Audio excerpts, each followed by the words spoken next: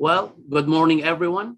My name is Ala Kamel, and I'll be serving as the designated federal official to the US EPA Science Advisory Committee on Chemicals. For this meeting and in my role, I will be opening this public meeting. I want to thank Dr. Daniel Schleng for agreeing to serve as chair of the committee for this meeting. I also want to thank both members of the committee, ad hoc reviewers, and the public for attending this important meeting. We appreciate the time and efforts of the committee members in preparing for this meeting, taking into account the busy schedules.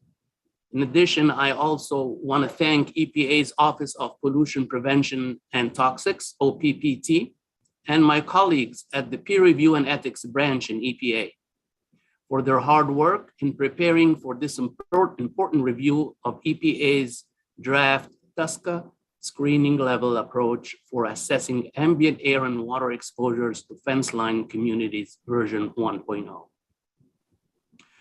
As an added note, Dr. Todd Peterson, my colleague and designated federal official, and Steve Knott, our executive secretary, they are online this week and they will serve as backups to my role as designated federal official. Now, the SACC is a federal advisory committee that provides independent scientific peer review and advice to the EPA on chemical-related issues regarding impact of proposed regulatory actions on human health and the environment. The SACC provides advice and recommendations to EPA. Decision-making and implementation authority remains with the agency. The SACC for this meeting is comprised of 17 members who are expert in toxicology, environmental risk assessment, exposure assessment, and related sciences. The expertise of these members is augmented by ad hoc reviewers who are temporary participants in SACC activities, providing additional scientific expertise, including models to estimate chemical fate and transport in ambient air and water pathways and public health protection for at-risk communities in order to assist in reviews conducted by the SACC committee. As the DFO of this meeting, I serve as a liaison between the SACC and the agency. I am also responsible for ensuring provisions of the Federal Advisory Committee Act, FACA, that they are all met. Federal Advisory Committee Act of 1972, it's established a system that governs the creation, operation, and termination of executive branch advisory committees. SACC meetings are subject to all FACA requirements. These include open meetings, timely public notice of meetings, and document availability to the public. All documents are available to the public in the docket at www.regulations.gov. As the designated federal official for this meeting, a critical responsibility is to work with appropriate agency officials to ensure that all appropriate ethics regulations are satisfied. In that capacity, committee members receive training and provisions of federal conflict of interest laws. In addition, each participant has filed a standard government financial disclosure report. Our deputy ethics official for the Office of Program Support in EPA and in consultation with the Office of General Counsel have reviewed these reports to ensure all ethic requirements are met. The SACC will review challenging scientific issues over the next 3 days. We have a full agenda, so meeting times are approximate.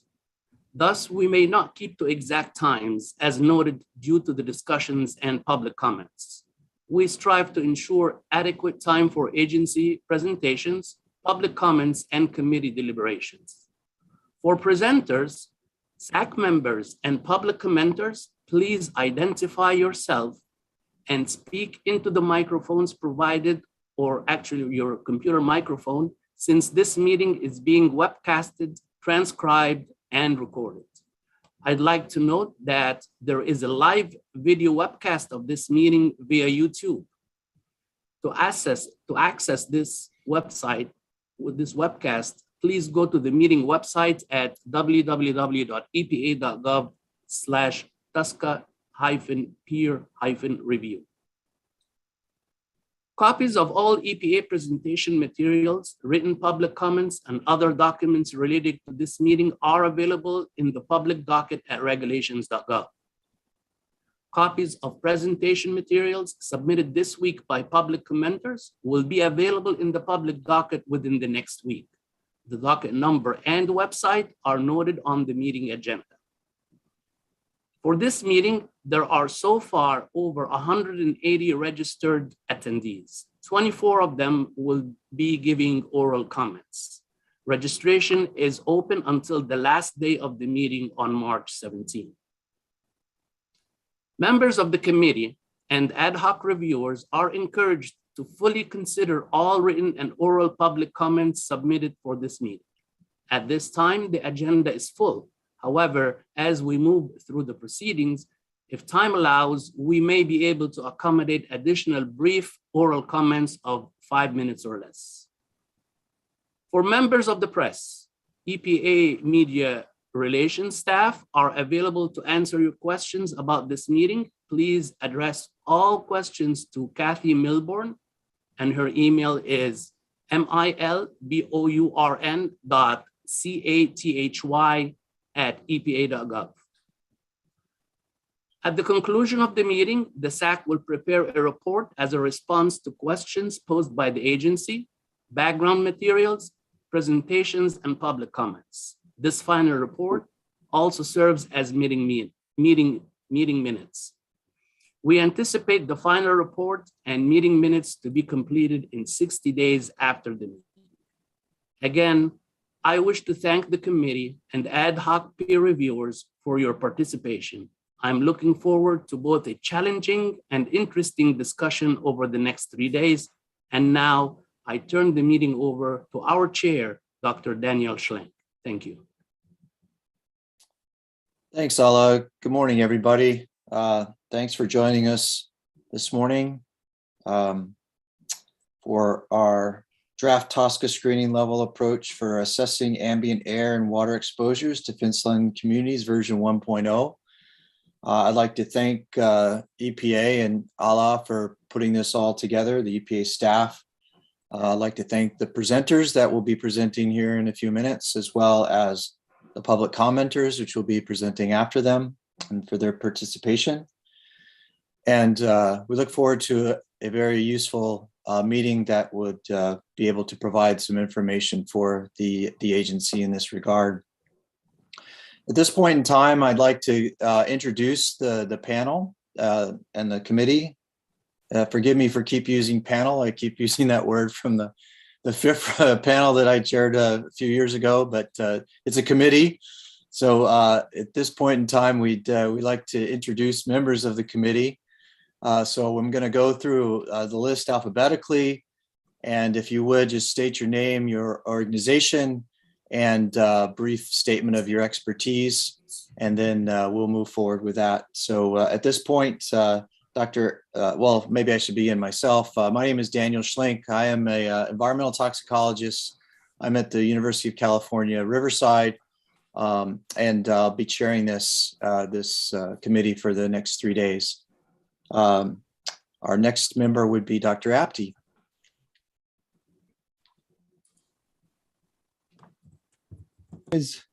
Hi, my name is Udayan Apte. I'm a professor of toxicology at the University of Kansas Medical Center. My expertise is in liver toxicology, environmental chemical effect on the liver. I'm a board certified toxicologist. Thank you. Dr. Baker. I'm Marissa Baker. I'm an assistant professor at the University of Washington in environmental and occupational health sciences. I'm an industrial hygienist and exposure science person. Thanks. Dr. Blystone. Hey folks, Sherry Blystone. I'm a chemist by training.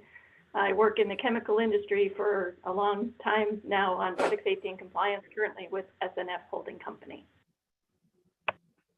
Thank you. Dr. Calder.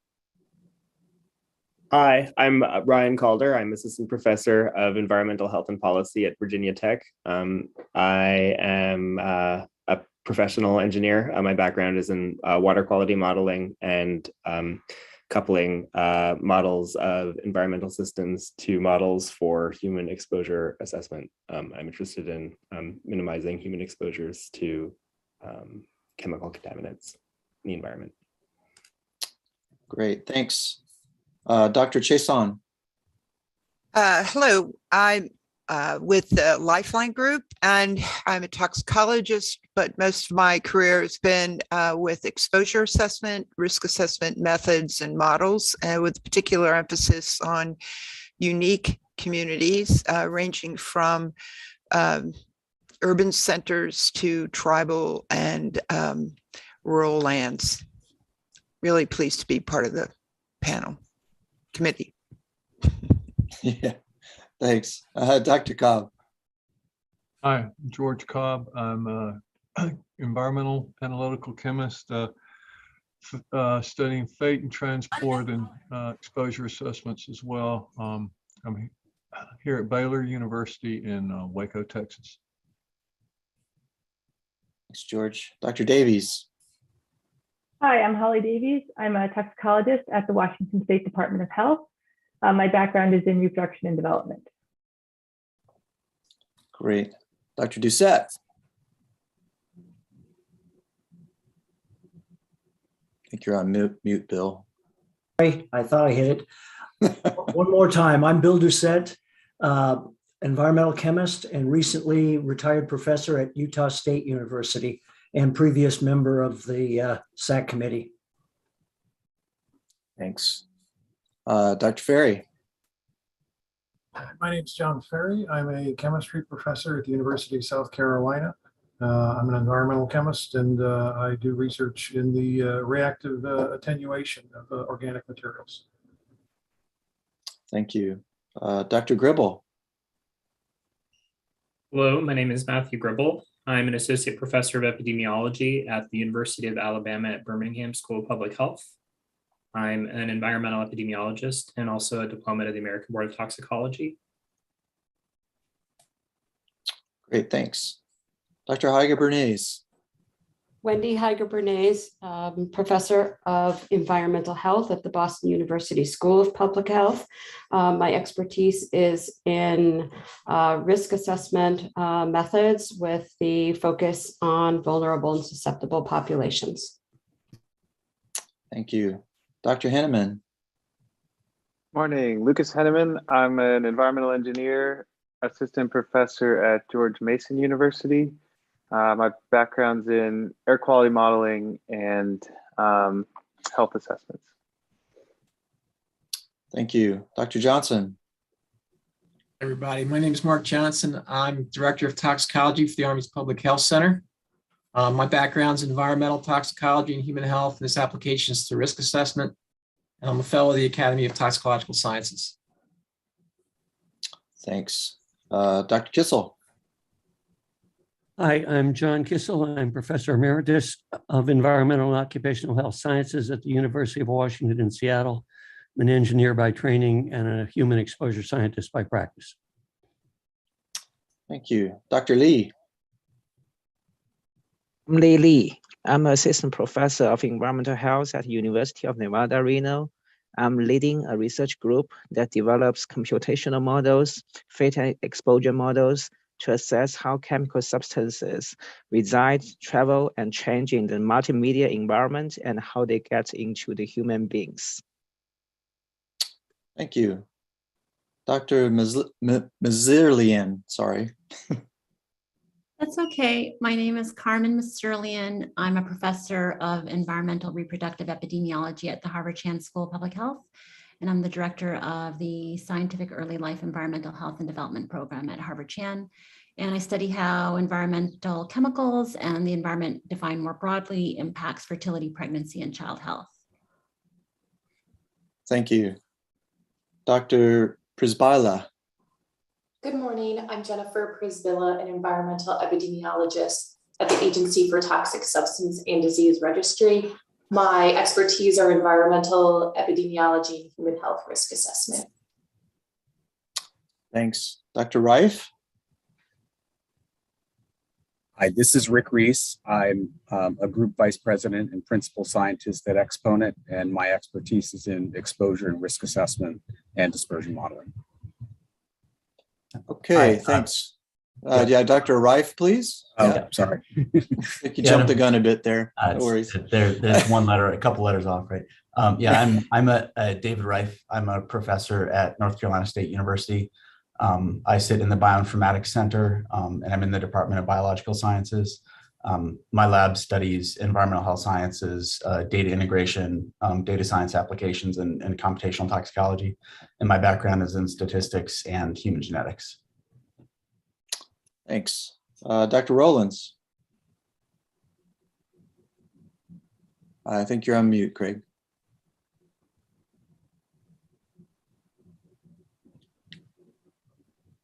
Do we have Dr. Rowlands? No, I guess not. I guess we'll skip him. Dr. Satyana Rayana. Hi, I'm Sheila Satyanarayana, and I'm a pediatrician and epidemiologist at Seattle Children's Research Institute and the University of Washington. I'm a professor that focuses on environmental exposures in early life and human health outcomes, and have focused on translation to policy. Thanks. Dr. Unseld? Hi, Monica Unseld, Executive Director and founder of Until Justice Data Partners here in Louisville, Kentucky. My background is in endocrine disruption and environmental signaling. I also have a master's in public health. For almost 15 years, I've worked with fence line communities to see how we can better get modeling and algorithms and data to fit the reality of daily life in these communities. Thank you. And Dr. Voorhees. Hi, Chip Voorhees. I'm a professor of neuroscience at the University of Cincinnati and Cincinnati Children's Hospital in the Division of Pediatric Neurology. My research is on animal models of ADHD and developmental neurotoxicity, particularly of pesticides. Thank you, everyone. Thanks for going through that. At this point in time, we will have some introductory material that will be presented by various members of the agency. Our first presenter will be Mark Hartman, who's the Deputy Director for Management at EPA OCSPP, Office of Pollution and Prevention and Toxics. Mr. Hartman. Thank you, and good morning, everyone. I am Mark Hartman. I'm the Deputy Office Director for the Office of Pollution Prevention and Toxics. It's a pleasure to be with you today, as we are very glad to welcome back those of you who have previously served on the committee, as well as welcoming our new members to the SACC experience. It's hard to believe that the last time the SACC met was back in June of 2020. We're thankful for the important role the SACC plays and has played and continues to play in our risk evaluation process under TSCA. Thank you for your time, your consideration for what we are presenting here today, and the thoughtfulness of your input.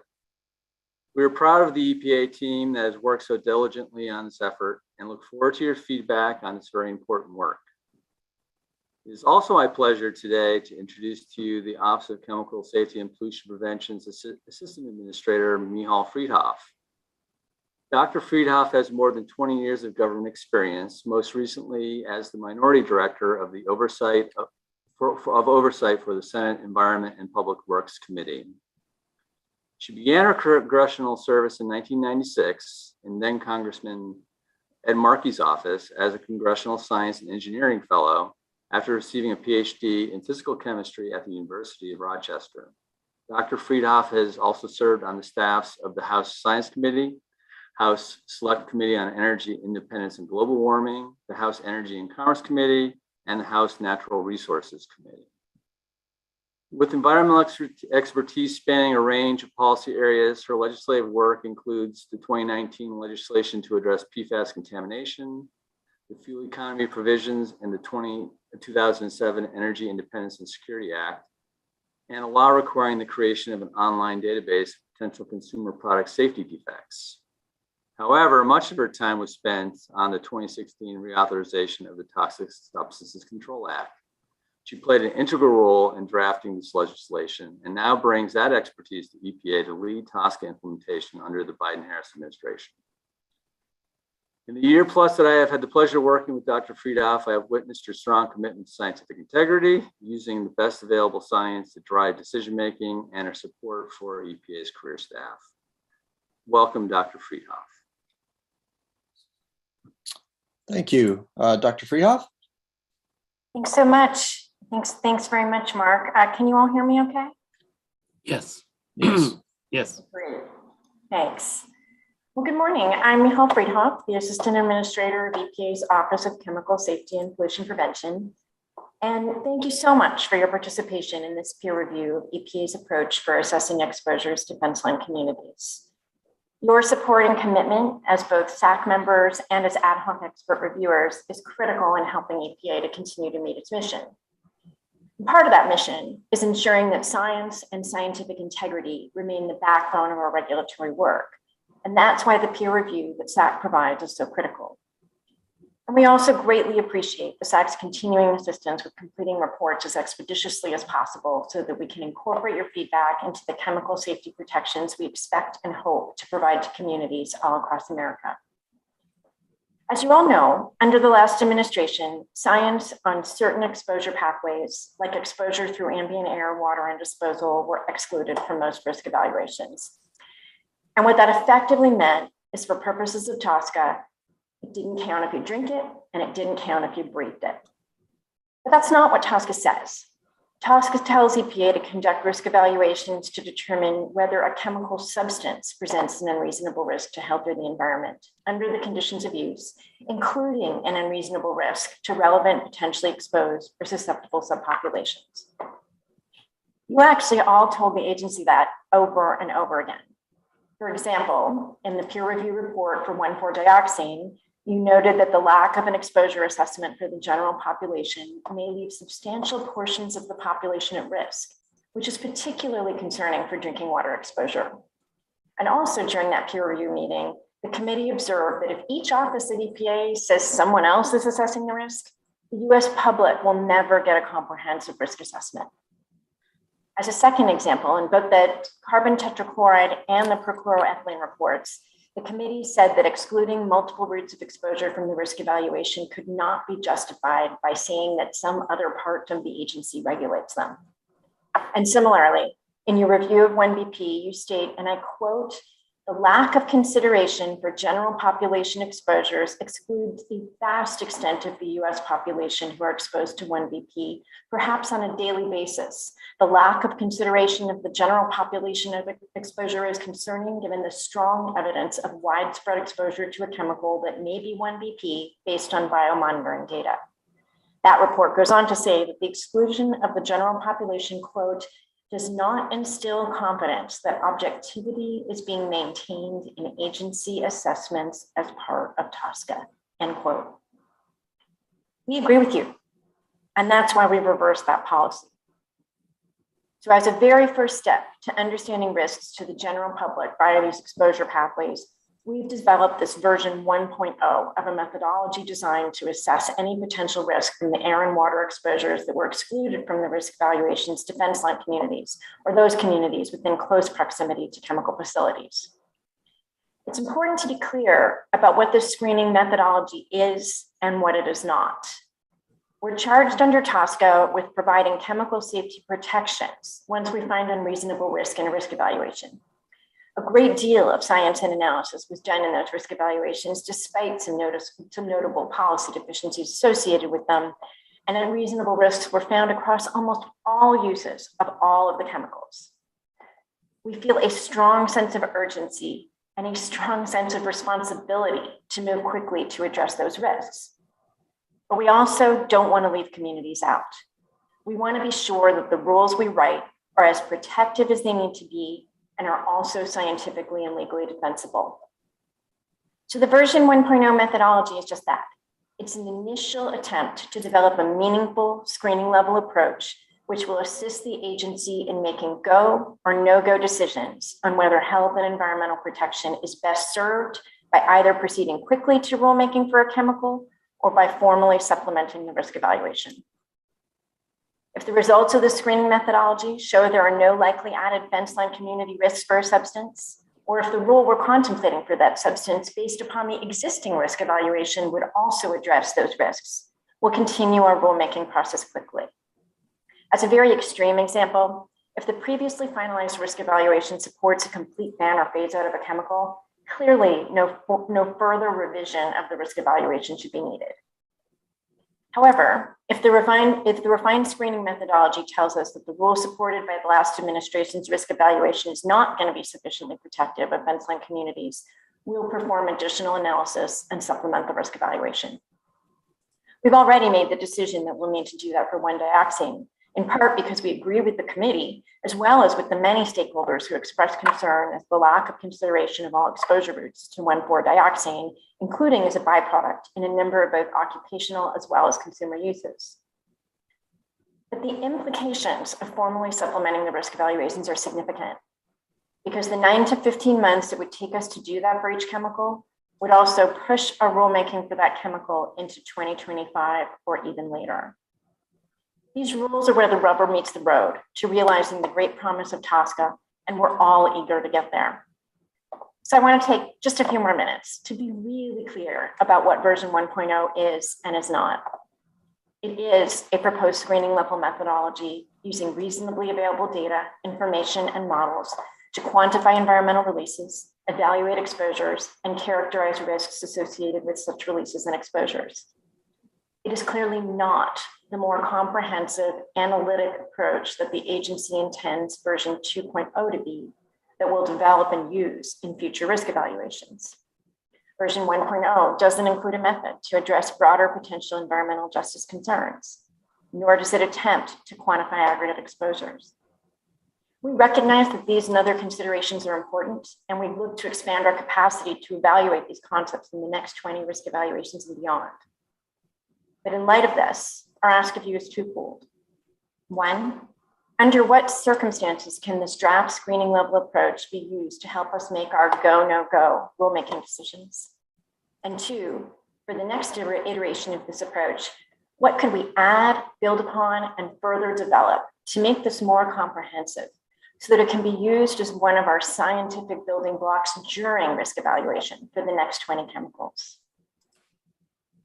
Peer review is a cornerstone of EPA's work, and your work ensures that EPA uses sound science for decision-making while honoring innovation and fostering meaningful stakeholder feedback. Each of these, and you, are essential for EPA to promote chemical safety in this country. Thank you once again for your efforts, especially during these challenging times. We greatly appreciate your dedication, your sacrifice, and your critically important role in helping EPA to implement this new methodology to understand chemical exposures to communities, particularly fence-line communities who've been disproportionately exposed to pollution for generations. Thank you. Thank you, Dr. Friedhoff. We are ahead of schedule. A couple questions of clarification. Dr. Kissel, I see your hand is up. So in the previous incarnation of SACC, during the Trump administration, we were explicitly told that spills are not conditions of use and therefore are not considered as toxic releases. Given the importance of the groundwater pathway in the Superfund world generally, my question is, has that definition of conditions of use been revisited, and can we expect, obviously it's not in this, in the 1.0 version of the document we're dealing with today, but can we anticipate that there will be a groundwater, that groundwater will be considered in version 2.0? I don't think we've made specific decisions about 2.0 yet. I think we're hoping to use some of your feedback to inform that. But I would agree that reasonably foreseeable disposal conditions of use are within scope of TSCA risk evaluations and need to be considered. I think that's about all I can say with regard to sort of when a disposal action is reasonably foreseeable and when it is not, because that's something that we're currently discussing pretty actively within the agency. Okay, thanks. Dr. Sathyana Rayana. Hi, thanks. Great to hear the background on this. In the previous iteration, we had a lot of discussion about the regulation allowing for the ability to go back and ask industry for data to fill holes for risk assessment. And it seems like the regulation allows for that, but in version 1.0, I still don't see that. And I'm just wondering what the agency's thoughts are on this piece, because there are many chemicals where we don't have data to truly inform risk assessment. So this is a bit separate from this particular methodology, but I would agree entirely that the agency's authority to obtain data from industry was not as expansively utilized as it could have been in the first few years of TSCA implementation. And we're looking at a number of different ways to expand upon that. One is the order authority under TSCA that I'm sure you're very familiar with under Section 4.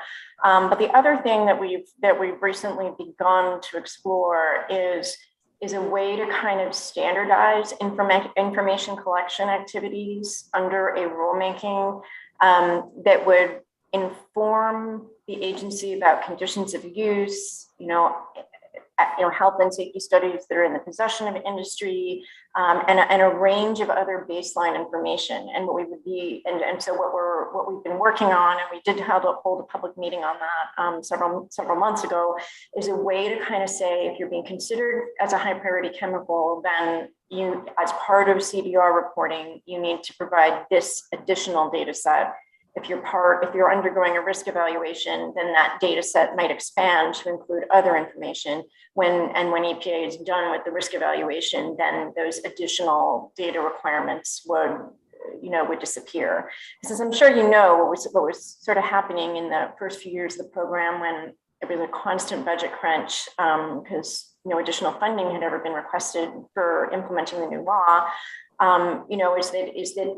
Is that the agency scientists would get far along into a risk evaluation and realize that the data gaps existed late in the process, which made it very difficult to use some of those data gathering authorities to inform the risk evaluations and also make the deadlines. So we're looking at, going forward as a way, at ways to sustainably ensure that we're getting the baseline data early in the process, that we're writing the TSCA test orders early in the process, and that all of that information would then be available as we move through the risk evaluation process. Great. Thank you, Dr. Friedhoff. Without any further questions, let's go ahead and move forward with our technical presentation, which is the overview of fence line community exposure screening level, the approach. This will be presented by Kevin Villumea and Rehan Chaudhary. Hopefully I got your name right there, Kevin. Thank you, Dr. Shank. You got pretty close, and you even got that French aspect to it, right? At the end. But yeah, thanks. It's Kevin Villumea. So thank you. Okay. So what we're going to do is we're going to share my screen.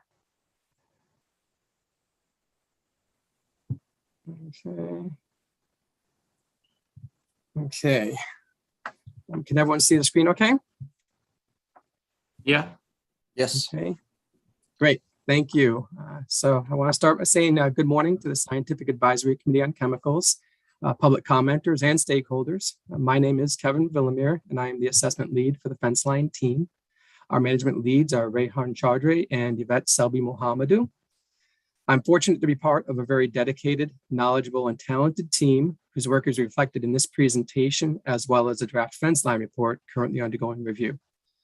Today, I'll be presenting an overview of the fence line work on behalf of the team. Before we dive into the presentation, I want to remind everyone the draft fence line methodology report was released to the public on Friday, January 21st, and is nearing the end of its 60-day public comment and review period, which ends March 22nd, 2022. With that, let's get started. Over the next hour, I'll walk you through the Draft Toxic Substances Control Act, or TSCA, fence line methodology, including some background information. I'll begin with a brief overview. Next, I will describe the proposed fence line methodology in 3 sections: the air pathway, water pathway, and hazard and risk characterization methodology.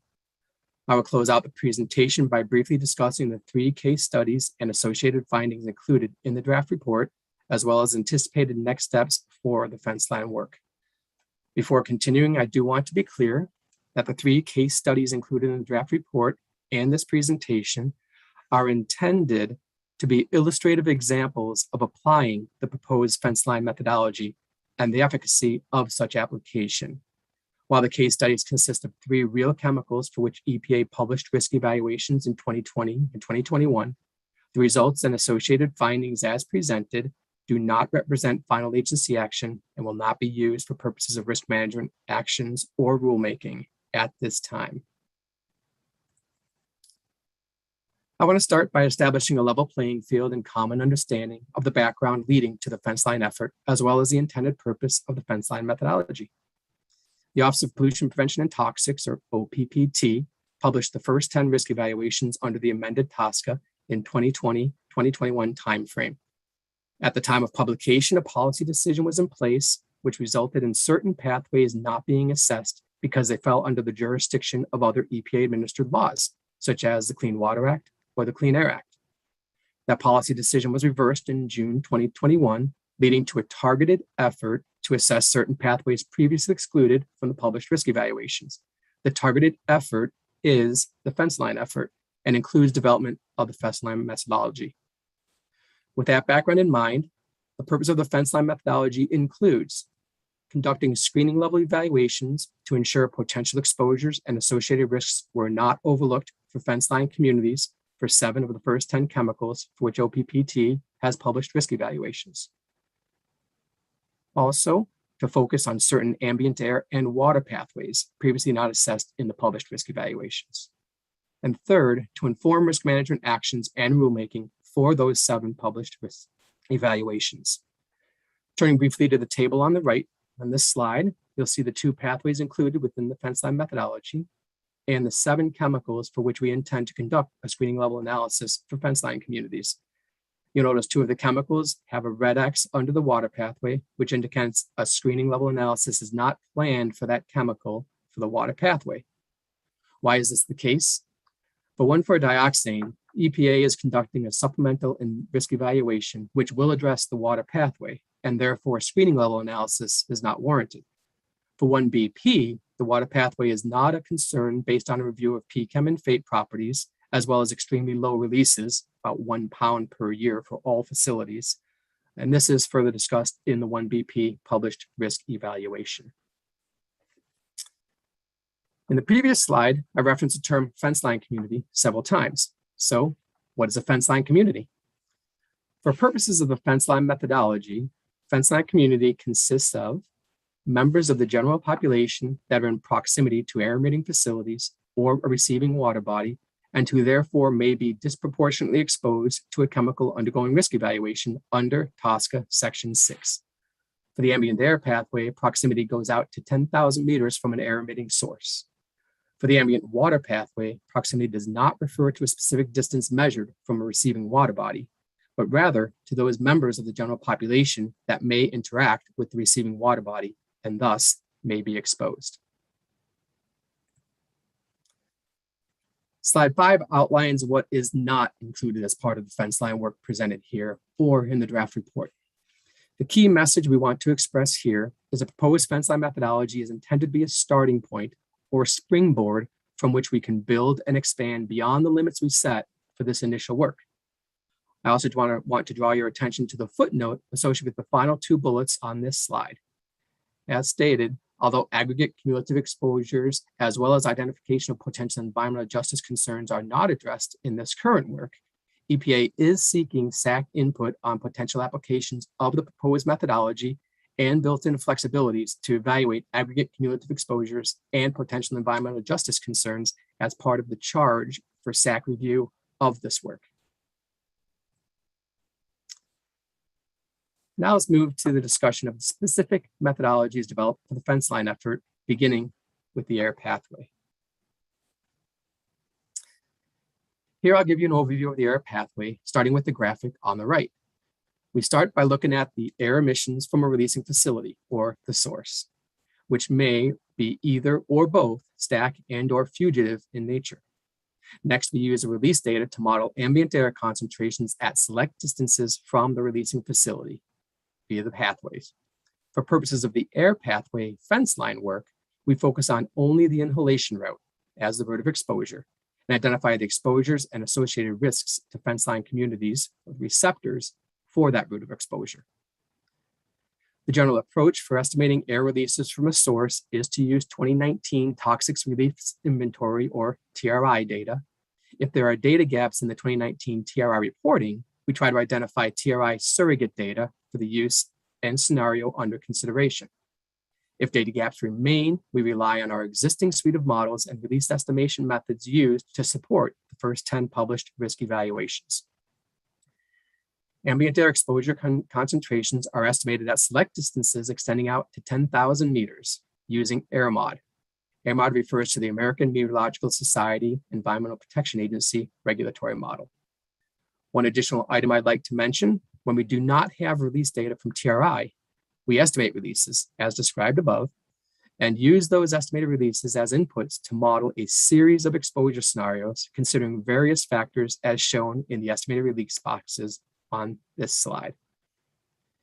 2 case study chemicals were selected for the air pathway methodology: 1-bromopropane, or 1BP, and methylene chloride, or MC. In order to support the evaluation of receptors proximal to facilities that may release chemicals undergoing risk evaluation, we extracted air release data from the 2019 TRI for the air pathway. EPA followed the 5-step approach on this slide for estimating air releases, only deviating from this approach when evaluating occupational exposure scenarios for which no 2019 TRI data existed. Step 1 begins with extraction of the chemical specific release data from the TRI Basic Plus files, which contain the relevant information for the release analysis, including data elements such as releases, chemical activity and uses, and other facility-specific information. Steps 2 and 3, with those steps, we associate each facility release with an occupational exposure scenario, or OES, and the corresponding release days, both obtained from the published risk evaluations.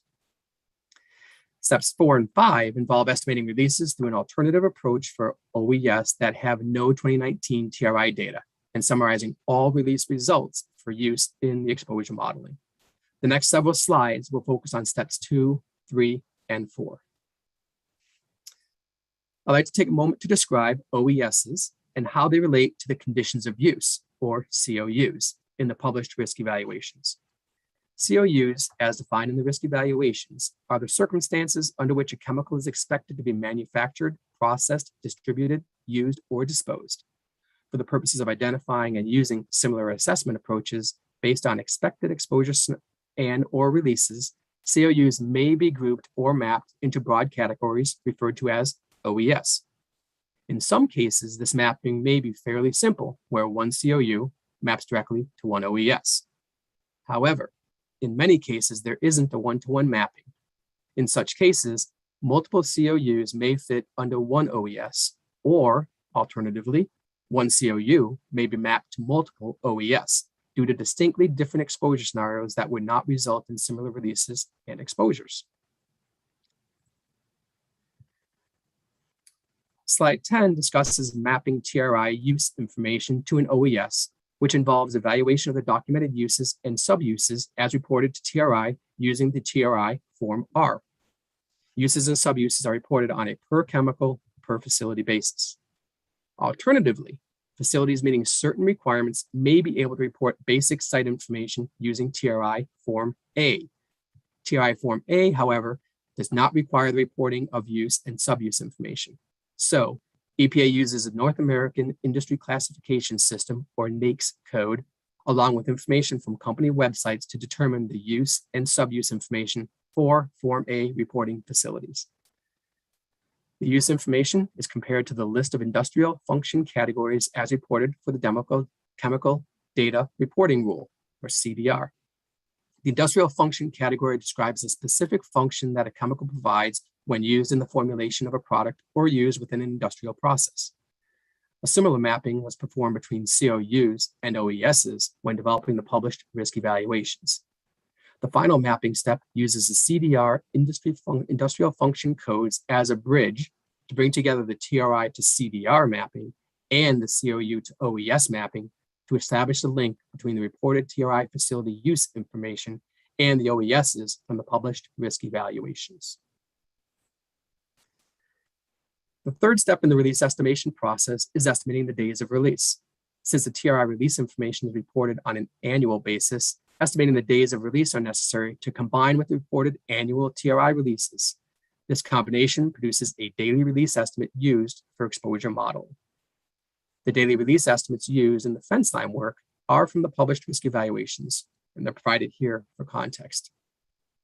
The rationale for the estimated days of release are also provided to show estimates may vary across OES based on underlying assumptions and supplemental release information sources. For an OES where a model from the published risk evaluation was used for the release days estimate, there may be a distribution of release days provided, as shown in the last row of this table for the aerosol spray degreaser and cleaner OES, rather than a single value. This slide outlines a hierarchy decision tree developed to estimate releases for OES without 2019 TRI data. When there is no 2019 TRI data, level 1 starts the hierarchy by considering prior TRI reporting year data, in this case 2016 through 2018 data. The second level in the hierarchy relies on air release estimation modeling already completed in the published risk evaluations or new modeling using our existing suite of models to estimate releases. The third level in the hierarchy considers existing literature sources used in the published risk evaluation. The fourth level in the hierarchy considers use of surrogate data. This uses 2019 TRI data from another TRI reporting facility which would have been mapped to a somewhat similar but decidedly different OES. That other TRI facility acts as a surrogate facility and is a source of the release data modeled. The final level in the hierarchy covers remaining options. If this level is relied upon for the fence line work, it is discussed in the chemical specific case studies. Closing out the air release portion of the air pathway, this slide shows several assumptions and uncertainties which could have potential quantitative impacts on the release estimates. The TRI database only contains information on facilities that are subject to TRI reporting and meet the reporting requirements. As a result, not all sites releasing a TRI chemical will report to the TRI. Those facilities will neither be captured in the TRI database nor be included in the fence line release summary. The facility use information as reported to TRI is limited and therefore may not contain adequate information needed to confidently map facilities to a corresponding OES. This could impact the estimated days of release and associated daily releases to the ambient air. Finally, a primary requirement for Form A is that the combined facility releases are below 500 pounds per year. However, actual releases are not required to be reported. For these facilities, EPA assumes an upper bound of 500 pounds per year for releases, which factors into how exposure modeling is performed for Form A reporters. Moving into the exposure portion of the air pathway methodology, this slide provides a visual roadmap of the three methodologies used to evaluate exposure via the air pathway for the fence line work. I will speak to each of these methodologies in more detail in the coming slides. But in general, this slide visually displays some of the differences between the approaches as they relate to releases, exposure scenarios, and models used.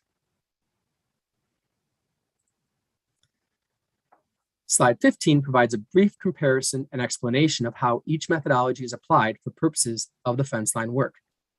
The pre-screening methodology, as applied in the fence line work, is independent of facility and condition of use.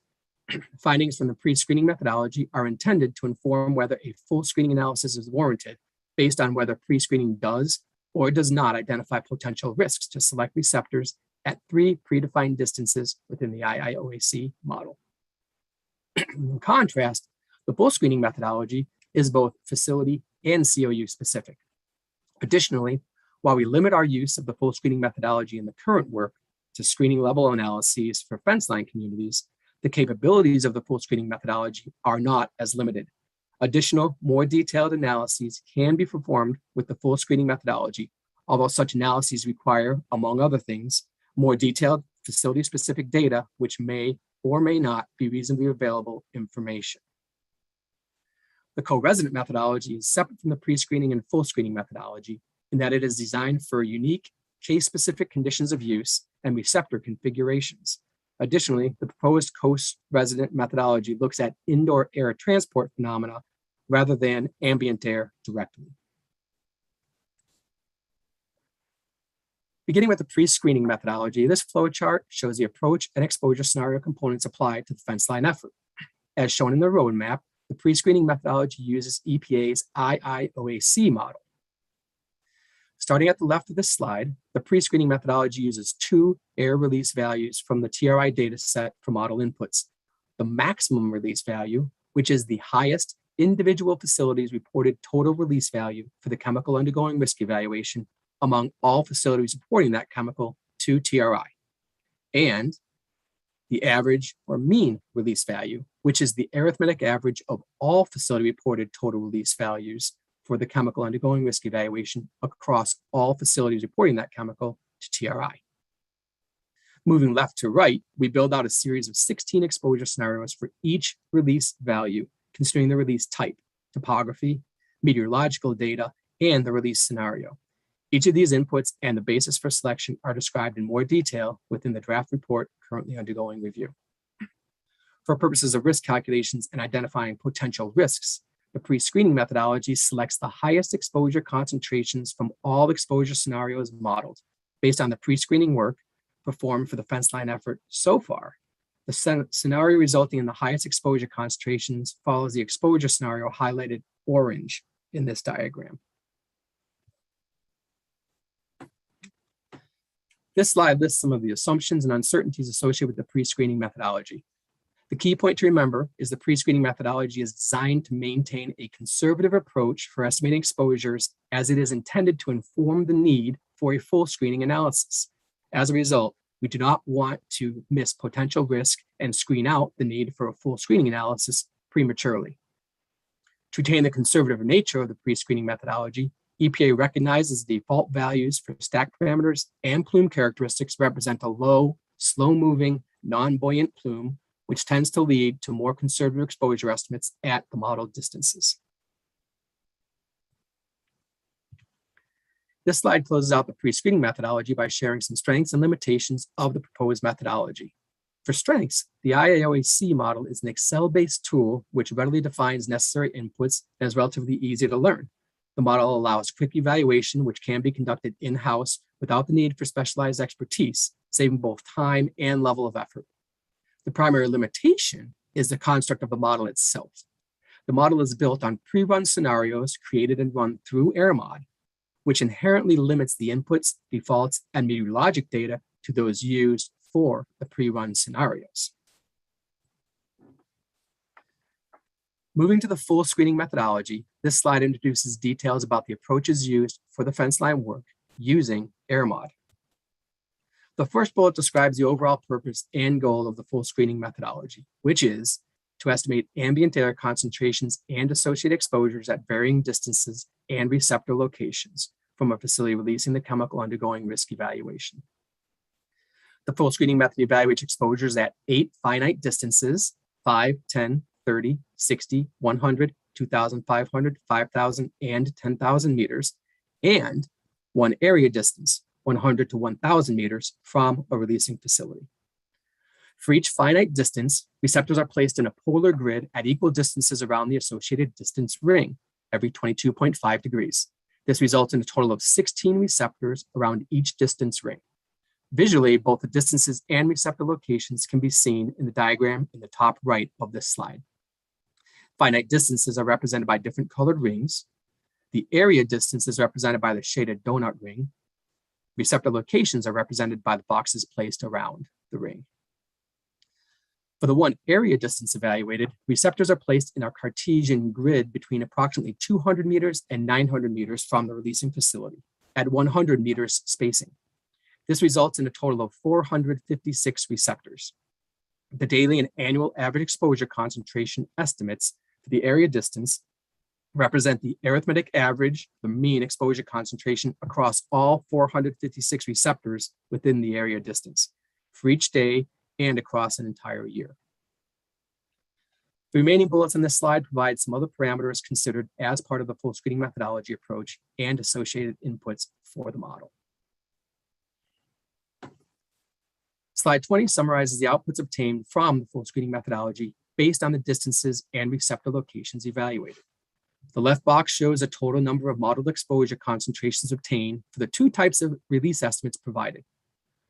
When 2019 TRI data is available, we estimate exposure concentrations using 1 year of meteorological data, resulting in a total of 5,856 separate daily averaged and 16 annual averaged exposure concentrations around each distance ring evaluated. When alternate release estimates are provided, we estimate exposure concentrations using 5 years of meteorological data, since the default meteorologic stations are pulled from IIOAC, which uses 5 years of MET data. This results in 29,216 separate daily average and 16 annual average exposure concentrations around each distance ring evaluated.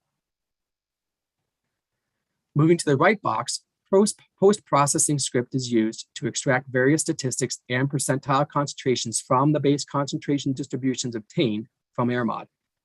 A key component to this effort includes extraction of 3 percentile concentrations, the 10th, 50th, and 95th percentiles, which are used for purposes of risk calculations and identifying associated potential risks. In essence, this provides a low-end, central tendency, and high-end concentration-based risk estimate for purposes of risk characterization for each facility at each distance evaluated. Here I highlight some of the assumptions and uncertainties associated with the full screening methodology. The key point to remember here is the full screening methodology, as presented in the draft report, is used for screening level analyses. While we limit user-defined inputs to several key parameters of particular interest for screening level purposes, the capabilities of the full screening methodology allow inclusion of many additional user-defined inputs, which can be considered and included in a more detailed analysis or an expanded analysis beyond screening level. Closing out the full screening methodology, this slide outlines a few strengths and a limitation associated with the full screening methodology. The primary strengths of the full screening methodology revolves around the capabilities of the model used and the potential options for additional more detailed analysis in the future, when and if data is available. However, AirMod is a complex model which requires specialized expertise to build scenarios within the model, to run the model, and to extract desired data for evaluation.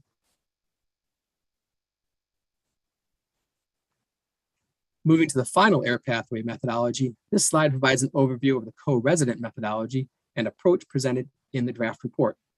The application of the co-resident methodology within the draft report is limited to only one case study and only the dry cleaning condition of use.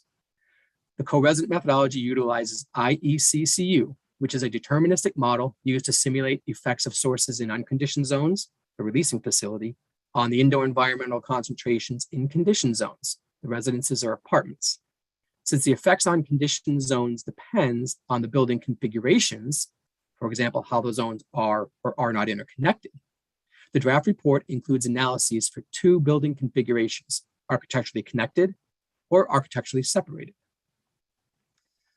The figure on the right provides a general building schematic showing the primary inputs for the IECCU model. This example shown here represents a building configuration where the 2 zones are architecturally connected via a staircase. So over on the left side here. The second bullet provides the mass balance equations used for the simulations. These provide a concentration per unit time in the conditioned zones, which are then adjusted to the appropriate averages needed for purposes of evaluating exposure concentrations, risk calculations, and associated risks when compared to the benchmarks. This slide provides a few assumptions and uncertainties associated with the co-resident methodology, which they are discussed in more detail within the draft report. Slide 25, closes out the co-resident methodology as well as the air pathway discussion by identifying some strengths and limitations of the co-resident methodology. General strengths revolve around IECCU being an indoor air pollutant transport model with multiple modules and capabilities to consider sources and sinks within the indoor environment, as well as a variety of potential exposure scenarios. Limitations are primarily focused on the complexity of a model, which requires specialized expertise to run. Additionally, since there are no default values included within the model inputs and limitations of such inputs often are dependent on the accuracy and strengths of the literature values or the capabilities of other models to provide accurate and representative estimates of values, which are then used as inputs to the IECCU model. Now I will move to the water pathway methodology. Here I'll give you an overview of the water pathway, starting again with the graphic on the right. We start by looking at the water releases from a releasing facility, the source, which may be either or both direct and or indirect in nature. Next, we use the release data to model ambient water concentrations resulting from the facility releases via the pathways. For purposes of the water pathway fence line work, we focus on the dermal and oral ingestion route of exposure, and again, identify the exposures and associated risks to fence line communities, the receptors for each route of exposure. The general approach for estimating water releases for the fence line work relies upon water release information from the published risk evaluations. The release information includes developed release scenarios representing known direct and indirect chemical releasers. These direct and indirect releases represent known industrial facilities and wastewater treatment plant releases. The releases are modeled in the exposure and fate assessment screening tool, specifically EFAST 2014, to predict environmental exposure concentrations in the published risk evaluations. During this process, ambient water concentrations are modeled and drinking water concentrations and doses are auto-calculated. EPA uses a modeled surface water concentration to evaluate both incidental dermal and oral ingestion to fence line communities. EPA extracts the auto-calculated drinking water data for use in evaluating ingestion from drinking water, again, to fence line communities. The modeled surface water and auto-calculated drinking water data is adjusted as applicable to incorporate various 2019 Exposure Factors Handbook input information and age group considerations, including intake rate, ingestion rate, body weight, skin surface area, and or exposure time to evaluate exposures.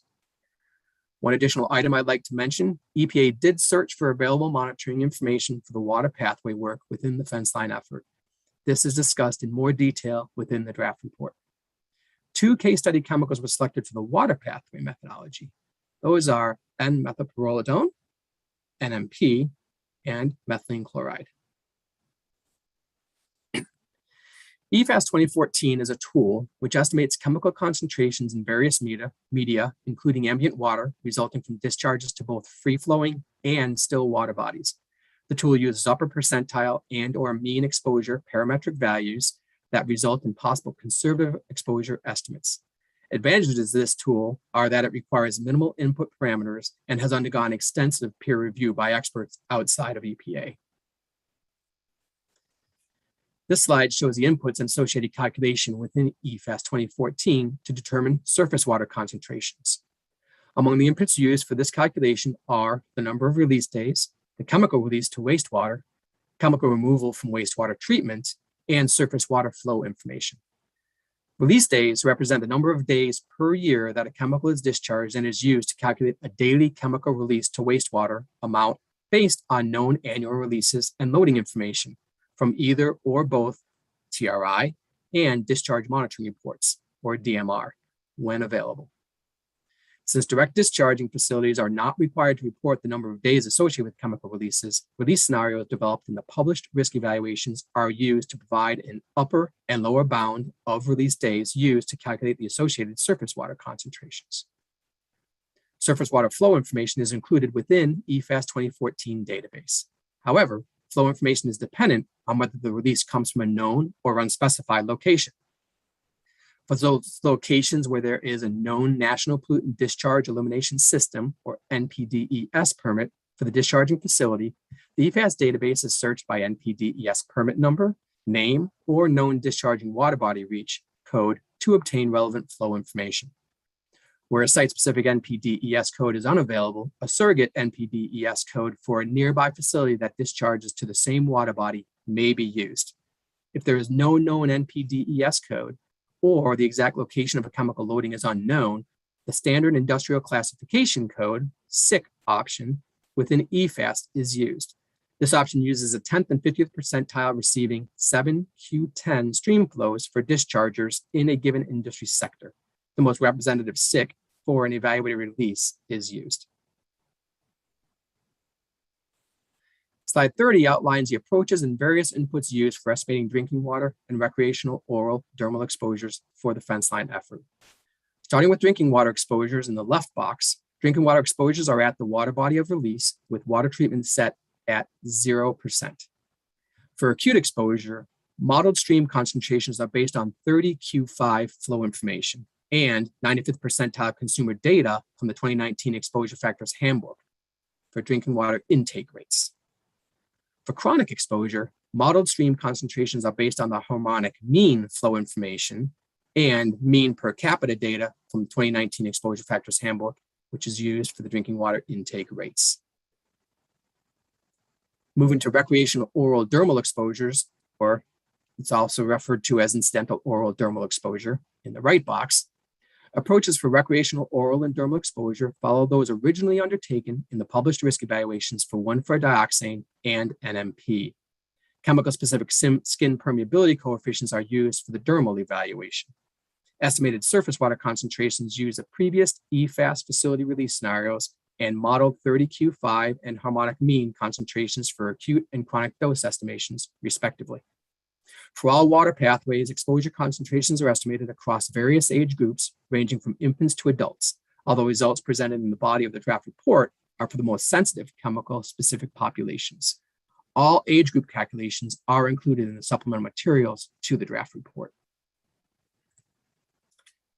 This slide closes out the water pathway methodology by identifying some assumptions and uncertainties associated with the water pathway methodology. The key point to remember here is the proposed screening level methodology for the water pathway is designed to maintain a conservative approach for estimating exposures. A couple key assumptions which help maintain this conservative approach include estimating surface water concentrations at the point of release without consideration of post-release environmental fate or degradation. Assumptions associated with recreational oral dermal exposures occurring at the point of release without consideration of transport, dilution, or treatment.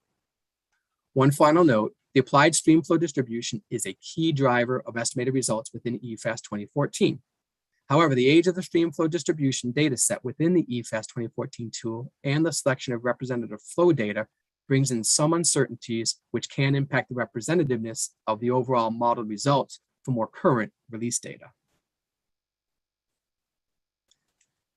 I'll now present an overview of the human health hazard and risk characterization methodology. This slide summarizes previously identified hazard endpoints from the published risk evaluations used for each of the 3 case study chemicals included in the draft fence line report. For the fence line analysis, EPA started with the same human health endpoints and points of departure as were derived in the published risk evaluations for each chemical and only adjusted the human equivalent concentrations or human equivalent doses to a continuous exposure basis so they could be applied to evaluate continuous fence line exposures. As you can see, 1-BP and methylene chloride both have acute, chronic non-cancer, and cancer hazards, while NMP has acute and chronic non-cancer, but no cancer hazard identified. This analysis uses the most sensitive endpoints from each published risk evaluation that was the basis of risk determination. In several cases, they were based on effects during sensitive life stages. To calculate risks, EPA used the same approach described in the published risk evaluations. Non-cancer risk was calculated using a margin of exposure approach, where the hazard value is divided by the predicted human concentration.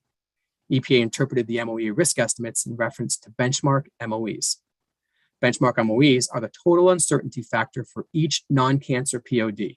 The MOE estimate is interpreted as a health risk if the MOE estimate is less than the benchmark MOE. Cancer risk is calculated by multiplying the predicted human exposures by the inhalation unit risk for inhalation exposures or by the cancer slope factor for oral and dermal exposures. The cancer risk estimate is interpreted as a health risk if the cancer risk estimate is greater than the benchmark of 1 × 10⁻⁶ for fence line communities. For the water pathways, cancer risk is estimated both for individual life stages and integrated across lifetimes. EPA also applies age-dependent adjustment factors, or ADAFs, to carcinogens acting through a mutagenic mode of action, i.e. methylene chloride, to account for increased risk from early life exposures via the water pathways. Slide 35 depicts an overview of the land use evaluation considerations and associated decision tree. As part of the risk characterization for the air pathway, the fence line methodology includes a land use evaluation around facilities where risk is indicated. This evaluation is used to determine whether an actual inhalation exposure and associated potential health risk is expected to fence line communities within the radius around the facility where risk is indicated.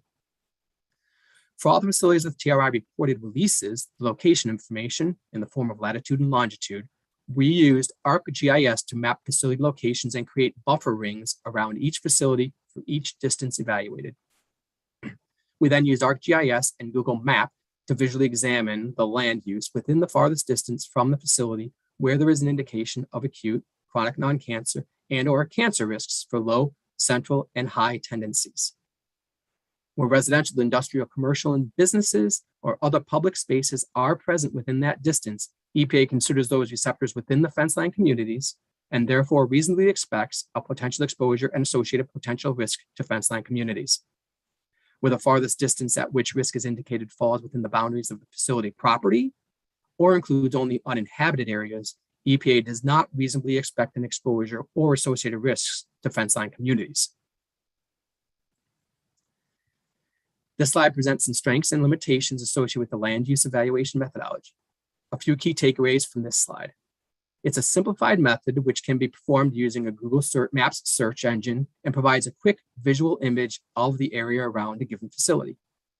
EPA only applied the land use analysis methodology to the air pathway in this current fence line work, although it has potential for use with other pathways such as the water pathway, as well as additional or more detailed analyses.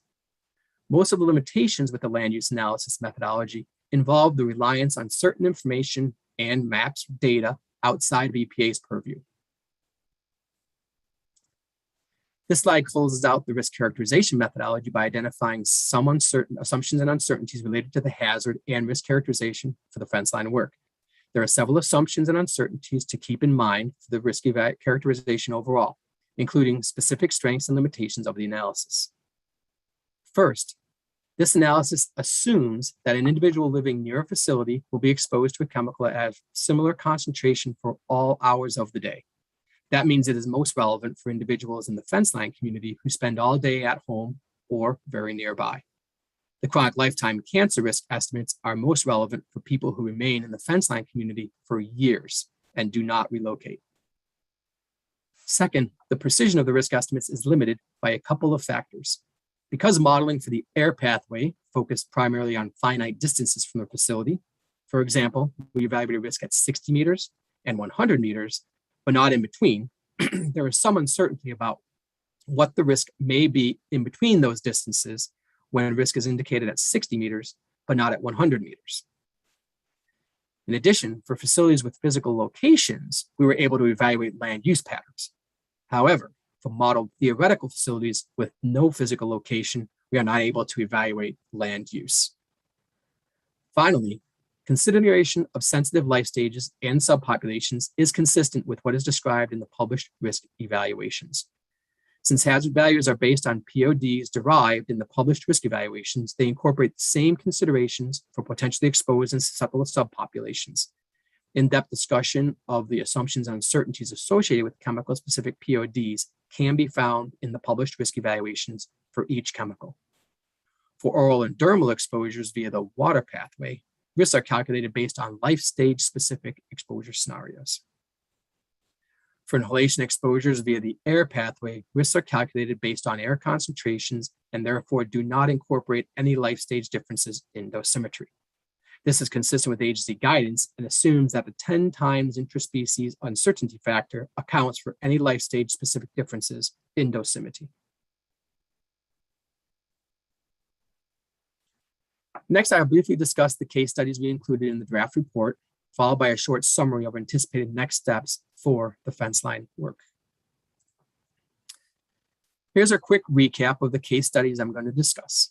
We include 3 case study chemicals in the draft fence line report, 2 for the air pathway, 1BP and methylene chloride, and 2 for the water pathway, methylene chloride and NMP. The purpose of these case studies is to provide illustrative examples of the application and efficacy of the proposed methodologies described in the draft report, with the goal of identifying if there are potential risks previously not captured due to the exclusion of certain pathways from the published risk evaluations. While the case studies do represent 3 chemicals for which EPA has published risk evaluations, the results presented in the draft report and in this presentation, again, do not represent final agency actions. Slide 40 begins the 1BP case study, which was only evaluated for the air pathway in the draft report. This case study will include a bit more detail than the other 2 because I'll talk through slides with results for the first time and provide an example facility which walks through the entire methodology, including land use analysis. Here is a tabulated snapshot of the results obtained for the release assessment and exposure assessment through application of the proposed methodologies for the air pathway. While the ranges of release data and exposure concentrations are shown here, a full set of releases are included in the draft report and accompanying supplemental files. The left 2 columns present each OES evaluated along with the number of facilities within each OES evaluated. Where you see a dash under the TRI facilities column header, it means there is no TRI reported data available for that OES. As such, the releases are estimated using the alternative release estimation hierarchy described earlier. The next 2 columns show the range of estimated annual air releases obtained for the release assessment for both fugitive and SACC releases. The last 4 columns show a very small subset of the daily averaged and annual averaged modeled exposure concentrations obtained through application of the full screening methodology using AirMod. For context, these minimum and maximum concentrations represent only the minimum and maximum 95th percentile exposure concentrations across all facilities within a given OES, across all distances modeled for a given OES. For purposes of risk calculations, we present and use the minimum, mean, and maximum 95th percentile exposure concentrations across all facilities within a given OES. Those values and associated risk calculations are presented by OES and distance within the draft report.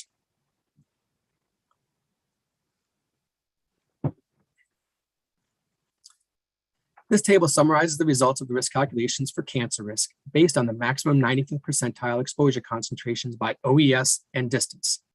Overall, 14 occupational exposure scenarios were evaluated for 1BP inhalation risk.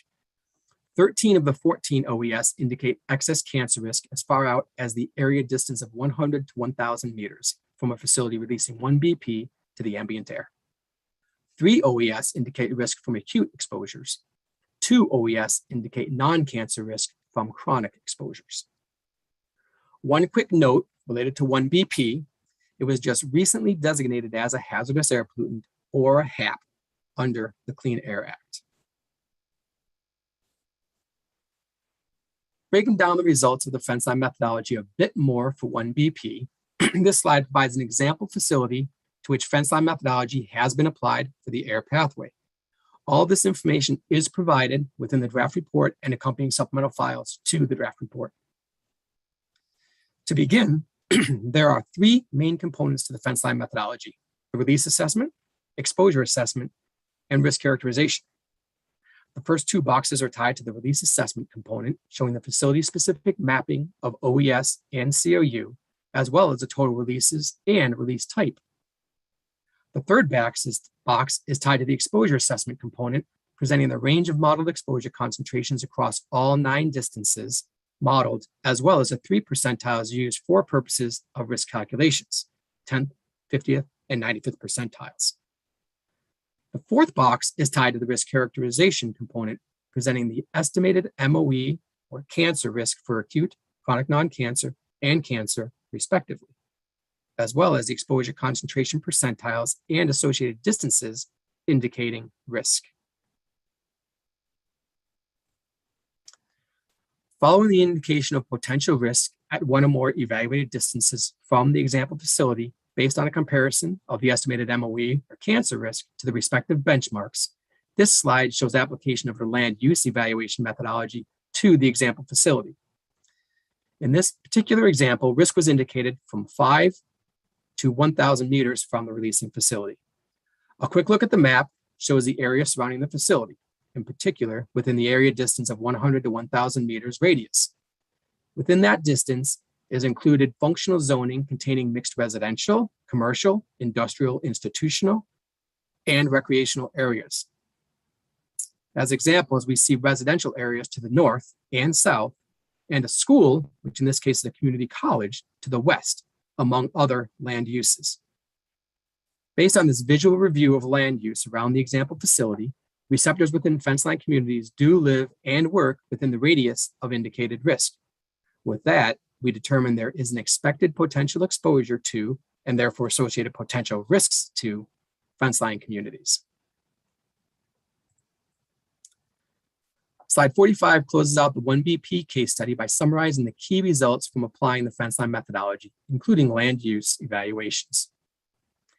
EPA identified risks from fence line air concentrations for 52 of the 62 TRI reporting release facilities, covering 13 of 14 OES. Based on land use considerations, actual fence line community exposures are expected for 39 of the 49 GIS located facilities for which risk was indicated. These risk conclusions are based on the 95th percentile modeled exposure concentrations, representing a conservative screening level analysis. EPA expects these estimates sufficiently capture any risk to fence line communities. For most facilities, risk is also indicated at lower percentiles as well, mitigating some of the uncertainty. Although not included in this presentation, risk is also identified for co-residences of dry cleaning facilities under all modeled scenarios. And you can see that in the draft report.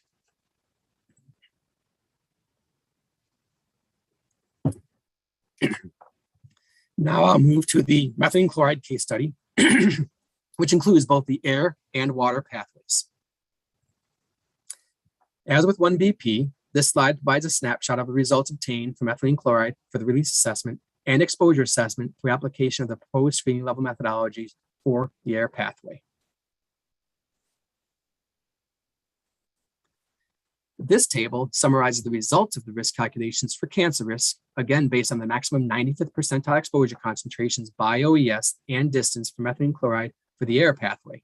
Overall, 17 exposure scenarios were evaluated for methylene chloride inhalation risk. 8 of the 17 OES indicate excess cancer risks at distances as far out as 100 meters from the facility, releasing methylene chloride to the ambient air. 2 OES indicate risk from acute exposures. 3 OES indicate non-cancer risk from chronic exposures. This slide provides a snapshot of the number of releases modeled and results for the exposure assessment through application of the proposed methodologies for the water pathways for methylene chloride.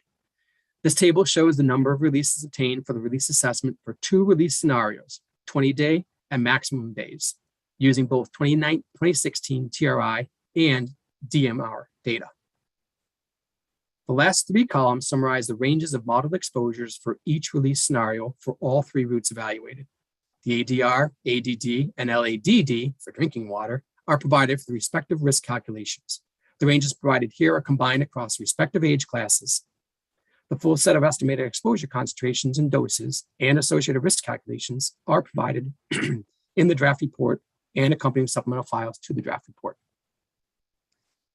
For purposes of risk calculations, we present results by OES and age class within the draft report. Slide 50 closes out the methylene chloride case study by summarizing the key results from applying the fence line methodology, including land use evaluation for the air pathway.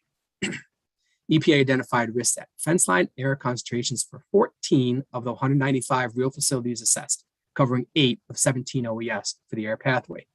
Based on land use considerations, actual fence line community exposures are expected for 2 of the 14 GIS located facilities for which risk was identified. Again, these risk conclusions are based on the 95th percentile modeled exposure concentrations, and again, representing a conservative screening level analysis for the air pathway. For the air pathway, EPA expects these estimates sufficiently capture any risks to the fence line communities. For half of the facilities, risk is also indicated at lower percentiles as well, again, mitigating some uncertainty. EPA also identifies risk via drinking water for 1 recycling and disposal facility based on acute non-cancer risk to infants and lifetime cancer risk. Risks are not identified via recreational contact with water, however. For the final case study, I'll briefly discuss NMP. This slide provides a snapshot of the number of releases modeled and results of the exposure assessment through application of the proposed methodologies for the water pathways from NMP.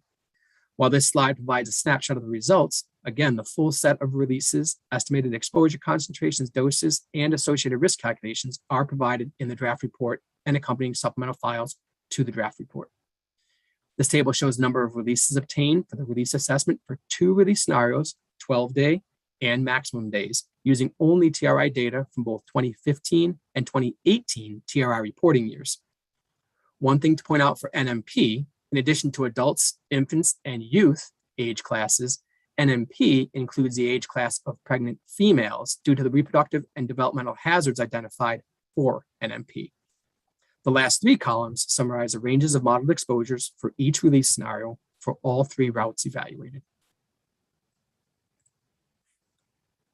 Closing out the NMP case study, EPA did not identify any risks from NMP for fence line communities via either drinking water or recreational contact with water. Exposures were greater than 10-fold below levels, which would result in risk for any exposure scenario. Based on these findings, EPA feels this represents a health protective assessment, and EPA has increased confidence in the conclusions of no risk via these water pathways. Slide 54 briefly touches on next steps for the fence line work. The first step, revising and finalizing the fence line methodology. Following public and peer review, EPA will review comments, recommendations, and improvements received. EPA will modify the proposed screening level methodology as appropriate and finalize the screening methodology as a framework to conduct screening level analyses. One revision already planned for the air pathway is to revise the current cancer risk calculations in the draft report to consider a 33-year residential exposure duration from the Exposure Factors Handbook, adjusted to lifetime for cancer risk per EPA's cancer guidelines. This will bring the current methodology in line with the methodology applied for the water pathway and EPA's cancer guidelines. The current methodology assumes a full lifetime of exposure, or 78 years, via the air pathway for calculating cancer risk. For the fence line considerations for 7 of the first 10 risk evaluations, the final screening level analysis methodology framework will be used to conduct screening level analyses for 7 of the first 10 chemicals for which EPA published risk evaluations between 2020 and 2021 to help determine if there are potential exposures and associated potential risks to fence line communities from the air and water pathways that were previously not assessed. For future TSCA risk evaluations, the final screening level methodology framework can also be used for future chemicals undergoing risk evaluation under TSCA Section 6.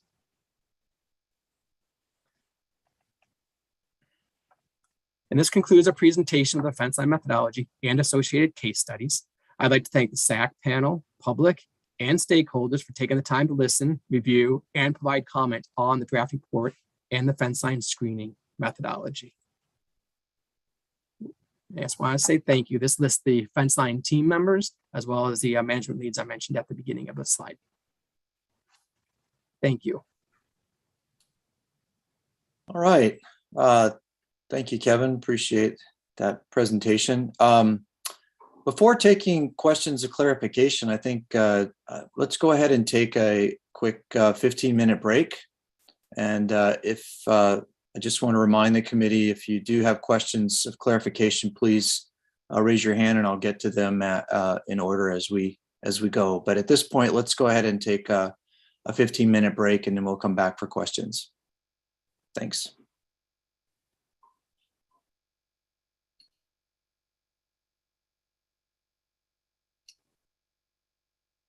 So return at 45 past the hour.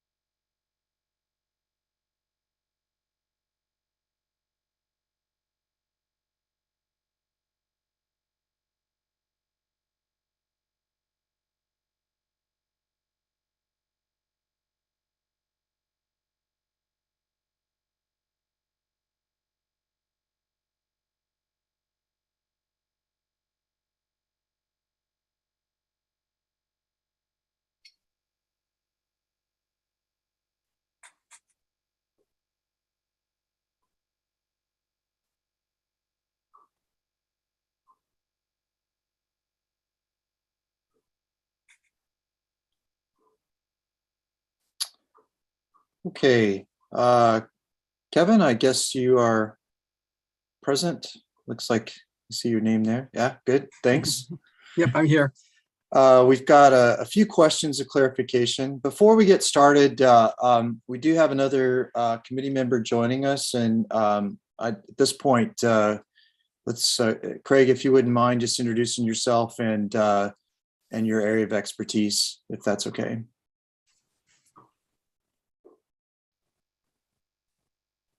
Dr. Rollins, you on now?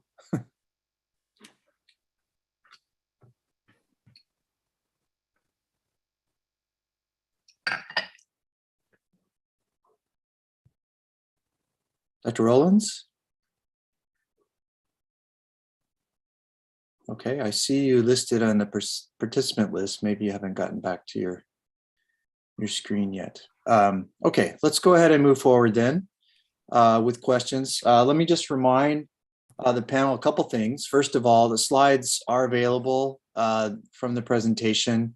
Ala will send you the link directly to that if you don't have it directly. But if you would like to peruse the slides, particularly this evening prior to your deliberations for tomorrow, those will be available. Also, let me just point out, particularly for our ad hoc reviewers, that again, this is a period of questions of clarification, not necessarily for comments. The comments obviously will be provided during the question period, which will follow this. So please use this time for questions to the EPA for specific questions of clarification of their presentation and of the materials that you've been presented at this point, and hold your comments until the time when those are available for the questions. Okay. Dr. Slang, yes. This is Kevin. Sorry, I just want to put it out there. We're going to work with our Rehan Chaudhry. Is going to kind of field this portion of the comments and clarifications, as well as the questions and comments that come in later on. So we'll have Rehan pull up as well. We'll both be on, but he's going to kind of receive it and then manage it. So the whole panel has like one point of contact. Does that make sense? Are you talking about right now? Yes. Yeah, right now and moving forward. Yes. Okay. Yeah. The only thing I would say is just make sure you state your name prior to the response for the written record. Also, too, for panel members as well, please. I'll call on your name, but please state your name before you make your question or any comments, so that we get that on the record up front. Okay.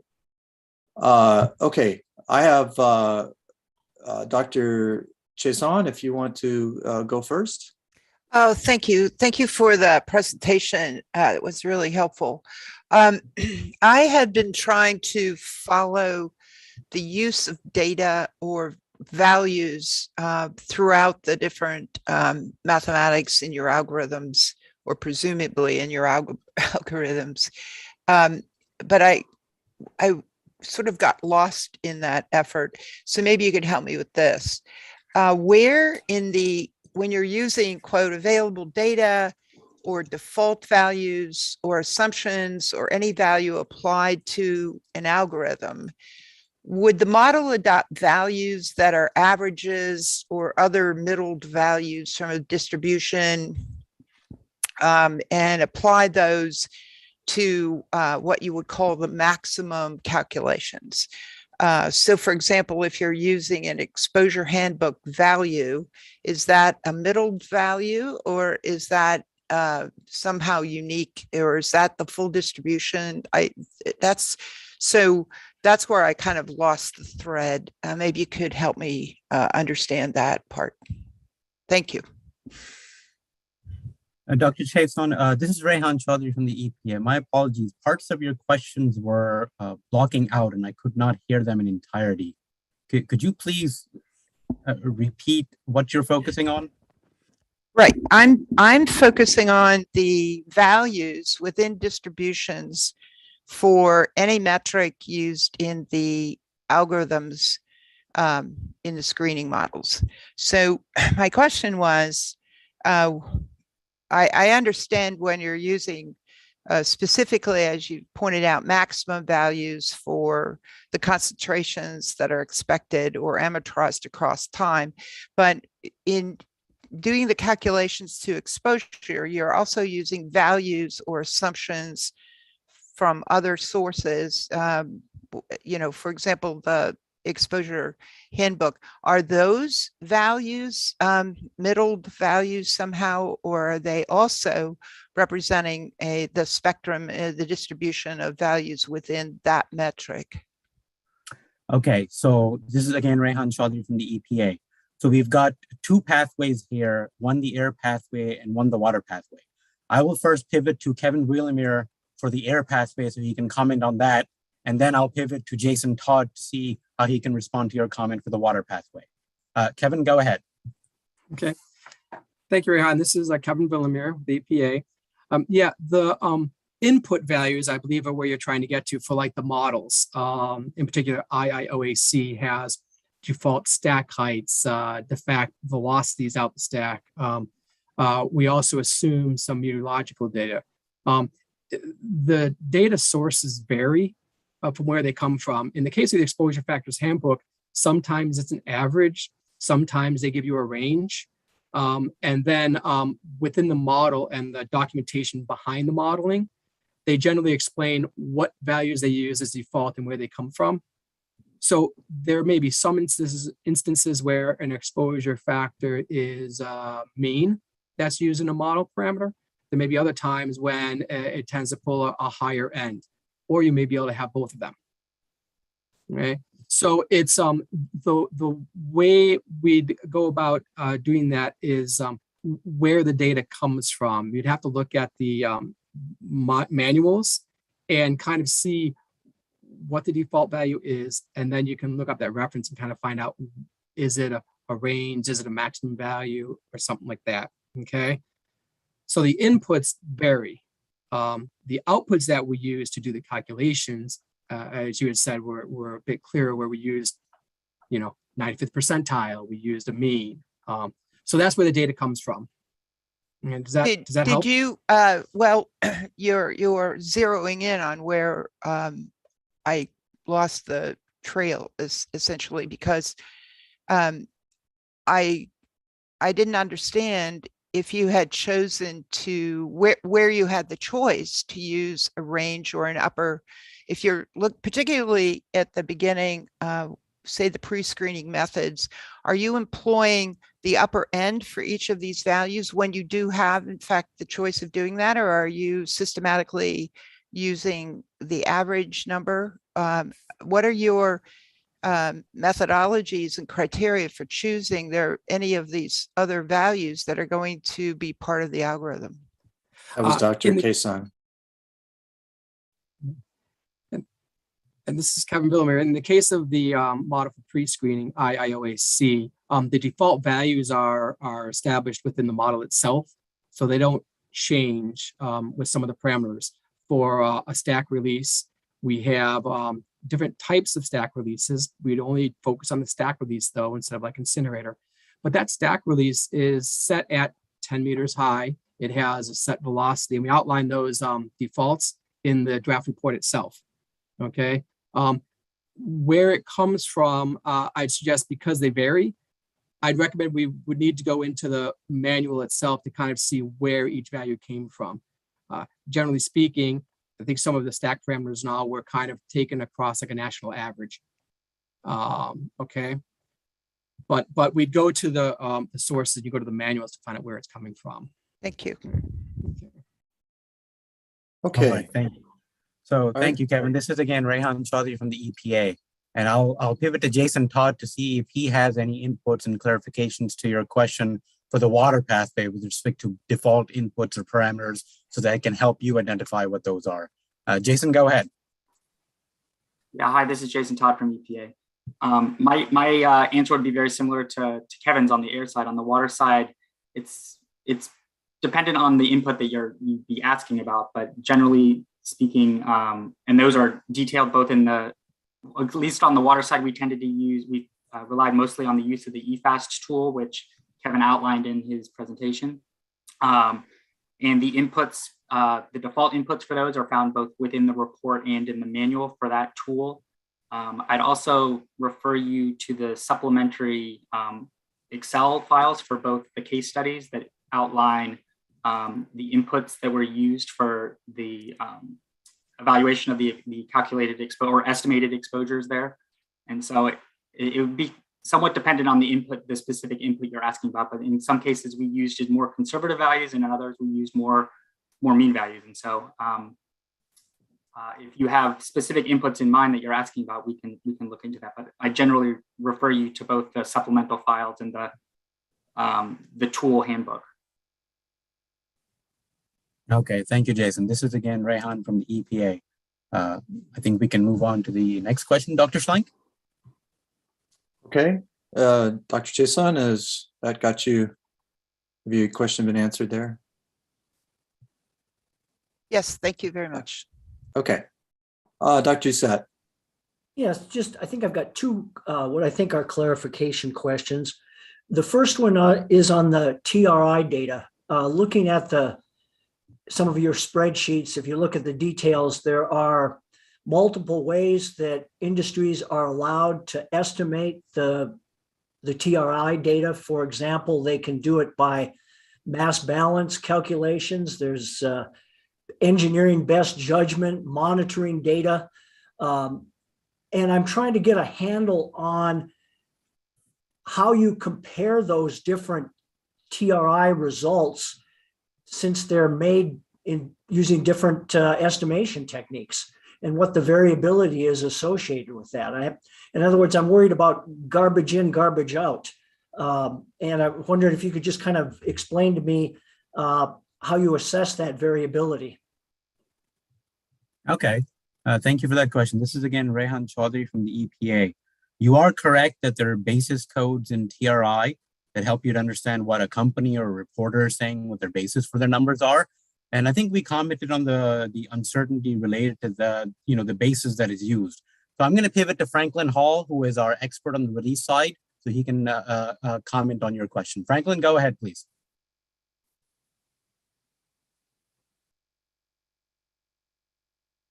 We're not hearing you. You might be on mute.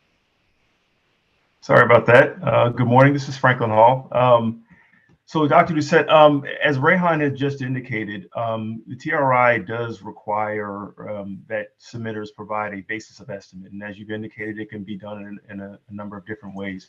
At this time, we've just provided an explanation of those basis of estimates for context, but we have not done any analysis on the variability or the impacts of that variability on the actual estimates as they've been provided on the facility level, or even as they've been aggregated at the OES level. However, that is something that we are considering looking at moving forward.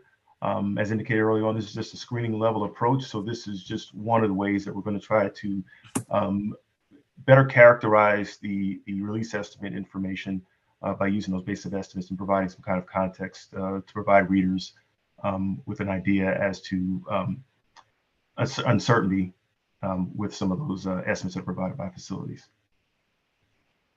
Thank you. Thank you, Franklin. This is again Rehan from the EPA. And just to add to that, Dr. Doucette, we do recognize there are various bases, and internally we started to talk about maybe should there be some sort of hierarchy that we implement based on what basis a reporter is saying. Is it a measurement? Is it a mass balance estimate? But I think we would also be looking forward to any feedback that the SACC committee has on setting up an hierarchy or dealing with different bases in different ways. Okay, thank you. And my second clarification question was dealing with the case study for methylene chloride. You looked at exposures through water exposures for methylene chloride, which I was a little surprised given the volatility or Henry's law constant for methylene chloride. And you talked about recreational exposures in water. Did you consider or at least discuss the possibility of exposures in the same way through bathing and showers? It would seem like that would be more of a likely water exposure for something like methylene chloride than recreational use. Okay, thank you, Mr. Doucette. think this is again, Rehan Chaudhry from the EPA.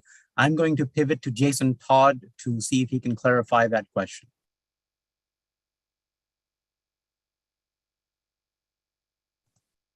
Not hearing you, Jason. Yeah, sorry, there was a lag in my video starting. Again, this is Jason Todd. Yeah, good question. Thank you for that. We did not assess the exposures due to bathing. That is something we are considering moving forward as kind of a 2.0 level of analysis. We welcome any thoughts or considerations from the panel on ways to evaluate that or moving forward, but we did not look at that particular pathway for this fence line analysis. I'll hand it back to Rehan to see if he has any additional comments there. Thank you, Jason. Nothing additional. I hope that's helpful, Mr. Duche. Yes, it is. Thank you very much. And I also greatly appreciate the presentation, which I thought was very well done and helped clarify the document itself. Thank you very much. Thanks, Bill. Mark Johnson. Thanks, Dan. Yeah, admittedly, I'm not a modeler of this type, but the devil's always in the details, right? So I got a question that relates to the air pathway and then water pathway. I'll start with the air first. Does the model estimate wet deposition and dry deposition? I mean, maybe not for these compounds, but does it do that? I think from a modeling capability perspective, AirMod, yes, it can take that into account. Are you asking whether that was actually incorporated into our estimation method? That was Dr. Chaudhry. Yeah, I was asking if the model does account for wet and dry deposition to estimate environmental load to soil. Okay. Again, this is Rehan Chaudhry. Kevin, could you please field that? Yes, thank you, Rehan, and a good question, Ms. Johnson. The modeling, as Rehan said, AirMod can consider deposition of multiple types. We did not do that for the fence line effort, but it is something we can consider moving forward, especially with some of the future chemicals, which may not all be so volatile, right? So you can have a bit more deposition to worry about. But AirMod is capable of doing that. IIOAC also has a capability to a degree. We're still putting together the logic behind what we get from that for pre-screening purposes. But for the full screening methodology, AirMod can consider both. It can consider deposition, wet and dry deposition, given the right data that you need to be able to calculate that and use them as inputs. Right. Okay. So that kind of answers my second question, which has to do with well water. So I guess we're not looking at pathways or transport to well water. We're just looking at releases to municipal water supplies, ultimately for drinking water, correct? So this is Rehan Chaudhry again. I'll let Jason Todd chime in with more details, but on the surface, we're looking at releases to surface water. So right. Jason, please elaborate as needed. Yeah, this is Jason. That Rehan is right in that respect. We did not look at potential releases to groundwater. Okay, awesome. Thank you. Thanks, Mark. Dr. Reese? Yes, I wanted some clarity on how you're accounting for the property line of facilities. Is that done in the land use analysis, meaning where you're excluding consideration of concentration estimates that occur on the property line or within the property line, meaning not at the fence line? This is Rehan Chaudhry from the EPA again. I believe the way the land use analysis is working, we have a lat long coordinate from TRI, and then we're able to map that and visually inspect what's happening in this vicinity. Based on the exposure and risk calculations, we can get a sense of how far we are estimating that risk. So when we have different boundary or buffers around the lat long coordinates, we're taking a look at, well, what are the uses around that boundary, so to speak? And visually, we can tell sometimes that, we're still on the facility itself, or we are in an area that is off the facility in recreational areas or things like that. So it's a visual inspection that helps us distinguish where we think we are as an initial screen. I'm going to pivot to Kevin to see if he has anything to add to that. Kevin Brillemer, please go ahead. Thank you, Rehan. This is Kevin Villimer, and yeah, I think Rehan pretty much captured it. It is an initial visual inspection out to the distances where we found risk. And on some of the very small properties, it can be difficult to see if it's right on that boundary, right? If it's 2 meters away or is it more than that? But on the much larger facilities, like a chemical manufacturing process that might be, acres, you can see a clearer delineation of where the property boundaries actually end. But generally speaking, it's just a visual inspection based on the various distance rings and buffers that we put around it. And then we see within those rings where we find risk. Do we expect fence line communities to live there or work there and move from there? Yeah. Thank you. Okay, Dr. Heiger-Bernay. I think Dr. Kissel was before me, but it's up to you. He disappeared when I Oh, hit your name, so now he's back, but go ahead. okay, I'll go and then Dr. Kissel. So thank you. Wendy Heiger-Bernays. I have a few questions. Most of them have been clarified and the presentation was fantastic. Thank you for doing such a thorough job. I have a question that relates to just the previous question, which is regarding the observations, the geospatial and where the facility is located. So these assume current use considerations and nothing about land use in the future. So that's one question. I'll start with that. So this is Rehan Chaudhry from the EPA. You are correct. This is trying to take a look at current use. Does not incorporate local municipalities and their zoning plans or projections. Okay, and along those lines, when you take a look at the location, and I don't know, you have seen, you might have determined whether there are multiple facilities within a particular geospatial area. And if there were multiple facilities, how would you address that in the screening assessment for that fence line community? So right now, yes, when the team or assessors are zooming in visually to see what is in the vicinity of where we see risk, they may make note that there are other facilities in the same buffer. But right now, the methodology itself focuses on the effects of single sources or single releasers. It does not get into aggregate exposures or cumulative exposures. And I think we are specifically requesting feedback from the SACC committee on how we might expand the capacities of the current approach, take that into account. So even though visually an assessor may see there's another facility that falls within a buffer of an existing facility, it would be left at that. It would not be taken further respect to aggregate approaches or cumulative approaches with version 1.0 of the methodology. Okay, thank you very much. Another question with regard to the water pathway. Has the screening assessment incorporated combined sewer overflow events?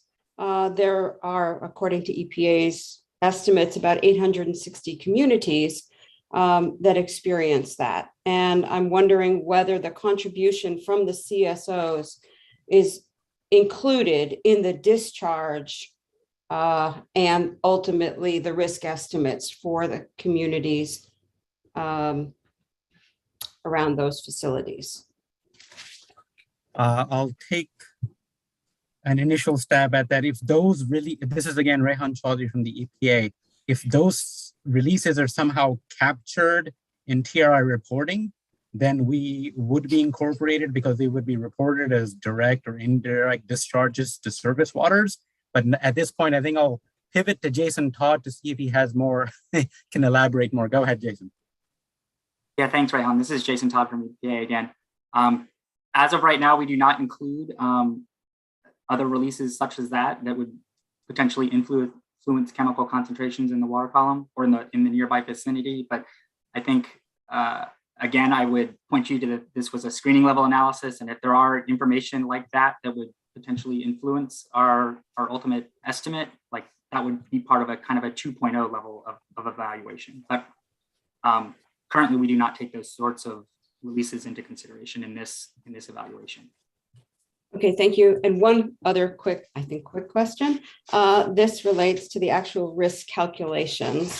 And I'm looking specifically on some of the case studies, for example, slide 49 with the methylene chloride aquatic exposure summary. And there's looking at 20 days, for example. And the question I have is, what is the averaging time over which that is assessed? Okay. I mean, again, this is Rehan Chaudhry. Jason, do you know that off the top of your head, or should I pivot to the human health assessors? Yeah, I might defer to my my human health assessors on this one, but for the 20 days of release, that is the kind of averaging time over the whole release. So we have an annual release that's provided, and we divide by those days of release to get a daily release. But for the risk characterization, I'll defer to my human health colleagues on that one. Okay, I think this is again Rehan Chaudhry. I'll pivot to Keith Jacobs to see if he can elaborate on that.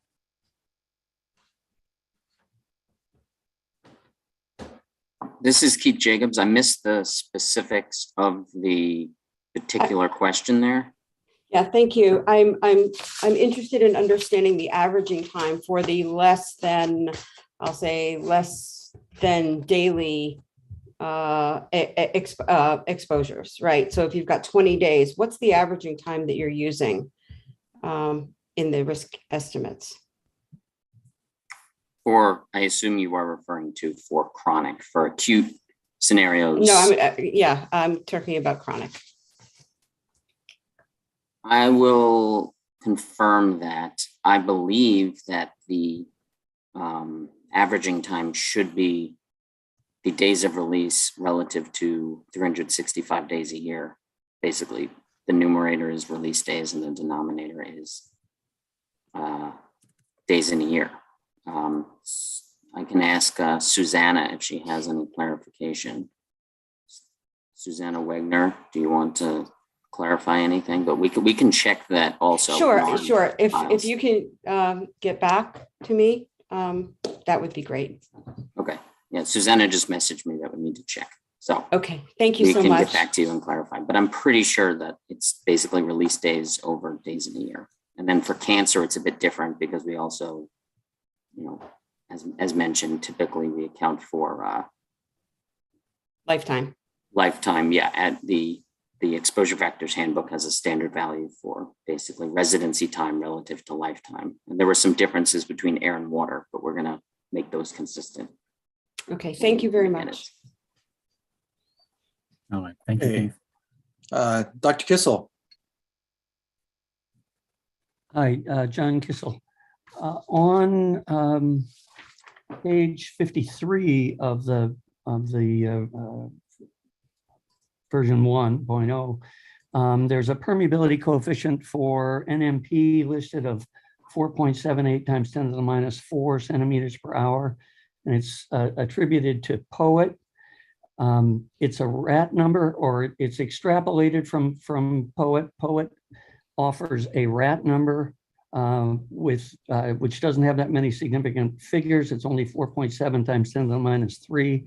So my question is, did you just take a RAT number and divide by 10 to get a human number?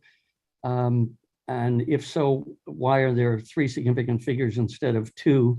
And if you didn't do that, what did you do?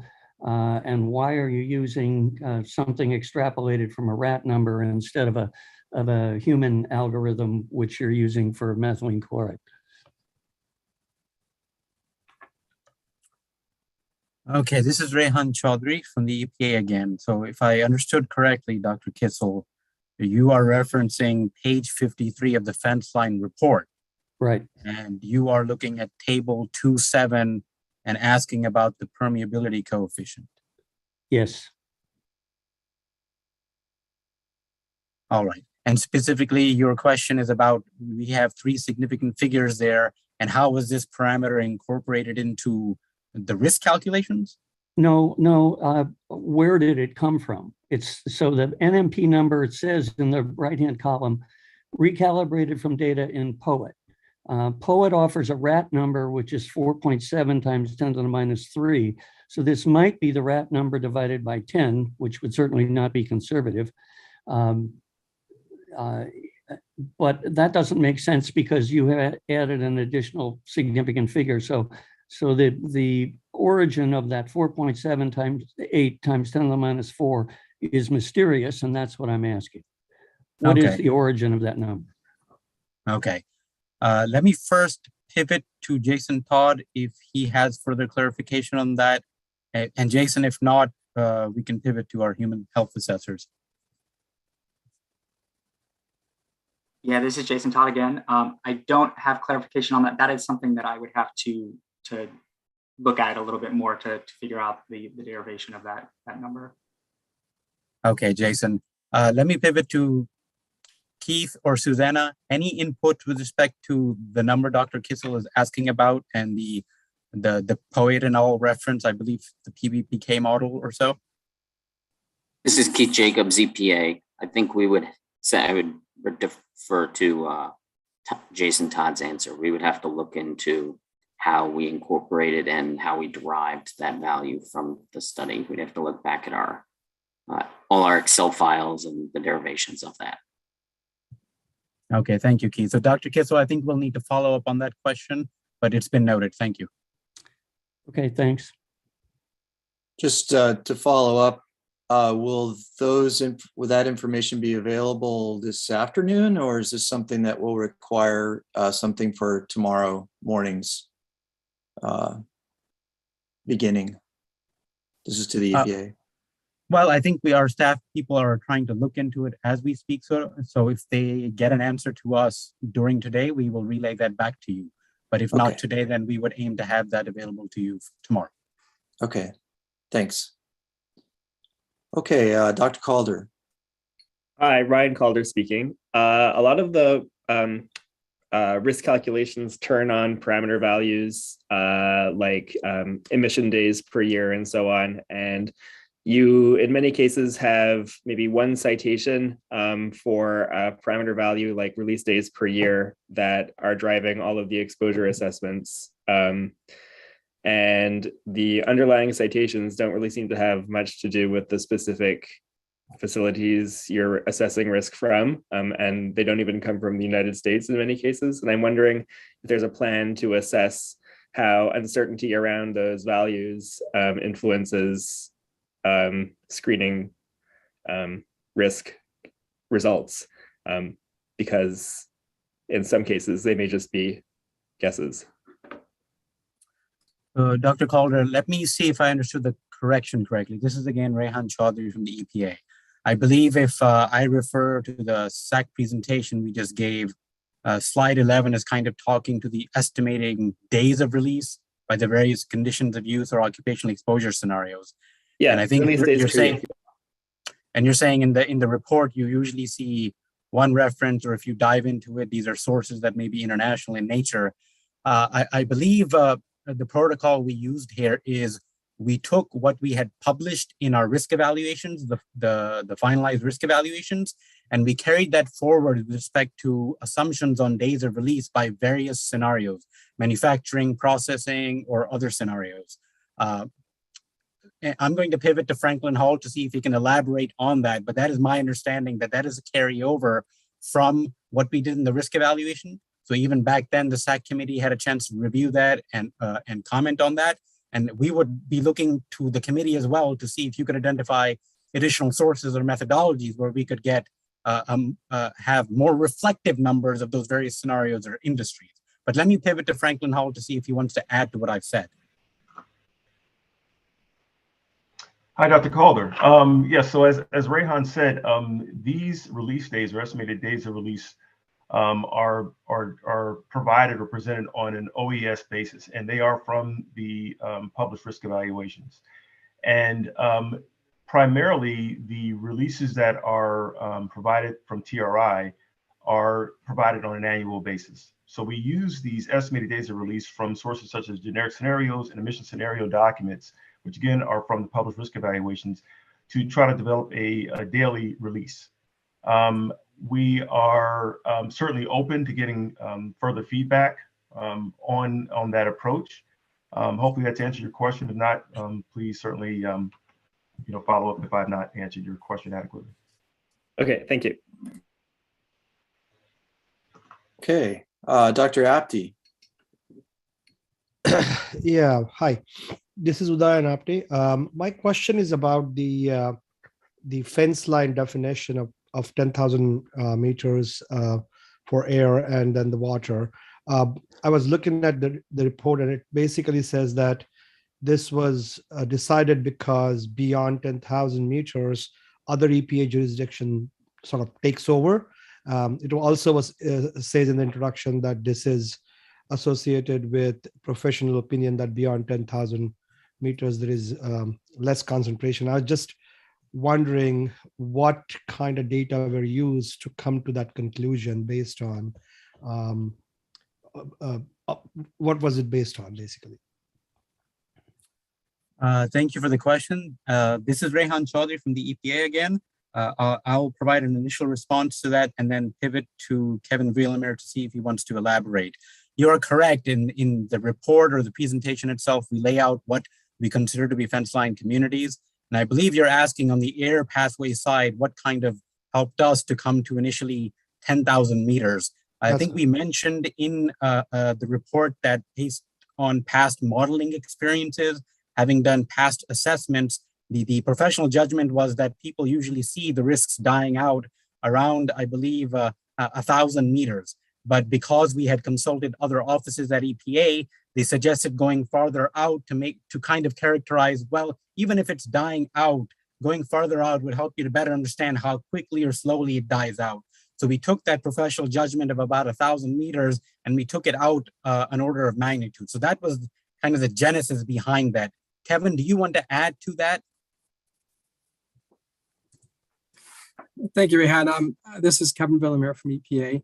Rehan pretty much captured it. One thing I'll add to it is we chose 10,000 meters. We didn't indicate that anything farther than that would be addressed by other statutes or other programs.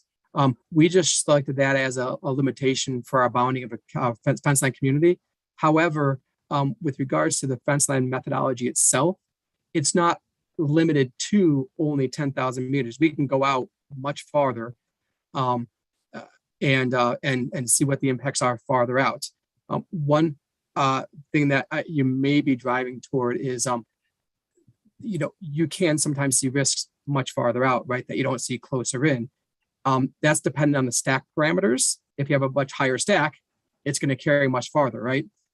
So in that aspect, since we have limited our stack heights to the defaults of 10 meters of low plume, that's why we kind of also kept it within the bounds of 10,000 meters. But we can go out farther, especially if like risk is indicated out toward that distance, and recognize that it can be affected with much larger stacks.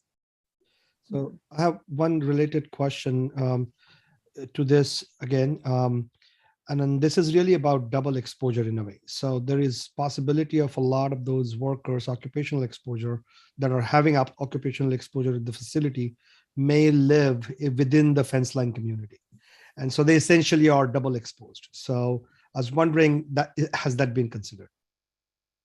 That was Dr. Apte again. Okay, this is Rehan Chaudhry again from the EPA. So you're correct in that those kinds of exposures can happen, where someone may be exposed while they are working at a facility and then they live close by, they're part of fence line community. The version 1.0 does not take that into account. Right now, it's delineating what the exposure would be if you're within this fence line distance. We have not attempted to aggregate those exposures from those various conditions. Thank you. That is very, that solves my problem. Thank you. Okay, Dr. Lee. Okay, thanks. So I have two clarification questions. So of course, thank you so much for the fantastic presentation, because this is very thorough and a lot of considerations, and you can handle this in very well.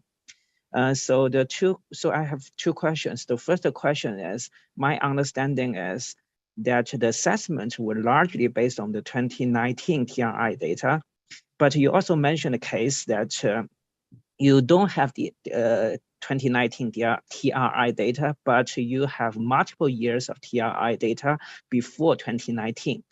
So I'm not sure whether you have some general rules for us to select the data between different years other than 2019. For example, in some cases, you use the maximum data for previous years, but in the case of 1BP, you select the central tendency, that is 50 percentile, and the maximum data, the maximum of the data for the past years. So I wonder, for example, in terms of the future assessment, whether these two data points are recommended for use in the future assessment, or whether the risk assessors have their own descriptions to prioritize the data selected for the future assessments. All right, Dr. Lee, thank you for your question. Again, this is Rehan Chaudhary from the EPA.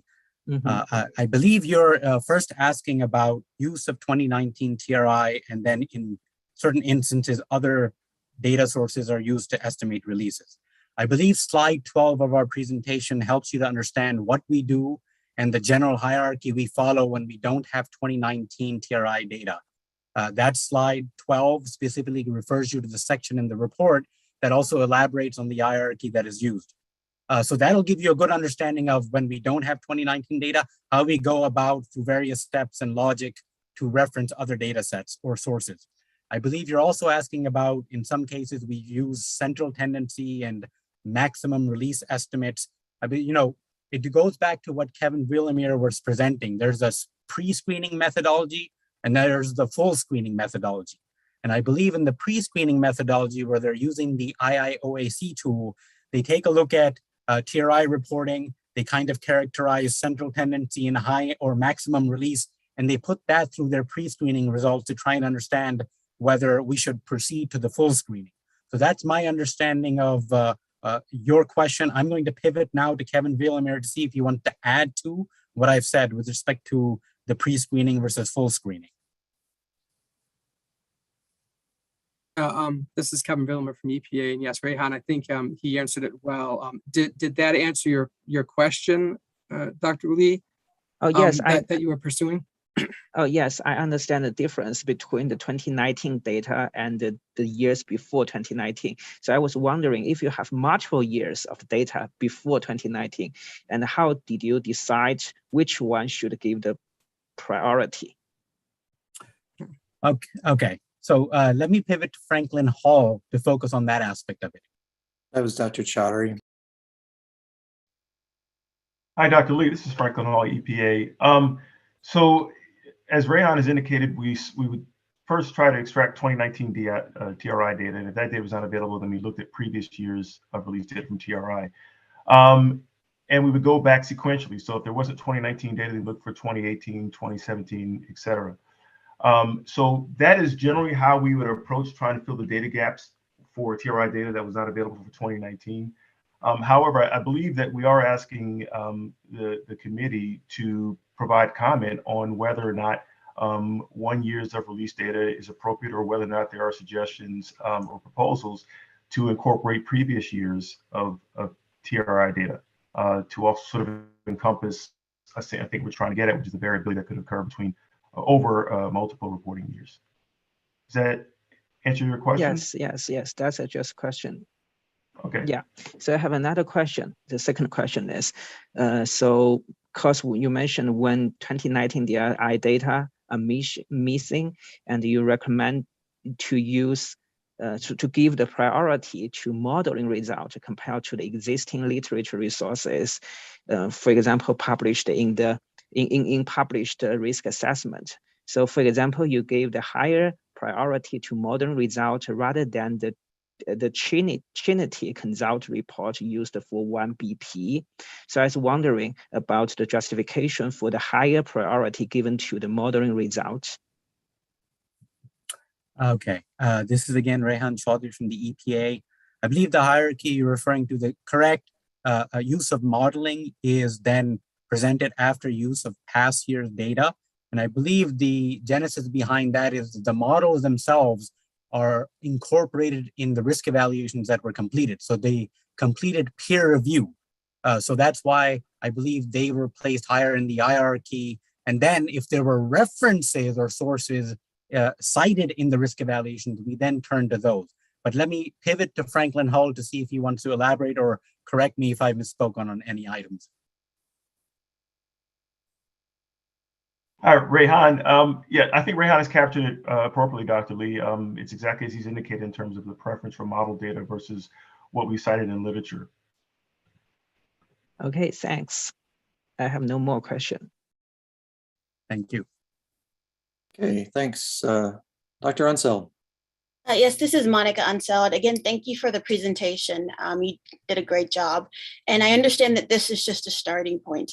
I would like to know how much or how often did you engage with disproportionately impacted communities or fence line communities to make sure that the assumptions in your models and the equations were reflective of real life?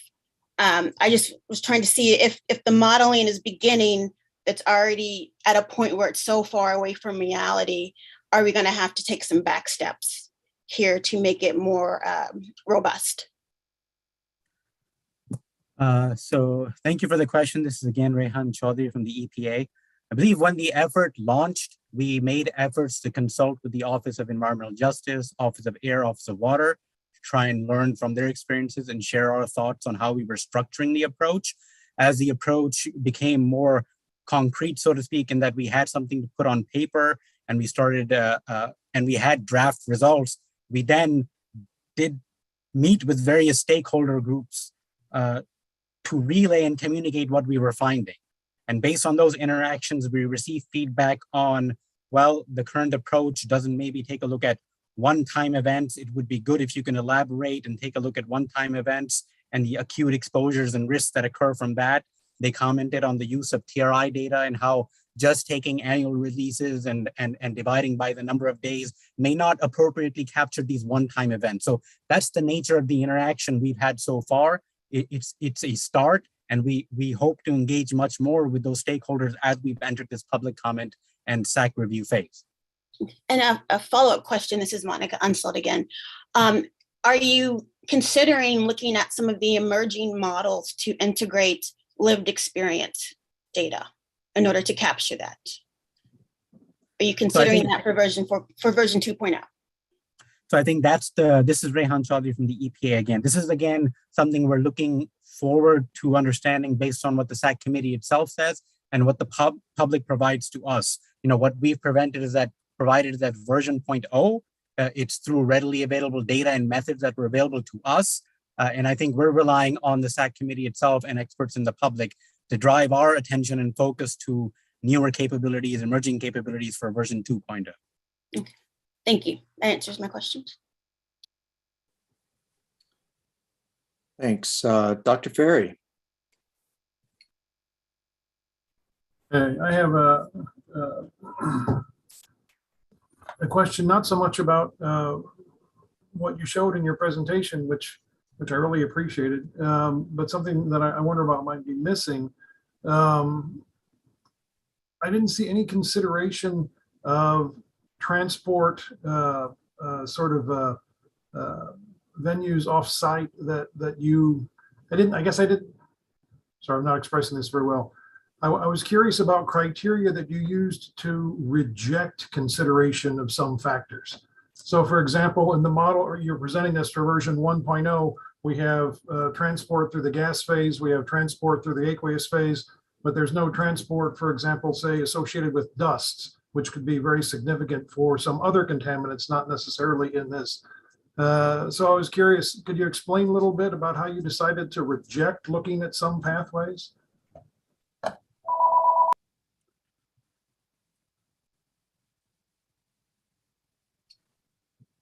I think this is again Rehan Chaudhry from the EPA. I think this is largely a scope and pathway kind of question, in that there was a policy shift in that we had not looked at certain pathways when we completed the risk evaluations a year or two ago. And we know there are more pathways that we did not examine, but in this version 1.0, the initial thought was to focus on certain air pathways and water pathways. With many of the substances we're looking at from the first 10 risk evaluations being volatile solvents, I don't think we've excluded the notion of examining dust emissions and what dust would do. It just wasn't relevant to the case studies and chemicals we're focusing on right now. And I think if you're able to focus in on the methodology and capability itself and drive to our attention how it could be expanded to address scenarios you have in mind, we would certainly welcome that. Let me pivot to Kevin Villamere to see if he wants to add to your question about the dust pathway or the settling of dust or things of that nature. Thank you, Rehan. This is Kevin Villamere from EPA. Rehan kind of hit it on the nail on the head. We're looking at the air pathway. Most of the solvents for the first 10 that we're taking a screening level approach to look at are VOCs, they're volatile compounds. However, one of the benefits of the methodology that we put together and using AirMod, as we noted to a previous comment, it can factor in considerations of dust. It takes in, AirMod can consider deposition. It can consider, evaporations from lakes. So there's a lot of other factors that we can take into account moving forward as it applies to different chemicals that may be need to be evaluated. So in the initial approach, the focus was on the 7 chemicals we're doing, which were mainly VOC. So we didn't really look at particulate, but we have the capabilities to look at that moving forward. As you noted, other chemicals that aren't so volatile, dust can be a very large contributor, right?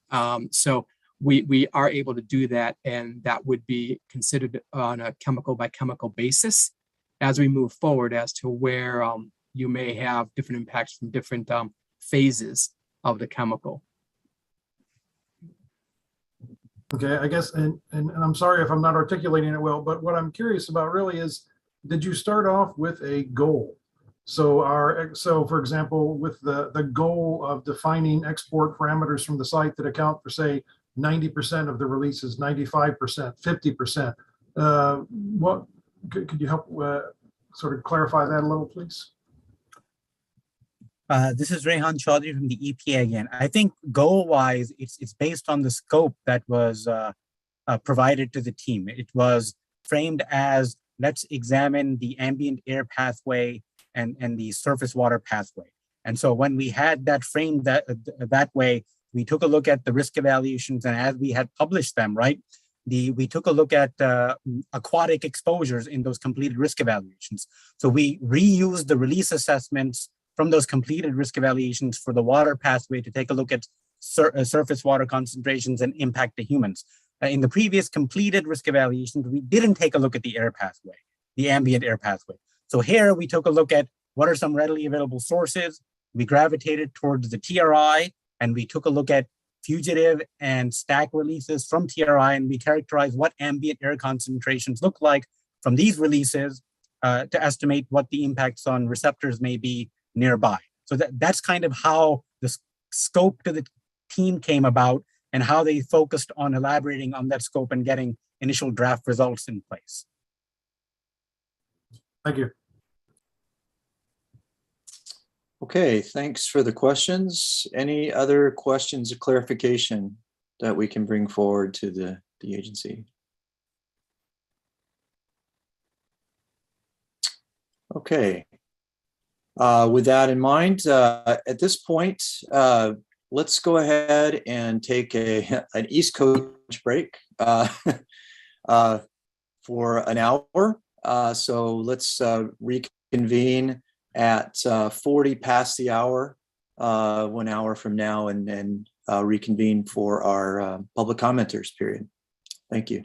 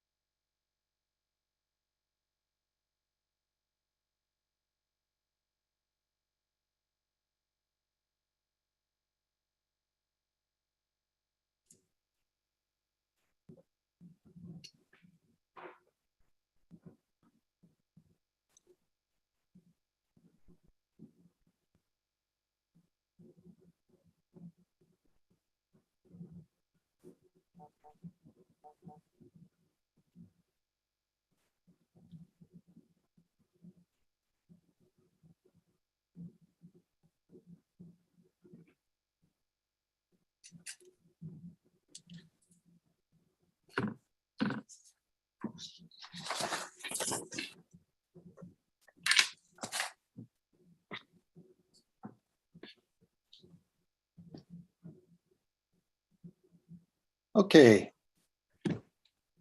I have 20 minutes till. Let's go ahead and reconvene the committee. At this point in time, we'll go ahead and do a roll call for committee members. So if you could just answer present, that would be fantastic. So let's begin with Dr. Apte. Present. Great. Dr. Baker. Present. Dr. Blystone. Present. Dr. Calder. Present. Dr. Chasen. Dr. Chasen. Hello. Okay. Dr. Cobb. Here. Dr. Davies. Present. Dr. Doucette. Present. Dr. Ferry. Present. Dr. Gribble.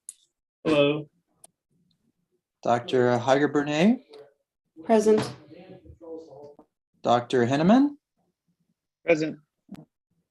Dr. Johnson. Present. Dr. Kissel. Present. Dr. Lee. Dr. Lee. Okay. Dr. Mazurlian. Dr. Mazurlian. Okay. Dr. Prisbilla. Present. Great. Dr. Reif. Dr. Reif. Dr. Reese. Present. Dr. Rollins. Dr. Rollins. Okay. Dr. Sathyana Rihanna. Dr. Sathyana Rihanna. Okay. Dr. Unseld. Present. Dr. Voorhees. Present. Great. Let's go back up. Dr. Chasen. Dr. Chasen. Okay, still not. And Dr. Lee, you joined us yet? Dr. Nazirlian. Dr. Reif.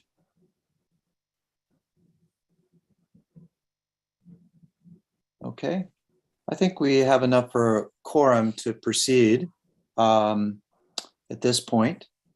Dr. Rollins, have you joined us yet?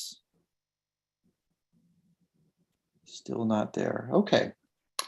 At this point in time, it is time for our public commenting period. We have a number of public commenters that I've been provided a list of. Let me remind the public commenters that we basically have to hold you to a 5-minute presentation time period. If you exceed that, I'll just let you know ahead of time when that's coming, and we can move forward with that. Okay. With that in mind, let's go ahead and begin with our first public commenters. This is going to be Dan Baker, who's from the Environmental Reaction Engineering Experts Consulting. Hi, my name is Dan Baker, and I am currently consulting with a consortium of stakeholder chemical companies. For over 30 years, I have been involved in air quality programs, serving as the committee chair for the American Petroleum Institute and for the Coordinating Research Council. I have evaluated hundreds of projects, with one of the criteria being their likelihood of delivering a credible and useful end product. In my professional judgment, I would not have released this version in its current form. The reasons why will become clear as I go through the charged questions. I'll focus on questions 2 and 3 to be brief, while my written comments will cover all 4 questions. Regarding charged question 2, while I do believe that all potential risks will be captured through the screening approach, I don't think a definitive answer can be given because in my judgment, the range over which this ambitious screening approach is intended to encompass is much too broad in multiple ways. I'll mention one here. The types of TRI reporting facilities are too broad, ranging from large multi-emission source manufacturing facilities, many with green space buffer zones, to small 1 or 2 emission source specialty businesses embedded in populated neighborhoods. It is unreasonable to expect a generic fugitive and stack dual characterization to represent the full diversity of facilities. Consequently, this screening approach, version 1.0, does little to inform on risk. Specifically, it does little to differentiate between real potential for risk and highly improbable potential for risk. Additional tiers of refinement focusing on emissions, source characterization, and population activity patterns are all needed to substantially reduce uncertainty before considering risk-based decisions that would likely result in misutilization of limited resources. For charge question 3, there are several much needed improvements. I'll focus on one here, namely source characterization.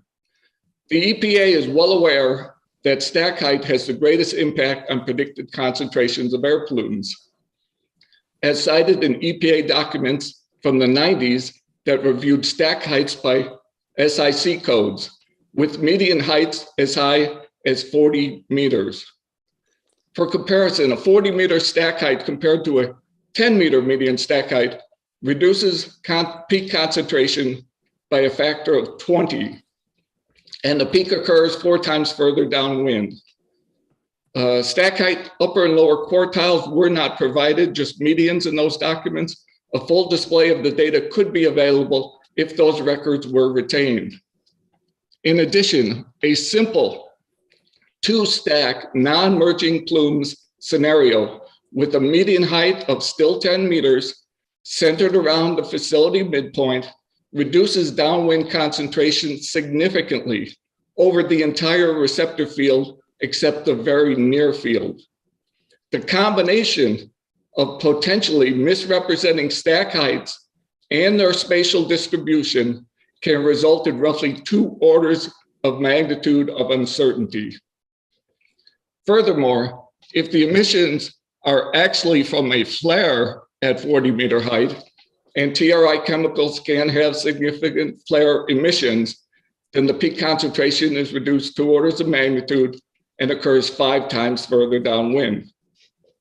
Clearly, flares, as reported in TRI Part 2, Section 7A, Column B, need to be distinguished from stacks. With regard to TRI chemicals that are also hazardous air pollutants, these are already well modeled using a hybrid approach and air tox screen.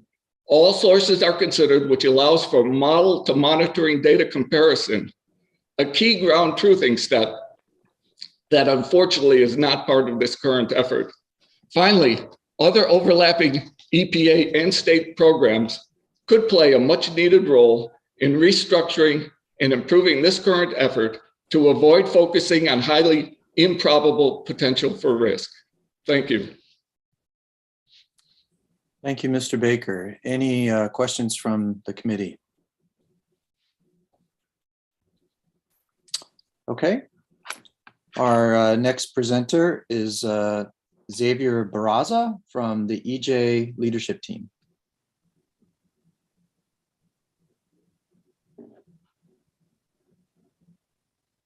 Mr. Barraza, I'm not hearing you.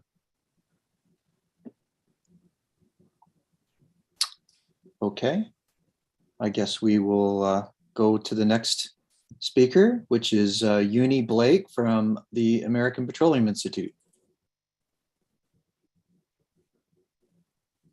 Mr. Blake or Miss Blake. So thank you, members. There you go. Of, oh, thank you. Here I am. Thank you. So thank you, members of the SACC and EPA for hosting this meeting. My name is Uni Blake. I'm a senior policy advisor here at the American Petroleum Institute.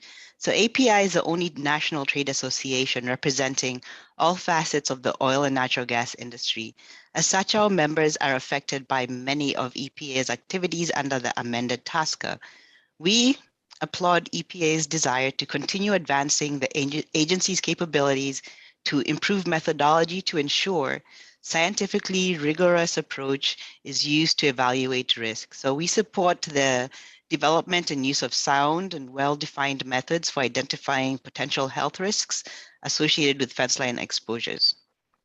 However, incorporating exposures for fence line populations has introduced a layer of complexity into TSCA risk evaluations that are potentially beyond this program's scope. For example, the influence of local specific factors. So as defined by the EPA, fence line exposures occur within 10,000 meters of a facility. At those distances, local specific factors such as stack height, like the previous speaker talked about, topography, meteorology, influence atmospheric concentrations of a facility's emissions. These factors are essential input parameters into AirMod, which is the program that EPA is using. They influence the dispersion of the emissions. And so pairing a sophisticated air model with generic assumption can lead to a labor-intensive exercise with results that could not reliably support risk management options. We are also very concerned about the data that's being inputted into the models. TRI data are typically used across several different EPA risk screening models to provide a broad perspective of potential risk, typically in the context of prioritization. There are known limitations related to the use of TRI data as identified by the EPA in their draft document. Therefore, the data should not be used for making risk determinations. EPA should consider confirming exposure data information directly with the affected facilities and confirming any extrapolation assumptions that they made when the TRI data was missing or unclear. The agency also needs to clarify how they interpret and use the risk findings. For example, If a second level screening assessment resulted in only one facility having potential risk indicators for an OES, what will the next steps be? What if there are cases where risk estimates from a second level screening results in sufficiently high exposures across a majority of facilities? Will a more refined assessment be necessary? The agency could consider developing a decision tree that illustrates how EPA could utilize different risk results in a risk management paradigm. We urge EPA under TSCA 9 to consult and coordinate with other agency programs as well as other federal and state offices to avoid duplicative requirements. For example, fence line exposures are already regulated under Clean Air Act Section 112. As under Section 1112, a substance can be added to the air toxic list either by petition or on the administrator's determination. So in closing, we are asking EPA to clarify how the agency intends to address the uncertainty and complexity introduced into the fence line screening method by data limitations and the varying exposure profiles that result in some cases in differences in orders of magnitude. We also urge EPA to continue engaging with industry, as the industry can serve as a resource to develop practical and streamlined approaches to screen out condition of uses that do not present risk and help identify the remaining COUs for which additional data or modeling is needed to make risk determinations before recommending risk management measures. Again, thank you very much for this opportunity. Thank you. Any questions from the committee? I have one. This is Monica Unseld. You mentioned more than once that the EPA should engage with facilities and industry. I was wondering how often industry is engaging with the communities, the fence line communities, so we can see if we can get a data set that tells the entire story. Thank you very much for your question. We do have community engagement programs in place for our members that they utilize to engage with the community. Most of our facilities are located in communities. They are, for example, CAP programs that refineries use to engage with the communities. There are several different avenues that the industry has used. I will gladly share that information with you once I get off this opportunity. Thank you for the question, though. Yes, and as a follow-up, could you also, if you have it available, how you would deal with discrepancies in what the communities are reporting and what the industry is reporting? So if you have that available, please make that available. Yeah, of course. Thank you. Thank you for the questions.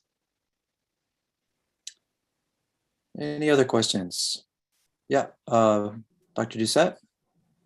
Yeah, I had a related question regarding fence line monitoring. There are fence line monitoring requirements for refineries, specifically benzene, and in Canada, benzene and a variety of VOCs.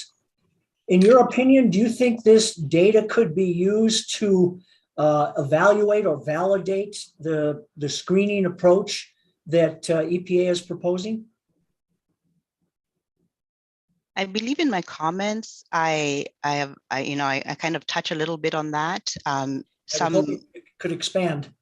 Yeah, no, okay, so yes, I believe, yes, it could help identifying, exposures that occur at the fence line, but I'm not sure which program this would fall under, whether it would be the TSCA chemical management program, which will be through the air toxics program. What we're just trying to do is avoid duplicative reporting. It makes it challenging, for us to operate. Thank you. Okay, thank you. With that, we'll go ahead and move on to our next speaker, which is Ebony Cochran from REACT. Hello, my name is Ebony Neal Cochran, and I'm a resident of the Chickasaw neighborhood in Louisville, Kentucky. Chickasaw is one of numerous neighborhoods adjacent to a cluster of Title V chemical facilities commonly referred to as Rubber Town. For over 8 decades, facilities Residents have been adversely impacted by excess emissions, explosions, fires, nauseous odors, and acute and chronic illness and deaths, some of which they attribute to Rubbertown chemical facilities. This is not to mention rail cars parked in neighborhoods and sources of pollution that result in cumulative impacts. After looking into what the EPA will consider when assessing exposure to chemicals, I became concerned. I'm concerned because the TSCA fence line assessment tool as designed now does not provide a complete picture of how people living, learning, visiting, worshiping, and working in impacted neighborhoods are affected by chemical exposure. Not considering risk from chemical disasters, facility malfunctions, and other peak emissions leaves my community vulnerable because it doesn't take into effect the numerous instances in which chemical facilities in my neighborhood report malfunctions resulting in excess emissions. Not to mention the big incidents like one in which there was a power outage causing a hydrochloric acid spill in my neighborhood. My understanding is that the screening tool wouldn't consider this when assessing risk. Not considering risk from soil and groundwater leaves my community vulnerable.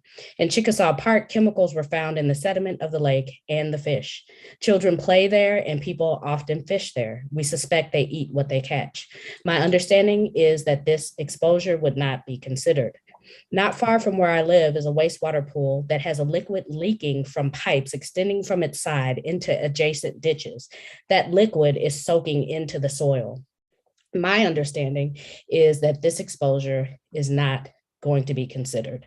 Not too long ago, a woman called me distraught because in her neighborhood, chemicals were found to have migrated through the soil into their yards. That exposure is not being considered. Think about that. We know the soil is contaminated, but the EPA is going to turn their backs on this family because why? Because it's more convenient, because they're taking the easy way out. What is the point of spending time, money, and other resources on a tool when the tool does not reflect what my community and other communities around this country are exposed to? Why is the EPA willing to work with industry using their numbers to assess risk, but not also relying on impacted communities to show them exactly what they are being exposed to? American Synthetic Rubber Company is a prime example of why the EPA should not rely solely on industry self-reporting. For years, the company has been considered one of the main contributors of 1,3-butadiene in the community. They denied it. This was back in 2003, I believe. Then came their period of shutdown. Air monitoring revealed that levels of 1,3-butadiene reduced significantly during their shutdown. And at that point, they could no longer deny it. This is just one of the numerous examples as to why solely depending on self-reported numbers is not a good idea. We need a comprehensive tool that reflects actual pathways of exposure. By limiting the pathways to the air and surface, the EPA is watering down the atrocities my community experiences every day. What we need is for the EPA to be on the ground, working with us to identify all known pathways of exposure. We need the EPA to begin speaking in terms of cumulative impacts because that is the reality. We need the EPA to consider the most vulnerable in our neighborhoods, like our elders, our children, and those with ailments that make them more susceptible to chemical exposure. These are all common sense asks. You don't have to be a chemist, biologist, physician, or engineer to understand this. You just have to have compassion for the people who are being impacted by chemicals they didn't ask to be exposed to. If TSCA requires the EPA to identify and then eliminate unreasonable risks from chemicals, how will they meet this requirement without the most complete picture? Please help us. And with a sense of urgency, please do what you can to ensure all of our communities become safer places to live. Thank you. And I want to say that I appreciate that you all allowed 5 minutes instead of 3, because 3 is definitely, makes you rush through and all of that. So I do appreciate it. Thank you. Oh, thank you for your presentation. Any questions from the committee?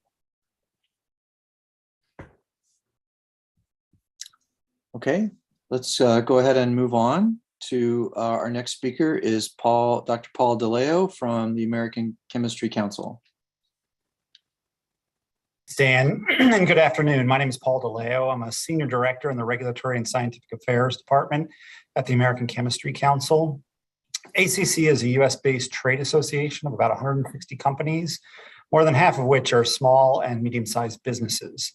More importantly, our members have facilities in communities across the country that employ hundreds of thousands of Americans. Our members' facilities in the US are subject to numerous federal statutes and regulations, including the Toxic Substances Control Act. And ACC strenuously advocated for the 2016 Lautenberg amendments to TSCA with a desire to foster greater confidence among Americans regarding the safety of chemicals in commerce. In much the same way, ACC is eager to see an approach adopted for evaluating general population exposures to high priority chemicals that consider exposures to fence line communities adjacent to facilities manufacturing and using those chemicals. ACC members manufacture, process, or use many of the chemicals for which EPA conducted the first 10 risk evaluations that this committee has previously reviewed. Therefore, we look forward to the expertise and insights the SACC can provide to EPA as it refines its fence line approach. The SACC has been tasked with conducting a peer review of the recent EPA draft TSCA screening level approach for assessing ambient air and water exposures to fence line communities. The review by the SACC is critical to producing a transparent and workable framework as EPA will review the SACC's recommendations and develop final method. The finalized screening level approach will be applied to 7 of the first 10 chemicals for which EPA published risk evaluations between 2020 and 2021. And the final screening level approach will also be applied to future chemicals undergoing risk evaluation under TSCA Section 6. ACC has submitted written comments in advance of this meeting. However, we'd like to emphasize several points. First, understanding general population exposures of which fence line exposures may be a component is an important aspect of the risk evaluation process. However, the exposure assessment should be developed in a manner consistent with the current longstanding EPA guidance.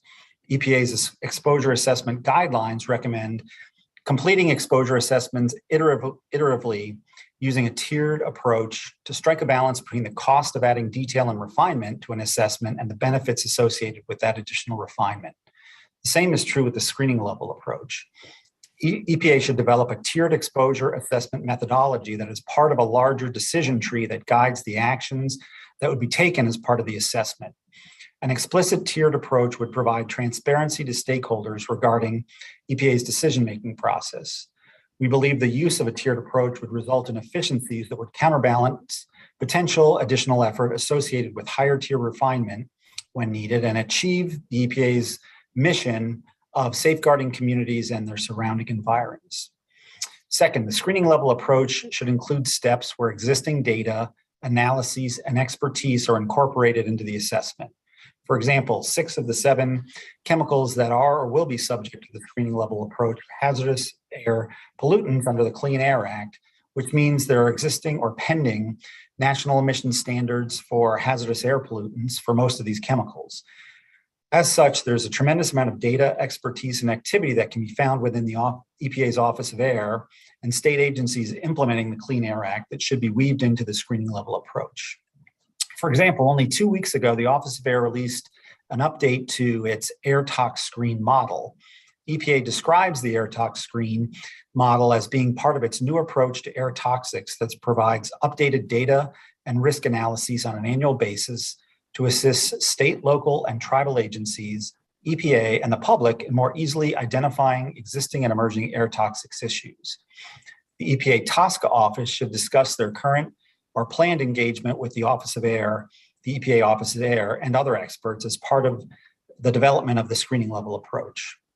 Finally, the data used in the screening level approach, such as the TRI data, are critical and influential components of the outcome of the analysis.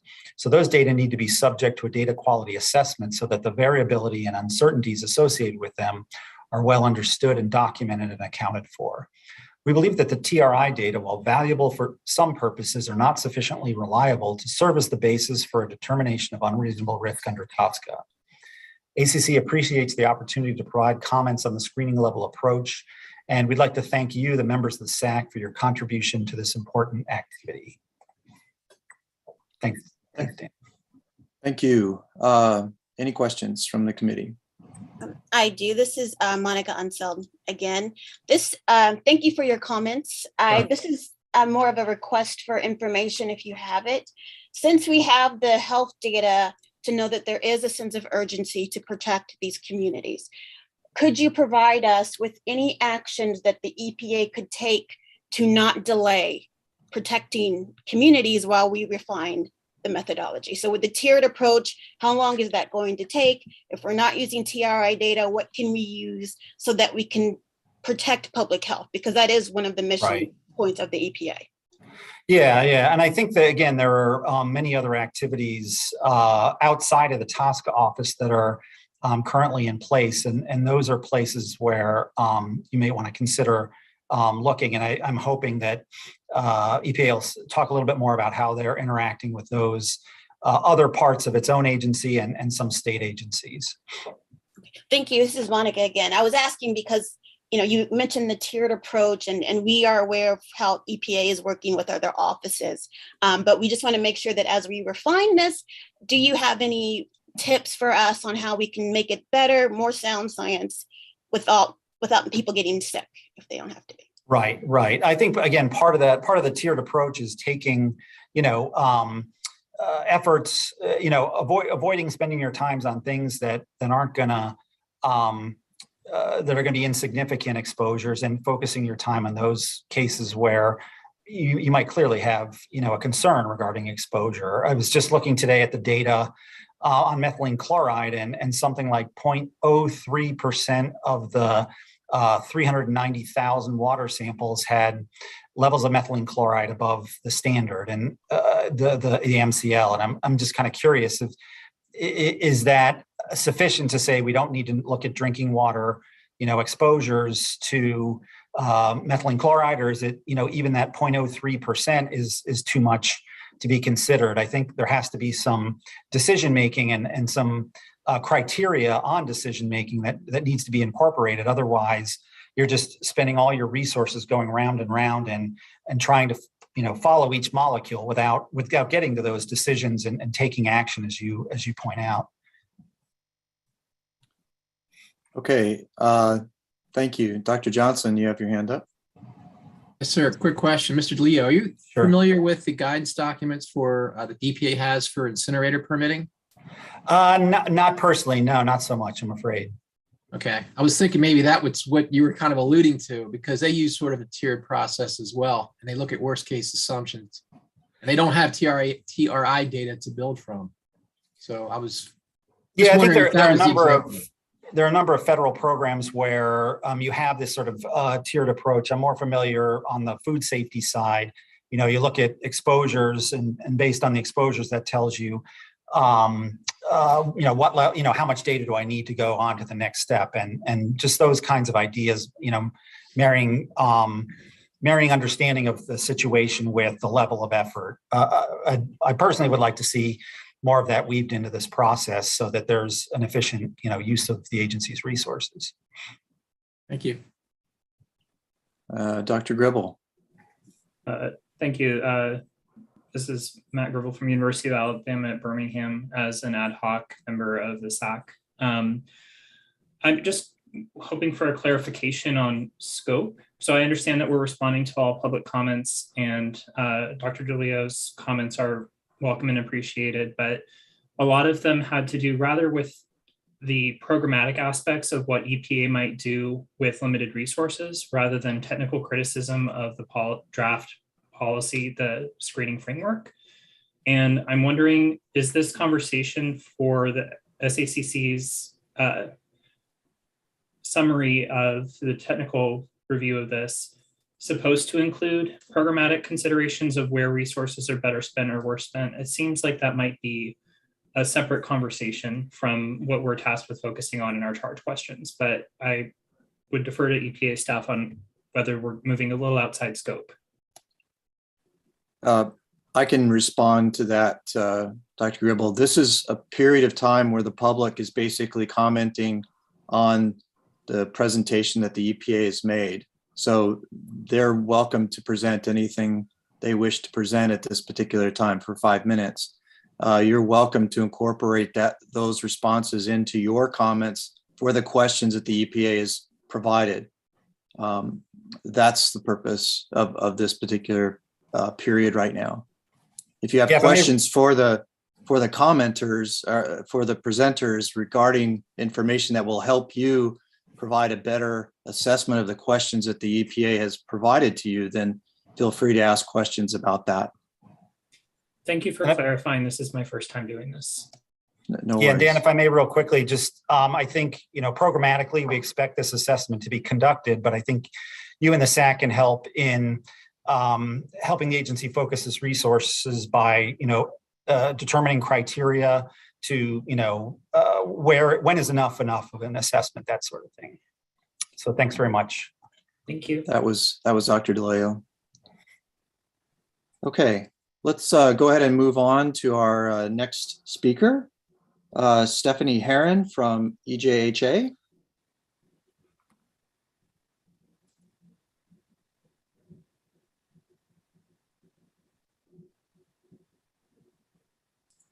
No response. Okay, let's move on to Dr. Elke Jensen from Dow Chemical Company. And I believe you have some slides that need to go up. Yes, I do. Thank you very much. Hi, good afternoon. My name is Elke Jensen, and I am a risk assessor at the Dow Chemical Company. Dow very much appreciates this opportunity to comment on EPA's proposed screening level approach for assessing ambient air and water exposures to fence line communities. Dow is committed to the principles of responsible care, and we remain dedicated to reducing emissions to a level that meet or outperforms EPA's regulations and our own company sustainability goals. Dow's comments focus on three main points.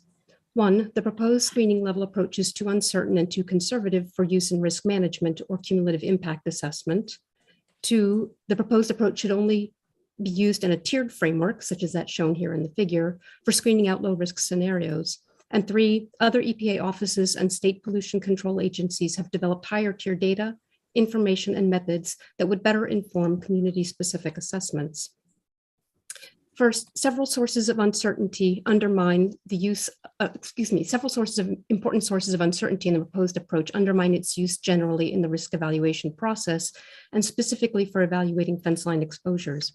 One uncertainty stems from using toxics release inventory data to estimate air and water concentrations. Uncertainties in the TRI data include ambiguities around the reported release amounts, lack of information about the number of release days, and lack of knowledge about the specific location and characteristic of emissions, amongst others. All of these can strongly influence estimates of fence line air and water concentrations. Another significant source of uncertainty is the mapping approach proposed to assign chemical releases to conditions of use. In many instances, the mapping process appears highly uncertain and dependent on professional judgment. And there are additional uncertainties which are discussed in our written comments. Due to the high degree of uncertainty, Dow recommends not to merge chemical exposure estimates from the proposed screening level approach with non-chemical stressors to evaluate combined impacts on fence line communities. The recently published EPA Office of Research and Development proposed research plan for cumulative impacts lays out significant gaps in data, information, and methods that are needed to evaluate the combined impact of chemical exposure with other stressors. Assessing cumulative exposures and impacts is complex. It requires the knowledge of site and community-specific information, consultation with other stakeholders, and peer review before combined effects of chemical and non-chemical stressors are considered. Second, screening level assessments are by their very nature intended to help prioritize specific scenarios for additional analysis, and as such, fit into a tiered framework. Thus, the current proposed methodology may be useful for eliminating low-risk scenarios from further assessment. However, results generated using screening level approaches should not be considered to represent actual exposures experienced by communities or individuals. Therefore, the proposed approach should not be used to make risk determinations or risk management decisions relating to potential fence line exposures. Third, Dow recommends that community-specific analyses, rather than the general ones based on the proposed screening methodology, be used to inform potential fence line exposures. Other regulatory authorities within EPA, such as the Office of Air Quality Planning and Standards and state pollution control agencies, already perform higher tier fence line exposure and risk assessments that may provide a more accurate understanding of fence line community exposures. For water, for example, EPA and state programs implement water quality standards based on site-specific operations and discharge, along with detailed characteristics of the receiving water body and its uses. The water quality criteria are factored into the development of permit limitations to ensure maximum protection of aquatic life and human health. Thus, at a minimum, these groups should be consulted so that fence line exposures under TSCA can leverage existing methods and information developed under those authorities. If we can move to slide 2, please. Thank you. In summary, Dow does not recommend use of the screening level fence line approach to inform risk management for potentially exposed communities. These results do not accurately depict risk and should not be used in a public health context to evaluate overall community health. Furthermore, results based on the proposed fence line approach should not be combined with other stressors, as there are significant gaps in both data and methods that could lead to incorrect conclusions. Site-specific information is needed to accurately estimate potential emissions, and community-specific information is needed to evaluate other potential exposures or stressors. Communicating the results of an overly conservative screening assessment has the potential to create unnecessary fear in fence line communities and cause more harm than good. That concludes my remarks. I'd like to refer the SACC and EPA to our written comments that we've submitted for additional details. And thank you very much for the opportunity to comment and for your time and attention. Thank you. Thank you. Dr. Gribble, your hand is still up. Do you have another question, or was that from last time? Okay, thanks. Anybody else have a question? Okay, thank you very much. Let's move on to our next presenter. This will be Rashmi Jogakar. Sorry if I butchered your name, from Earth Justice. Thank you. Good afternoon. My name is Rashmi Jogakar, and I'm a staff scientist at Earth Justice. And I'd like to thank the SACC for serving in this critical role and for providing the opportunity to speak today regarding the draft TSCA screening level assessment approach for fenceline communities. We support EPA's decision to consider impacts to fenceline communities when evaluating and regulating chemicals under TSCA, a change which is needed to comply with TSCA and to fulfill the Biden administration's environmental justice commitments. However, as currently drafted, the screening methodology fails to account for many of the ways that fenceline communities are exposed to and harmed by chemicals, and fails to provide a complete or scientifically supported assessment of fenceline community risks, and thus understates the harm that residents of those communities face. As Ebony very clearly described, communities near polluting facilities and contaminated sites are exposed every day to toxic chemicals in the air they breathe, the water they drink, and the soil they live, play, and grow food on. As a result, fenceline communities face disproportionately high risks of cancer, respiratory illness, and other health harms compared to the general population. Moreover, in the United States, residents of these communities are more likely to be people of color who experience income inequality, healthcare inequity, food insecurity, and disproportionate burdens of underlying disease, which further increases their susceptibility to harm from chemicals released by nearby polluting facilities. These communities need regulation that protects them now. The SACC is charged with ensuring that EPA's screening methodology captures all of the ways that communities are exposed to and harmed by toxic chemicals, and if not, recommending ways that the methodology can be improved. In doing so, we urge the SACC to take the following issues into consideration. First, EPA does not consider risks to communities exposed to the same chemical from multiple facilities. This approach effectively assumes that community residents will only be exposed to a chemical from a single facility via a single condition of use. This is not a realistic assumption, and it is not consistent with the best available science, which shows that polluting facilities are often clustered and concentrated in fenceline communities, leaving residents of those communities exposed to the same chemical from multiple sources. Next, EPA does not consider risks from communities' cumulative exposures to multiple chemicals from a variety of sources and pathways, ignoring the real-world exposures and risks faced by many fenceline communities. This approach is also inconsistent with the best available science and is particularly problematic for chemicals that contribute towards common adverse health outcomes, which could increase the likelihood of harm to exposed communities. For example, TRI data from 2020 indicated that fenceline communities near Geismar, Louisiana, a town situated in the heart of Cancer Alley, were exposed to over 370,000 pounds of chemicals associated with cancer via air emissions from nearby facilities. These include carbon tetrachloride, methylene chloride, PCE, TCE, formaldehyde, and 1,3-butadiene.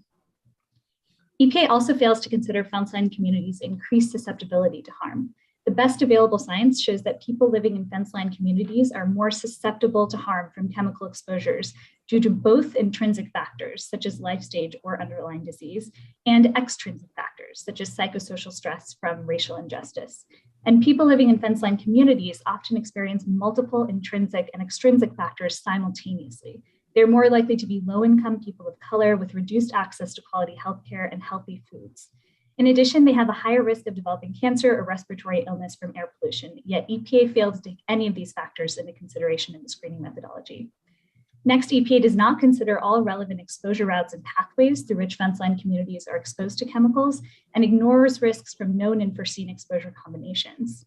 And finally, EPA does not consider complete or reliable chemical release data, and it fails to consider chemical accidents, spills, and other peak release events, which underestimates risk to fence line communities from peak exposure events. In its charge to the SACC, EPA solicited comments on ways that its screening methodology may be expanded to address these issues discussed above. EPA should not delay the implementation of improvements to its screening methodology that can be made today using existing information and resources to protect communities now. We urge the SACC to recommend near-term revisions to EPA's approach that can be implemented without delaying needed chemical regulation. These include incorporating additional uncertainty factors to account for risks from cumulative exposures to multiple chemicals and multiple non-chemical stressors that enhance susceptibility to harm. This also includes using the highest level of TRI reporting over a several-year look-back period, supplemented by other available data sources that capture accidental spills and peak release events, including facility and fence line monitoring data and chemical incident reports. And this also includes using models and information already included. You have 30 seconds. Okay, thanks. This also includes using models and information already included in the screening methodology, like the IIOAC and AirMod, to calculate community exposures from multiple facilities that release the same chemical via multiple and combined exposure routes and pathways. We also urge the SACC to recommend additional changes EPA should make before completing any additional TSCA risk evaluations to ensure that EPA's fence line assessments measures fence line communities' true exposures and risks. Thank you for your time and your consideration. Thank you. Question from Dr. Calder. Thank you. That was a really great presentation. I have a question, I guess, in the first place for the chair. The last presentation raised a question that a technical question that I have that maybe I would like technical clarification on, if possible, from EPA. Is that possible to do now, or should I do that later? That would be at another time at that particular point. So you can hold off on those. We'll have another period where we go back to them. At this point, please focus on the commenters at this point. Thank you. Sure. Okay. Any other questions? Thank you. Let's go ahead and move forward with our next presenter, who's Amy Kyle, Dr. Amy Kyle, who is environmental health scientist and faculty member. Hello, this is Amy Kyle, retired faculty member, in case anyone's keeping track. I'm sorry, I have a little bit of unstable internet, so I can't turn on my video, but thank you for the opportunity to comment. I really appreciate the thoughtfulness that we've seen already from the EPA presentations and also from the questions and comments from the advisory panel. I'm really looking forward to your all's work on these very important issues. And I guess I have two main points to make here. And the first one other people have touched on, but the methods that are proposed really are not sufficient to capture the experiences of the most exposed communities. And you've heard this from some other people too. One issue is that they don't represent what we know about exposure scenarios that are important to communities, but not necessarily at the fence line. The TSCA doesn't limit this just to fence line communities. It's supposed to be all the affected communities.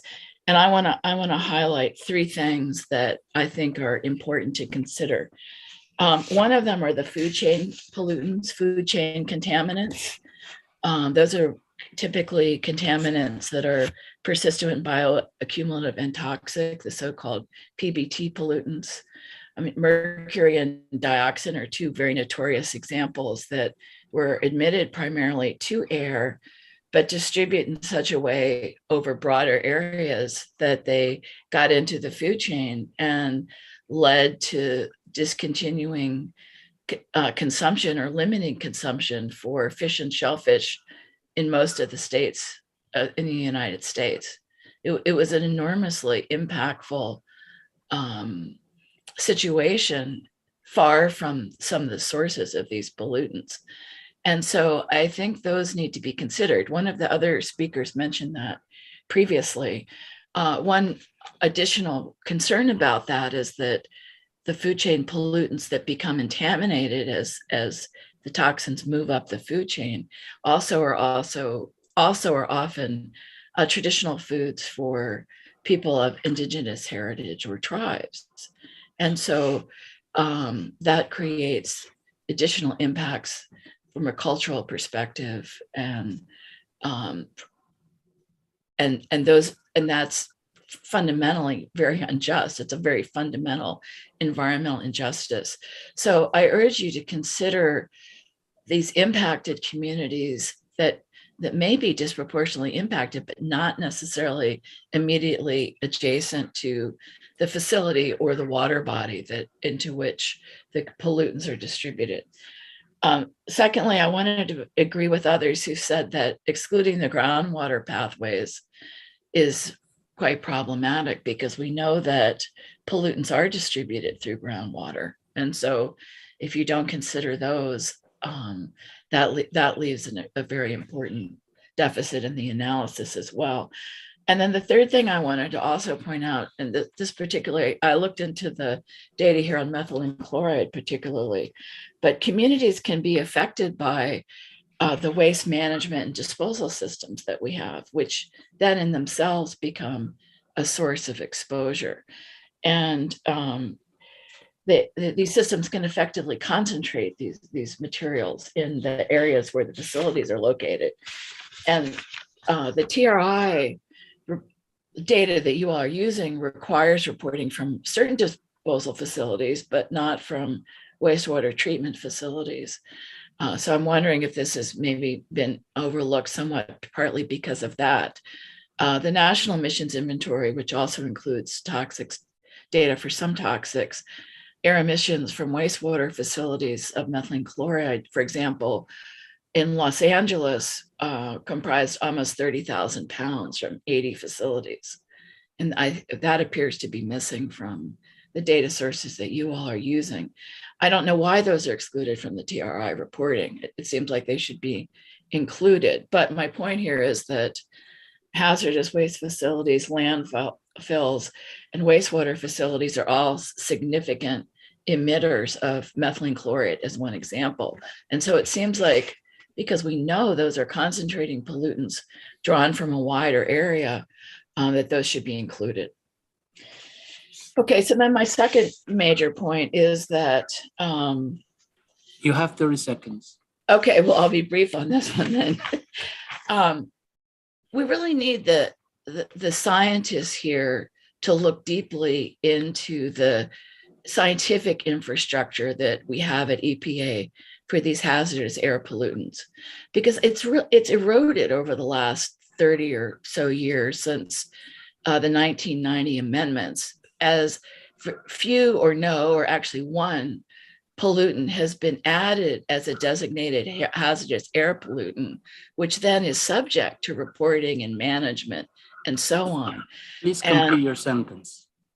And I think this committee needs to look at the underlying infrastructure for designation of chemicals and management of data about them to think about how we could do this better. So thank you, and thank you for my extra 10 seconds. Thank you. Any questions from the committee? Okay, let's move forward to our next presenter, Sonia Lunder from the Sierra Club. Hello, thank you all for inviting testimony today. My name is Sonia Lunder. I'm the Senior Toxics Policy Advisor for the Sierra Club. I'm speaking today on behalf of our millions of members and supporters and my program's own commitment to ensure that our advocacy supports efforts to address the most severe impacts of chemical pollution on people and their health. As such, we believe that the agency must quickly and deliberately move toward policies and methods that go beyond the rudimentary quantification of single chemical impacts through single media models. We believe that EPA already has the methods and tools available to do this better, to integrate people's background exposure to the high priority chemicals add together exposure from multiple sources for just one single chemical, and use uncertainty factors to account for major gaps in knowledge about the intensity of exposure to highly impacted populations. At this point, when the president and his senior advisors are proclaiming a commitment to environmental justice and a move to understanding the complexity of the social and environmental factors that impact environmental justice communities, I suggest that the SACC members ask themselves and EPA whether the proposed model achieves EPA's legal and political mandate of identifying and hopefully protecting the people who are most exposed to TSCA first 10 chemicals. Sierra Club and other community leaders, advocates, and our legal counsel have always disputed EPA's conditions of use framework for interpreting TSCA's legal mandate and alleged that it's an unjust way to narrow the bill's original scope. We've seen positive progress in the administration to broaden the focus. For example, the agency's determination that it would use a quote unquote whole chemical approach to evaluate the safety of HBCD. In the face of this progress on TSCA chemical evaluations and the broader commitment to do better in addressing the totality of human exposures to environmental pollution, EPA's fence line methodology 1.0 is woefully inadequate. As many panelists have already raised questions today about the very narrow framing of the modeling that's been presented, and the current model didn't even attempt to address additive exposures emitted from two adjacent facilities into a community, nor does it add together estimated exposures from air and surface water. As the other advocacy speakers have detailed or will continue to detail in our public comments, these shortcomings and lost opportunities kind of pile up for fence line 1.0. The initial criteria themselves cut out significant and widespread background exposures to TSCA chemicals, things like CDC's and Haines biomonitoring data that demonstrate vast disparities in exposure to these chemicals across the population, and data about subsistence fish consumption, people living in proximity to disposal sites, and drinking water. EPA's tacit assumption for these undocumented exposures is that their contribution to overall risk is zero. EPA has asked the SACC to weigh in on how this methodology could be identified to expand to include EJ concerns and be used to inform future EJ assessments. Indeed, the model stands in a stark contrast to the fundamental principle of environmental justice, which is to address the complex and multifaceted attack on community health by a variety of pollutant and non-pollutant stresses. EJ leaders continuously call our attention to their lived experience and the reality that exposure to health-harming pollution varies tremendously based on a person's race, socioeconomic status, and ethnic identity, a reality in which there are vast disparities in rates of chronic diseases, access to quality healthcare, educational opportunities, and economic mobility that are also influenced by a person's race, ethnicity, household income, and immigration status. In the reality, we know that fence line communities are places where people are often living in proximity to multiple polluting industries, have less rigorous permitting and oversight and enforcement of those industries, have less robust drinking and wastewater infrastructure, are subject to harmful spikes in pollution during emergency events, malfunctions, or extreme weather, storms, and power outages, and who are more likely to live atop historic pollution sources of all types. We also know that people in fence line communities drink water from wells, eat locally caught fish or shellfish, and can be employed by those industries that are emitting pollution into the air. And as just a demonstration of a very different framework or a way of approaching this problem, I would counter the ACC example that only 0.03 water systems have 30 seconds. Have excessive exposure to methylene chloride. And I would say these represent documented exposure to real people and a very easy type of exposure data that EPA could incorporate into its models. Addressing all these factors in a quantitative model could be a risk assessor's dream, or maybe their worst nightmare. So if EPA wants to do an accurate and reasonably complete assessment of whole chemical exposure to a single TSCA chemical, it needs to measure and model more exposures and account for major unknowns with uncertainty factors. One last example is TCE and PERC, which are closely related solvents. We know that many communities have additive exposure to these two high priority chemicals in their drinking water, in their air, in employments. And we look toward the next 20 chemicals as a place where there are also lots of additive exposures in fence line communities by the Please group of complete the solvents and sentence. phthalates. All right, I'll stop there. Thank you so much for inviting public testimony today. Thank you. Any questions from the committee?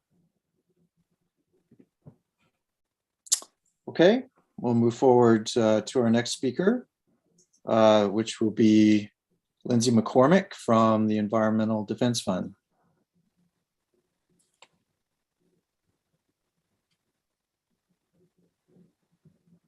Lindsay McCormick. Okay. She's muted, speaking, but she's muted. Can you hear me now? I'm sorry. Okay. Yeah. Go forward, please. Okay. Sorry about that.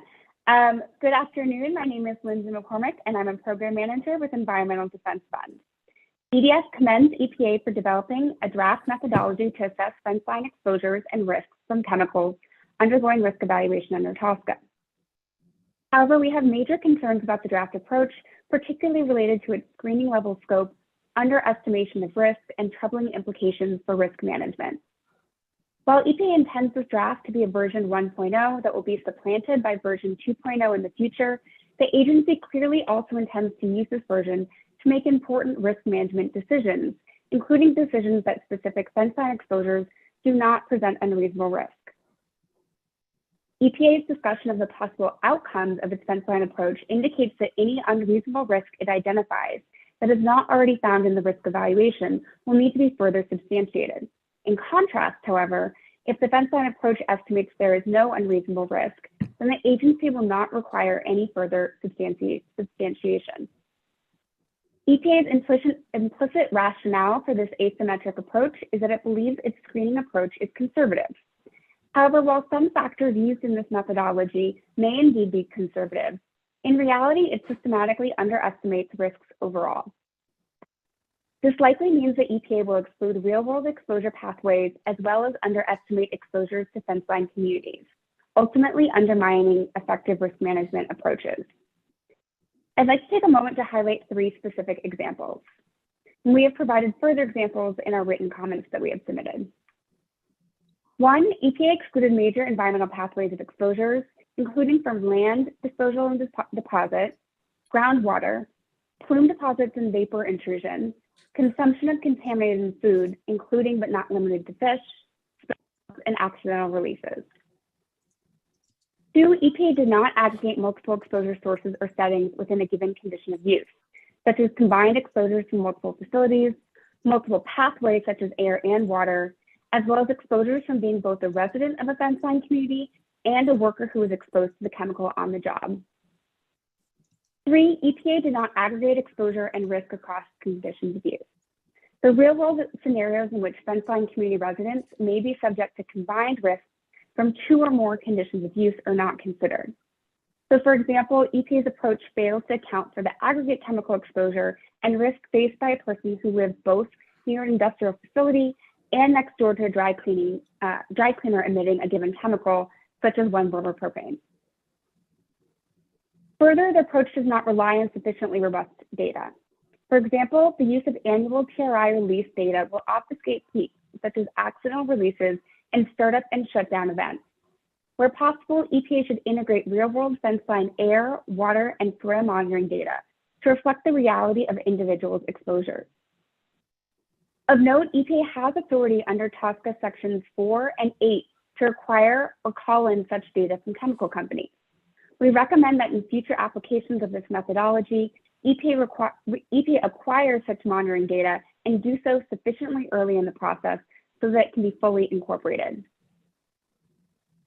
The many ways in which the draft fence line approach excludes or underestimates exposures demonstrates that the best available science, which is required by TSCA section 26H, is not being used to estimate risk to fence line communities.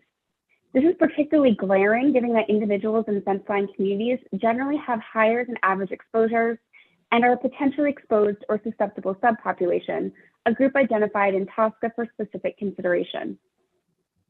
EPA has sufficient time to revise the approach before applying it to the 6 chemicals, given its current proposal to take the time to further substantiate any unreasonable risks with additional analyses. At a minimum, EPA should include all appropriate pathways of exposure, aggregate exposures, and incorporate more robust data sources to reflect how individuals living in a fence line community are actually exposed to these chemicals. Beyond this, we also encourage the SACC to provide EPA with advice on how the agency can implement a cumulative risk assessment framework within the context of a fence line approach moving forward. EPA's traditional chemical-specific approach, which ignores consideration of how other chemical exposures may impact the risk posed by the specific chemical in question, underestimates actual risk to public health. This is particularly the case for fence line communities who are often exposed. Thank you. This is particularly the case for fence line communities who are often exposed to multiple chemicals simultaneously and disproportionately bear the health burden. Thank you for the opportunity to comment today. Thank you. Any questions from the committee? Okay, let's move forward. Our next presenter is Dr. Maya Nye from Coming Clean. Good afternoon. Can you hear me? Yes, thank you. Yes, thanks. Thank you for the opportunity to speak today. And I want to thank all of you for your service to the Science Advisory Committee on Chemicals. So my name is Dr. Maya Nye. I'm the Federal Policy Director for Coming Clean. We're a network of around 150 organizations across the country that are working to transform the chemical industry so that it's no longer a source of harm. And we are guided by the Louisville Charter for Safer Chemicals, otherwise referred to as the Louisville Charter. I'm putting a link to that in the chat as soon as I can find it here. And that outlines, let's see, there we go. It outlines our vision for a safe and healthy environment, and it calls on the requirement of safer substitutes and solutions, acting with foresight to protect health, and preventing disproportionate exposures and cumulative impacts. And so I guess I want to submit the Louisville Charter for Safer Chemicals as a guidepost for policy and scientific decision-making. And so I grew up in a fence line community, and I went to school as a child in a fence line community. All the schools that I went to next to a chemical manufacturing site that was owned and managed by multiple owners that produced multiple different chemicals, all the way from carbamate pesticides to antifreeze. And I did so from the time that my mother was pregnant with me all the way through adulthood. And so I'm really happy to see that EPA is acknowledging that fence line communities face unique threats. Unfortunately, as a number of my previous colleagues have pointed out, that this methodology, it falls short of recognizing the realities of the exposures on the ground in my community and in communities like that Ms. Cochran from Louisville talked about. So it really significantly underestimates hazards that are faced by fence line communities. And so, you know, in my community, we didn't face these hazards one facility at a time, one chemical at a time. If only we were fortunate enough to say, okay, today I think I'm only going to breathe in the ethylene oxide from the Union Carbide plant in Institute and not the one in South Charleston. Or I'm only going to be able to breathe it in the amounts that are actually reported on the toxics release inventory and not the other emissions that didn't get reported through the TRI. And just pointing out, I think that some previous colleagues did that, these reported data, they're reported by industry, and oftentimes it's not validated by state environmental protection agencies or the EPA.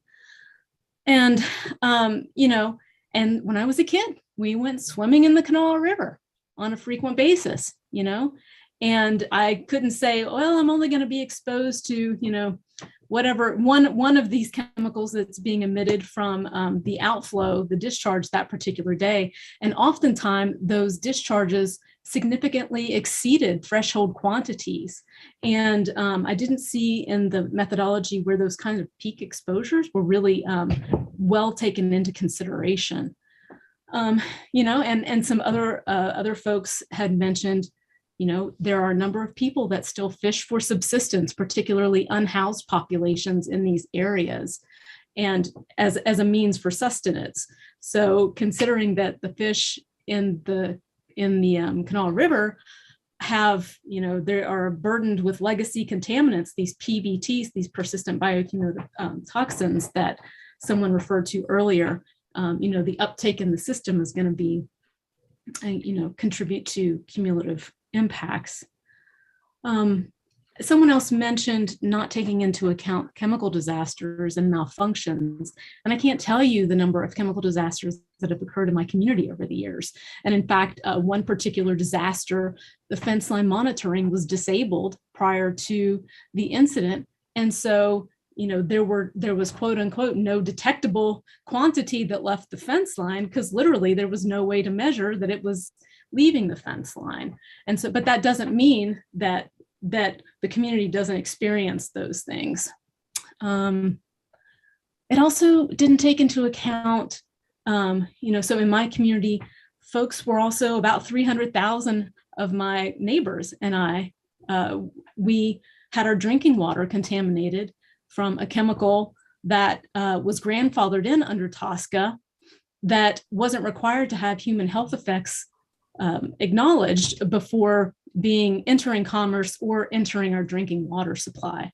So 30 seconds. The methodology didn't take into account those kinds of exposures, or the brownfield sites and Superfund sites in the area. It also didn't take into account the stresses that I face as a white woman are not going to be the same stressors that are faced by folks who live in Institute right across the river from where I grew up, that are on the receiving end of racial discrimination.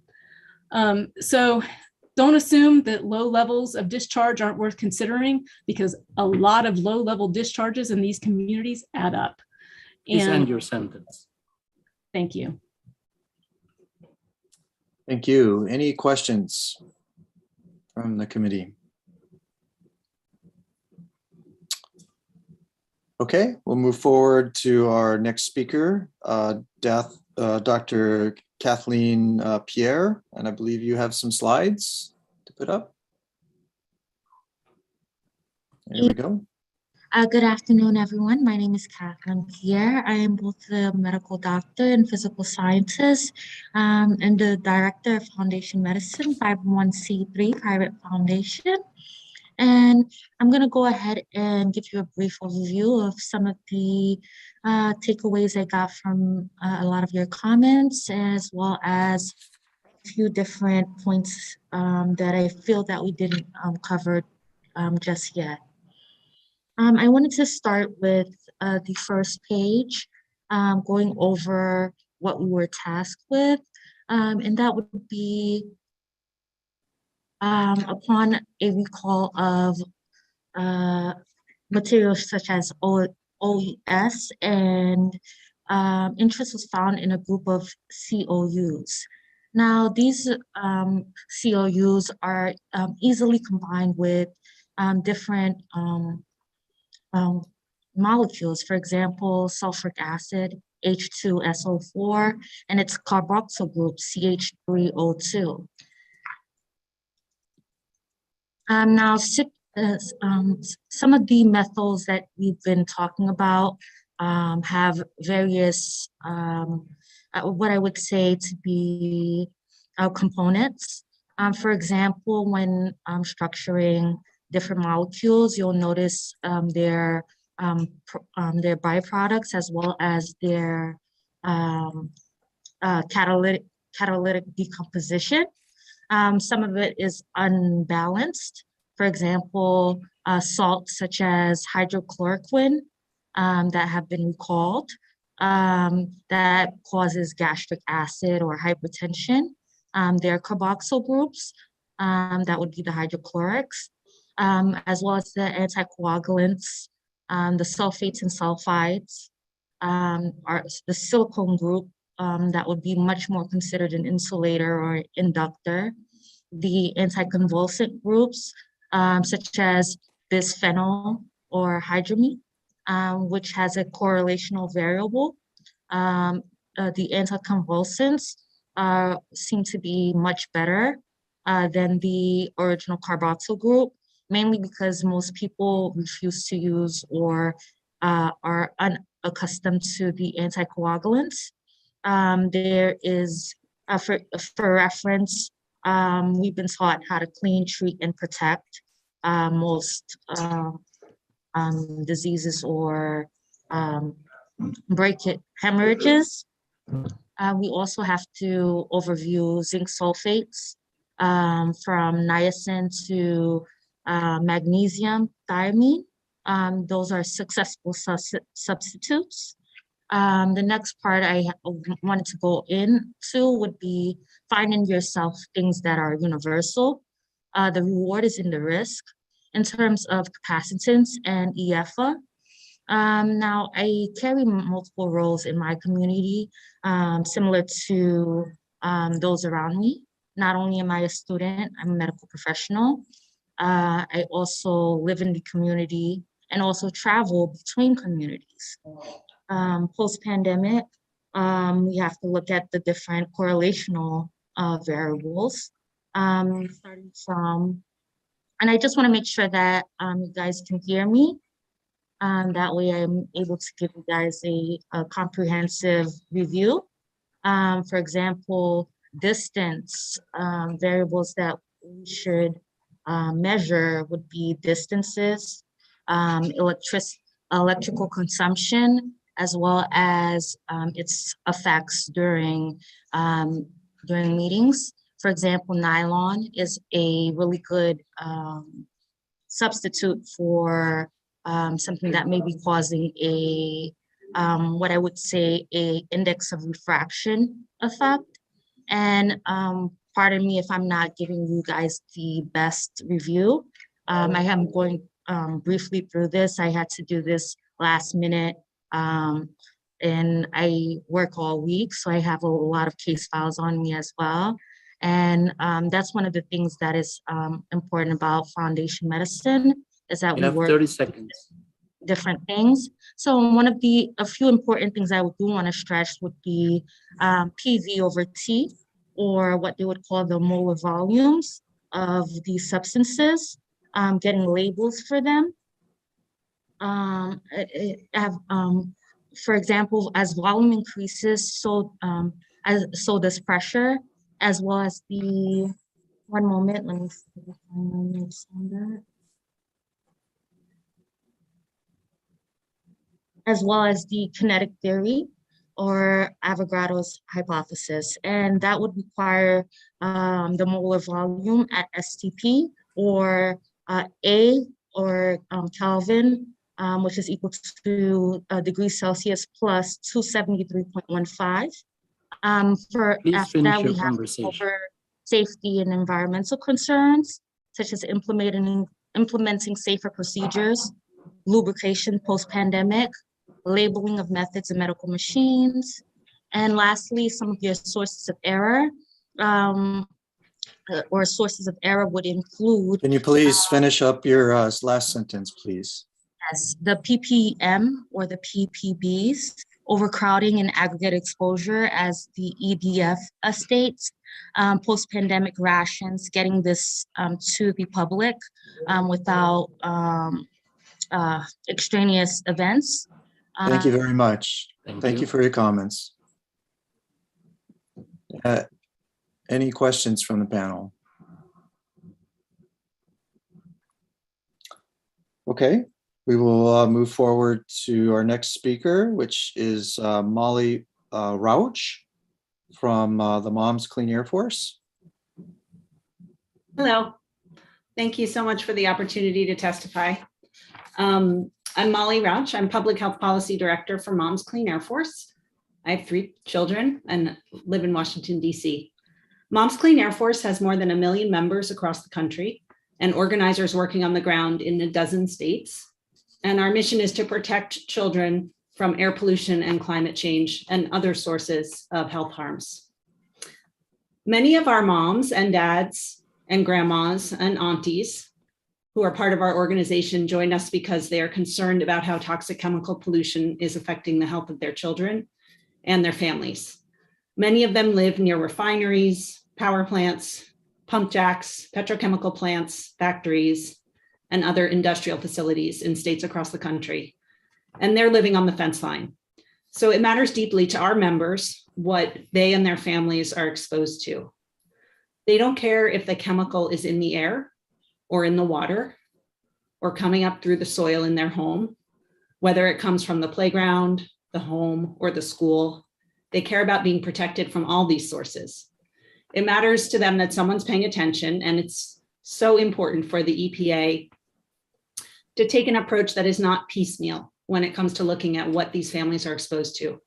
They're whole people and should be treated as such in EPA's approach. So we feel that one way to do this is not only to look at all the ways or pathways that can expose fence line communities to hazardous chemicals, such as through contaminated food and groundwater and from chemical spills, but also to face the reality that these families and communities often deal with exposures from more than one source, which we've heard a lot about already in this hour. For example, EPA's own data shows that polluting facilities tend to be clustered together. So fence line communities will often be dealing with multiple exposures at the same time. And many members of the community may have a double whammy of exposure because, for example, they live close to facilities and also work at one of them. And we feel that EPA's plan doesn't properly take such lives into account. Another troubling aspect of the fence line screening approach, as it's currently written, is that EPA's approach not only underestimates the risks that fence line communities face, but also appears to trivialize them. The plan says that if risks from certain chemical uses are identified, then EPA will do a further analysis to confirm those findings, although we don't know what that analysis exactly is. But on the flip side, if EPA does not identify any unreasonable risks, the plan says the agency will stop there and no further investigation is needed. So we're concerned about this. It doesn't make sense to us that EPA would second guess a finding of risk to fence line communities and require more analysis to confirm it, while doing the opposite when its initial screening finds no risk, but just presuming in that case that everything is fine. So I urge EPA, on behalf of Moms Clean Air Force and our members, I urge EPA to strengthen its method of analyzing fence line risks to capture the real lived experience of these fence line communities. Thank you very much for the opportunity to testify. Thank you. Question from Dr. Anseld. Yes, this is Monica Unseld. I'm trying to synthesize as much as I can today. This is for a question from Molly Rauch. In speaking with the communities that you work with, have you ever heard them express concern that maybe we shouldn't look at cumulative impacts or shouldn't look at something because it would create an unreasonable sense of fear and therefore perhaps backfire? We do not hear this. In fact, we hear the opposite. We work with families that are already afraid and are concerned that they're not getting adequate information because the analysis of their exposure doesn't take into account the multiple pathways and the cumulative risks. So we hear the exact opposite. Thank you. Okay, thank you very much. All right, our next speaker is Swati Royasam from the UCSF Program on Reproductive Health and the Environment. Yeah, hi. Hi, everybody. Thank you so much for sitting on what is going to be a series of very long Zoom calls. I really appreciate all of your service to the SACC to address this really critically important issue.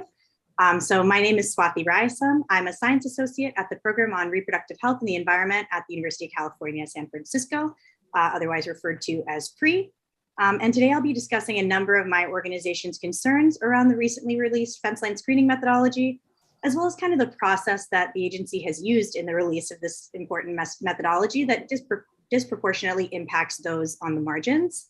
But primarily, or first and foremost rather, I have no conflicts to disclose. So PRE is among a number of groups who have been actively following TSCA implementation, submitting public comments with support from experts, to ensure that the agency meets its statutory mandate of making decisions about chemical risks based on the best available science, adequate information, and the weight of scientific evidence. We support the agency's decision to revisit and evaluate the previous administration's exclusions of exposures to communities surrounding polluting facilities. However, upon reviewing the methodology, we found a series of both methodological and logistical decisions that, if finalized, would cause this fence line screening methodology to systematically underestimate risk and adversely impact the health of communities that this document is explicitly stating it wants to support. In several places in the methodology, as well as in the media, EPA has asserted that this proposed screening methodology incorporates conservative assumptions and provides conservative estimates of risk in the sense of being more likely to overestimate than underestimate. However, EPA provides little or no justification for these statements, and upon assessment of our group and a couple of the other commenters you've heard from, many aspects of EPA's approach are actually likely to underestimate risk to communities. For example, understanding ambient concentrations of a chemical at various locations near emitting facilities seems to be a foundational question that this method would be able to answer. At present, though, EPA's approach is designed to address and understand typical ambient concentrations of a chemical across various locations as a result of emissions from individual facilities assigned to specified occupational exposure scenarios. Thus, the approach doesn't actually consider how multiple facilities may contribute to ambient concentrations of a chemical in a community or aggregate exposure as addressed by other commenters. Summary statistics as well reported from EPA's modeling don't present ambient concentration values from individual model receptor locations, but instead choose to combine and compile results from multiple receptors, which averages out and thus underestimates risk. So we would strongly recommend that EPA revise its methodology to determine aggregate ambient concentrations of chemicals at individual receptor locations in fence-line communities. This revision would not require a major overhaul of the methodology, but a reorientation of some steps in the approach, and we outline them in detail in our written comments, which will be submitted to the docket. Additionally, EPA's approach to emissions for estimations for facilities lacking TRI data is also not conservative and may in many instances significantly underestimate emissions, concentrations, and risk by not accounting for uncertainty while making use of very limited data. For example, the category of spray adhesives is the only occupational exposure scenario where EPA found no additional risks for 1-bromopropane. However, this is a category for which there was no TRI data, and in the methodology, EPA used data from a single contractor report that provided data for a single facility and said that there were no fugitive emissions from the facility with all emissions going through the stack. EPA assumed that these data were representative and appropriate for representing this category in the methodology. However, it seems highly unlikely that this category would have absolutely no fugitive emissions. And in fact, the methodology shows that no other OES had zero fugitive emissions of 1-bromopropane. Therefore, rather than assuming no fugitive emissions for this OES, which likely underestimates ambient concentrations and risks, EPA should have developed a non-zero estimate based on use of data from other OES as surrogates or based on expert engineering judgment. More generally, EPA should adopt a method to account for uncertainty in emissions estimates for categories with limited data, and perhaps make use of the Office of Air and Radiation emission inventories and expertise for emissions estimates. With regard to 1-bromopropane as well, this methodology indicates that EPA has a plan to employ models from its draft risk evaluations, which were conducted under the last administration. However, our group and many others on this call submitted extensive comments which went unaddressed about the inadequacy of EPA's model assumptions for 1-bromopropane and its 30 impact seconds. on PESS. Thank you so much. So specifically, that kind of outlines how EPA would assume that children were only exposed during a 4-hour period after school, which does not actually address the reality of children from low wealth households whose families own dry cleaners, and similarly makes assumptions about single workers doing single tasks, and then later counteracts that assumption by saying, but many workers provide multiple tasks. And so within its model assumptions as well, which this methodology claims to carry forward, we would really recommend the SACC to look back on public comments that were given, both oral and written, to EPA that have gone unaddressed that would impact fence line communities.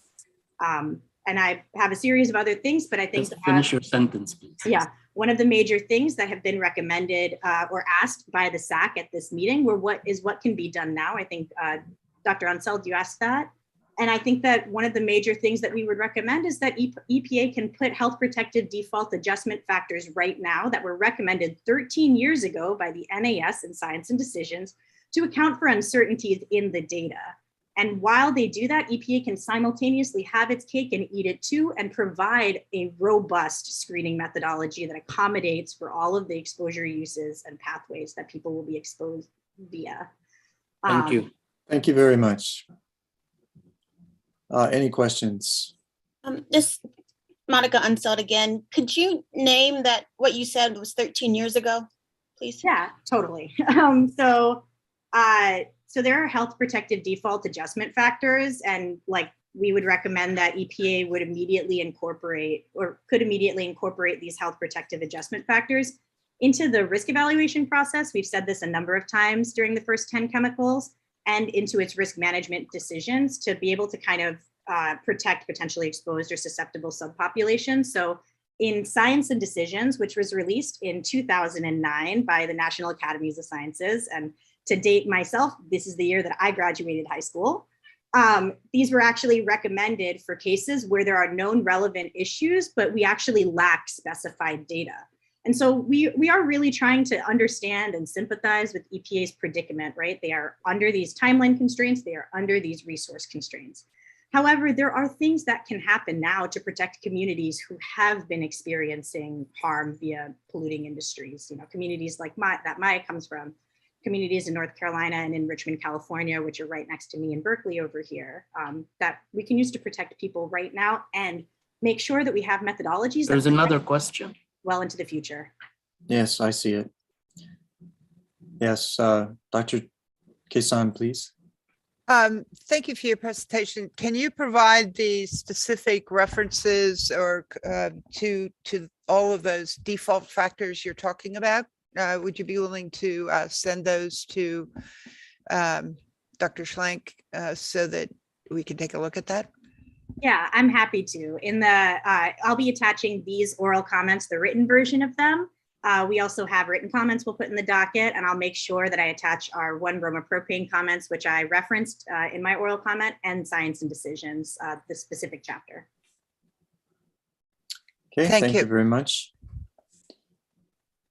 Okay, our next speaker is Carrie Reinhardt from If It Was Your Child.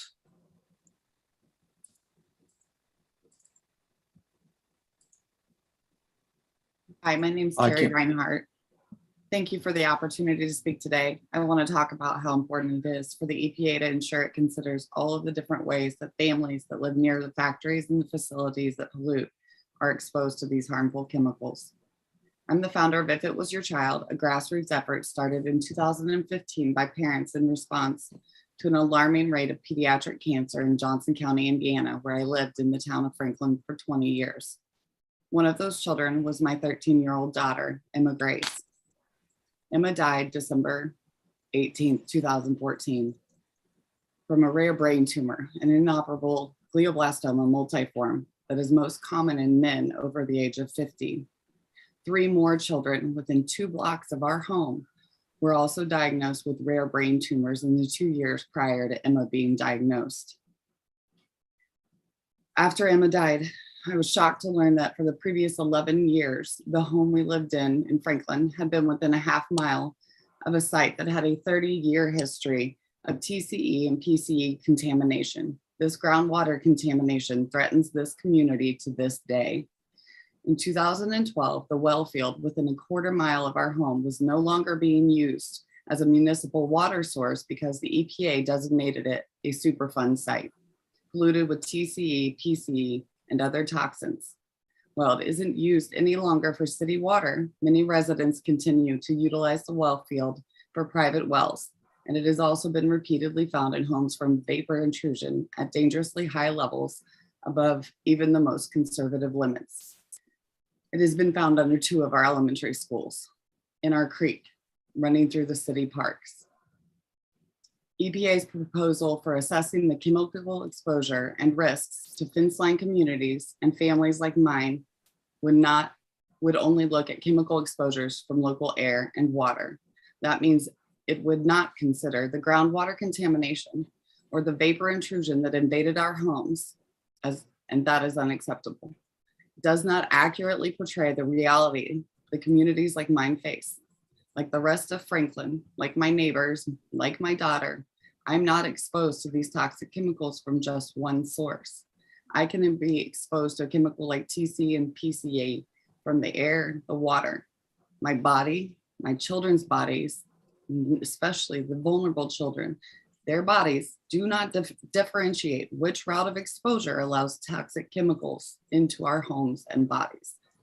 The EPA needs to use the best available science to estimate all of the risks we face from a chemical like TCE and other dangerous substances that are making our kids sick. EPA has said itself, even one brief exposure to TCE can be harmful to human health.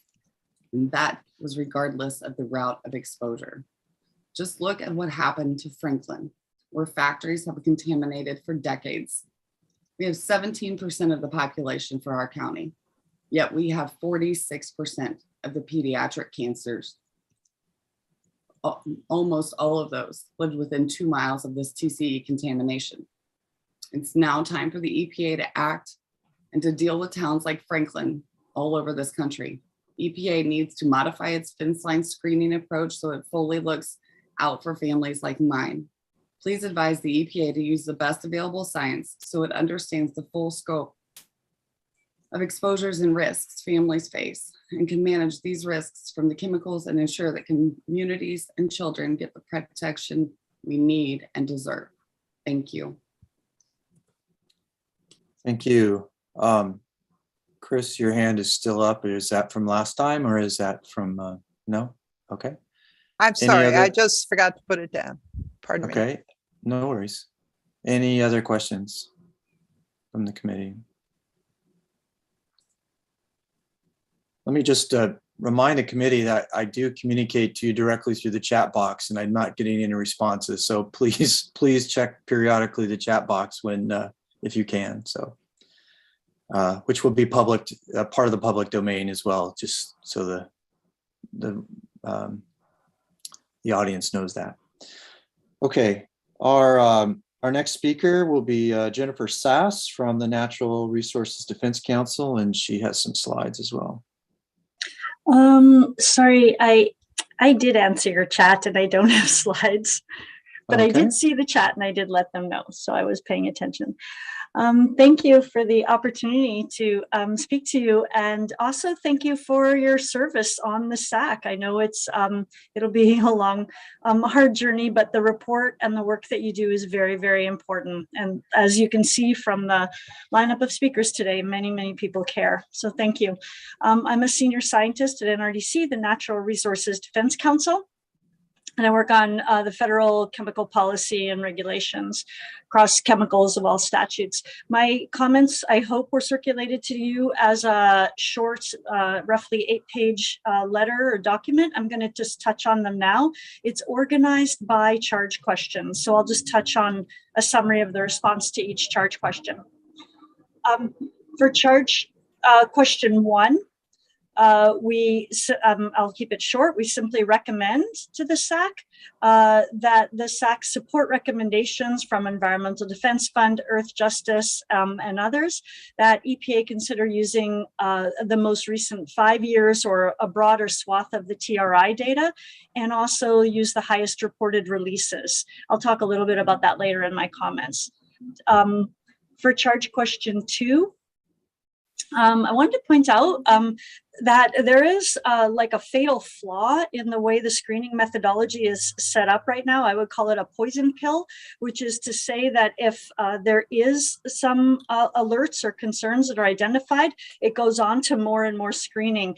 And I think these delays are lead to actual harm to people and communities and workers and others. And I think the other speakers have spoke to that. So I'll just say that there needs to be some actionable evidence. The evidence should be actionable, that it needs to be used to deliver the protections that communities and workers and others have been long denied and that are well-deserved. So the screen needs to be used to protect communities, not sideline. There's concerns specifically. I recommend that if conducting a reanalysis, if there's new data or new information becomes available, the screen could be used for that. It could be updated, it could be advanced, but for now, it's not robust enough to make a determination of not risk. So we recommend to the SACC that they recommend that if the screen doesn't find an alert, that is classified into something like an IARC group 3, unable to determine, or like an unclassifiable, but not be considered no risk. The screen can't do that. For charge question 3, Again, focusing on advancements that should not be delayed. We do recommend some quick fixes that we think could be done to the screen, including incorporating some of the information from other pathways that's available in models from the Air Office and others. But we also remind the SACC and EPA that these improvements or advancements shouldn't come at the expense of delays and withholding protections, so that EPA could apply additional uncertainty factors, as Swathi before me talked about. And these uncertain factors can provide a margin of protection or a margin of safety where there's gaps and limitations. In particular, the SACC could identify where gaps and limitations underestimate risk. That's very important, not just to identify gaps and limitations, but what direction they go. For charge question 4A, yes, there's other data that could be used, and we suggest using the National Air Toxics Assessment data as well. The NADA data provides a combined measure of exposures, including to multiple chemicals, so it can be very useful in that area. For charge question 4B, there's a number of things we think would be really helpful that are kind of quick fixes that could be incorporated or considered to address EJ issues. One of them is risk management plans, EPA's RMP plans. They require that facilities develop RMP plans that create that list foreseeable exposure events, including spills, explosions, things like that. And those are foreseeable exposure events, so they could be included in a screening method, and they're in the RMP plans. For example, in my notes, I point out that one unlucky zip code in Harris County, Texas, over a period of a month had 3 such events, incidents, chemical explosion and spill incidents in Harris County, Texas, by 2 different facilities, all of them requiring fence line communities to be evacuated. So they're very affected by these. Extreme weather events, everybody agrees, are going to increase accidental or other releases, including fires. And we saw that in Hurricane Harvey in 2017 that led to disastrous chemical spills. Again, those are foreseen events. They should be included. Peak releases such as flaring, spills, and explosions can cause both acute and chronic health harms. An example of chronic is chronic outcomes from peak exposures is formaldehyde, which National Cancer Institute has reported in epidemiology studies is associated with peak exposures of 15 minutes or less. Please finish can lead the sentence. to a cancer. Sorry? Your time's up. Oh, thank you. Okay. I'll just say that there are some quick things that I've identified in here, but fundamentally, and we present a method that I've published in the published literature using IRIS data to identify endpoints that are common, such as cancer or non-cancer endpoints across multiple chemicals. That is published, and I've just put a summary in my comments here with references. And on the last page, I've got the databases there. Thank you. Thank you very much. Any questions?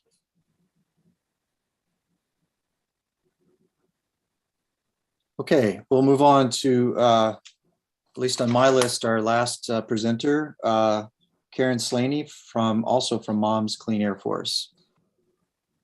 Afternoon, my name is Karen Slaney. Thank you for hearing my comments today.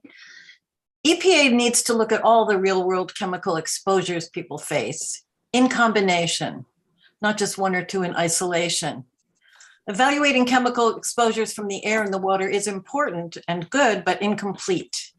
There are more than 2 ways to come into contact with chemicals. Today, chemicals are everywhere. We can be exposed to chemicals from places we work or shop, or from the products we buy or use.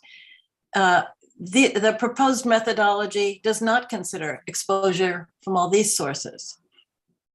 Exposure matters. I was exposed to chemicals at work for some years when I worked at Greater Boston Legal Services in downtown Boston.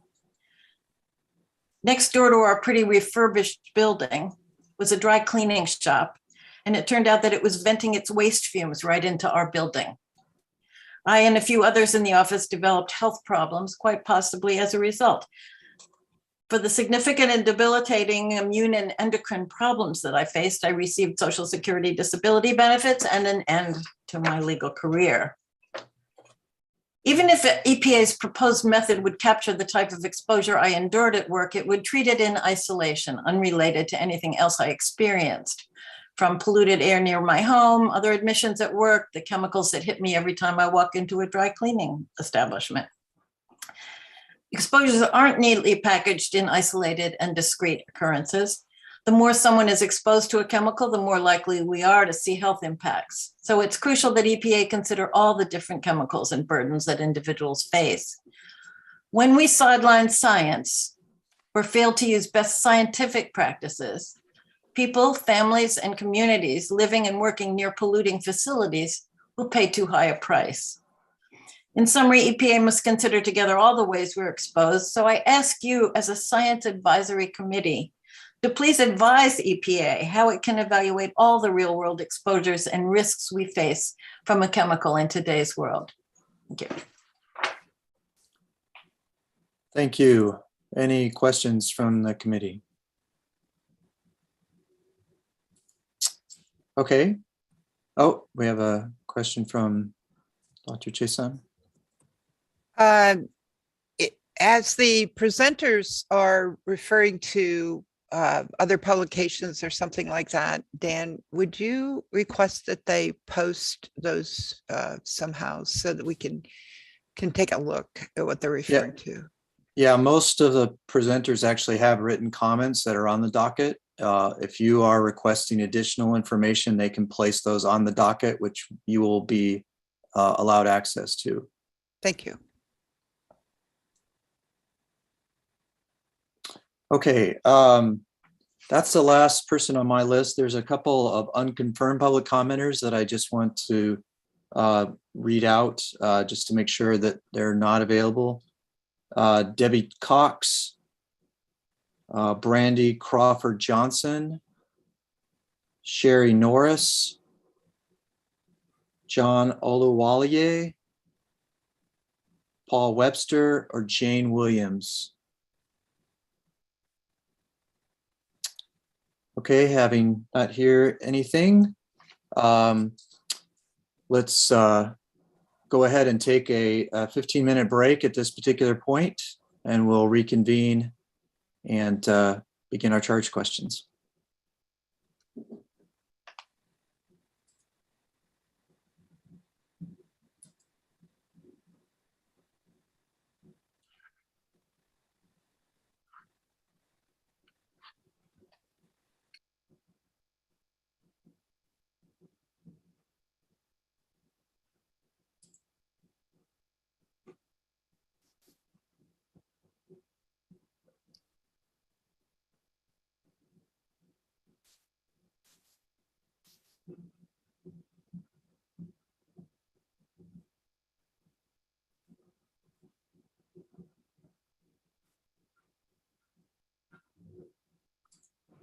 Hello?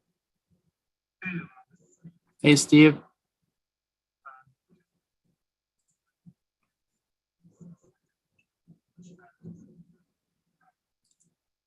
Yeah, I'm replying to, she wants her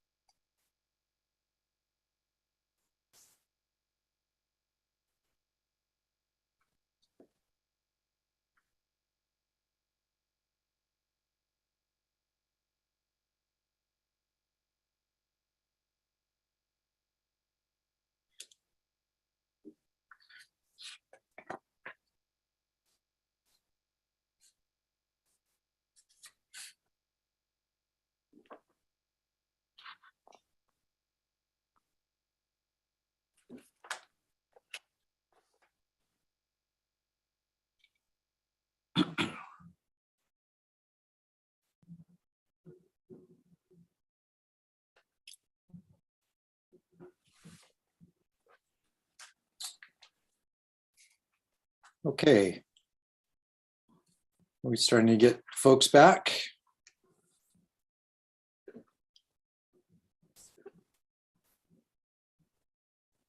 Alaa, do you want to make said you had a comment you want to make? You want to wait another couple minutes or? Yeah, go just ahead? a quick announcement for the public commenters who made oral comments.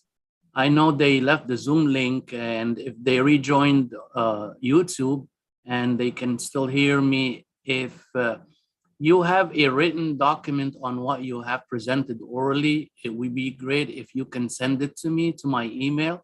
The address is on the agenda. It is kamel.alaa@epa.gov, so that whatever you send will be more accurate than the transcription, and that way we can have exactly an accurate representation of what you said. Thank you very much. Okay, thanks, Alaa. You're welcome. So I'm going to try third time. Dr. Rollins, are you on to introduce yourself? Okay, I think I'm unmuted now. This is Yeah. Craig Rowlands, Yay. senior.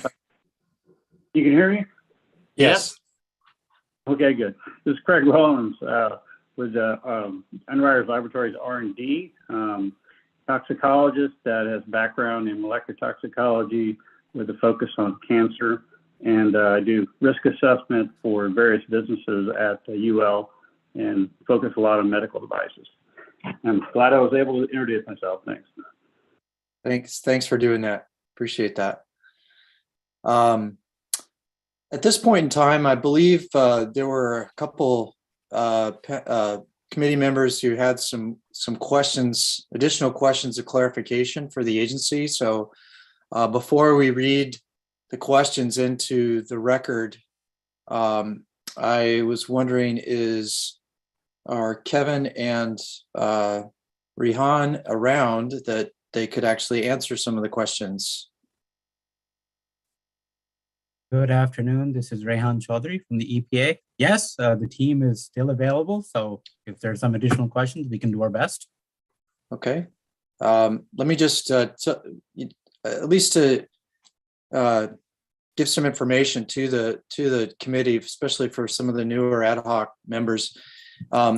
Once we go into the charge questions, we try to not necessarily have a banter back and forth with EPA. So again, the questions that you do have, please try to ask them now before we get into the charge questions. I will, after each charge question, ask the EPA if they are satisfied with the answer, have questions of clarification for us, but we try to avoid sort of the banter back and forth between the agency and the committee. So please, at this point in time, if you have, again, questions of clarifications before we move into the charge questions, please do so at this point.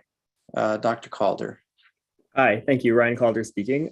So we heard from a number of commenters about the importance of considering both multiple exposure to multiple contaminants and exposure from multiple sources. And I had thought, at least for the air exposure pathway, that the methodology does consider the superimposition of multiple sources. I thought that was the rationale for using quite a long radius from each receptor. Can you clarify that, if the screening methodology considers the influence of multiple simultaneous sources for a given contaminant? So this is Rehan Chaudhary from the EPA. Currently, the approach is estimating ambient air concentrations due to a single source, release source. It is not aggregating concentrations due to multiple release facilities. Okay, thank you. All right, any other questions of clarification?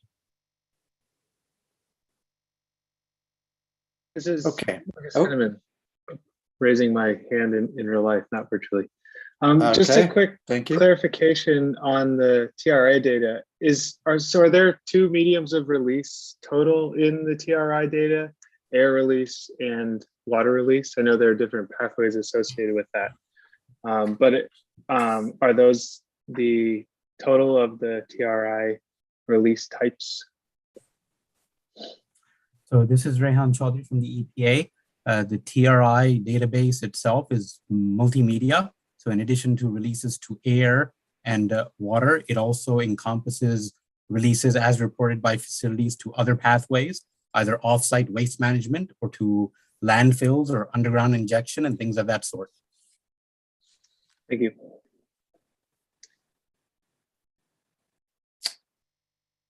Okay, so let's go ahead and move forward into the charge question answering period. At this point, we usually have the agency read the question into the record.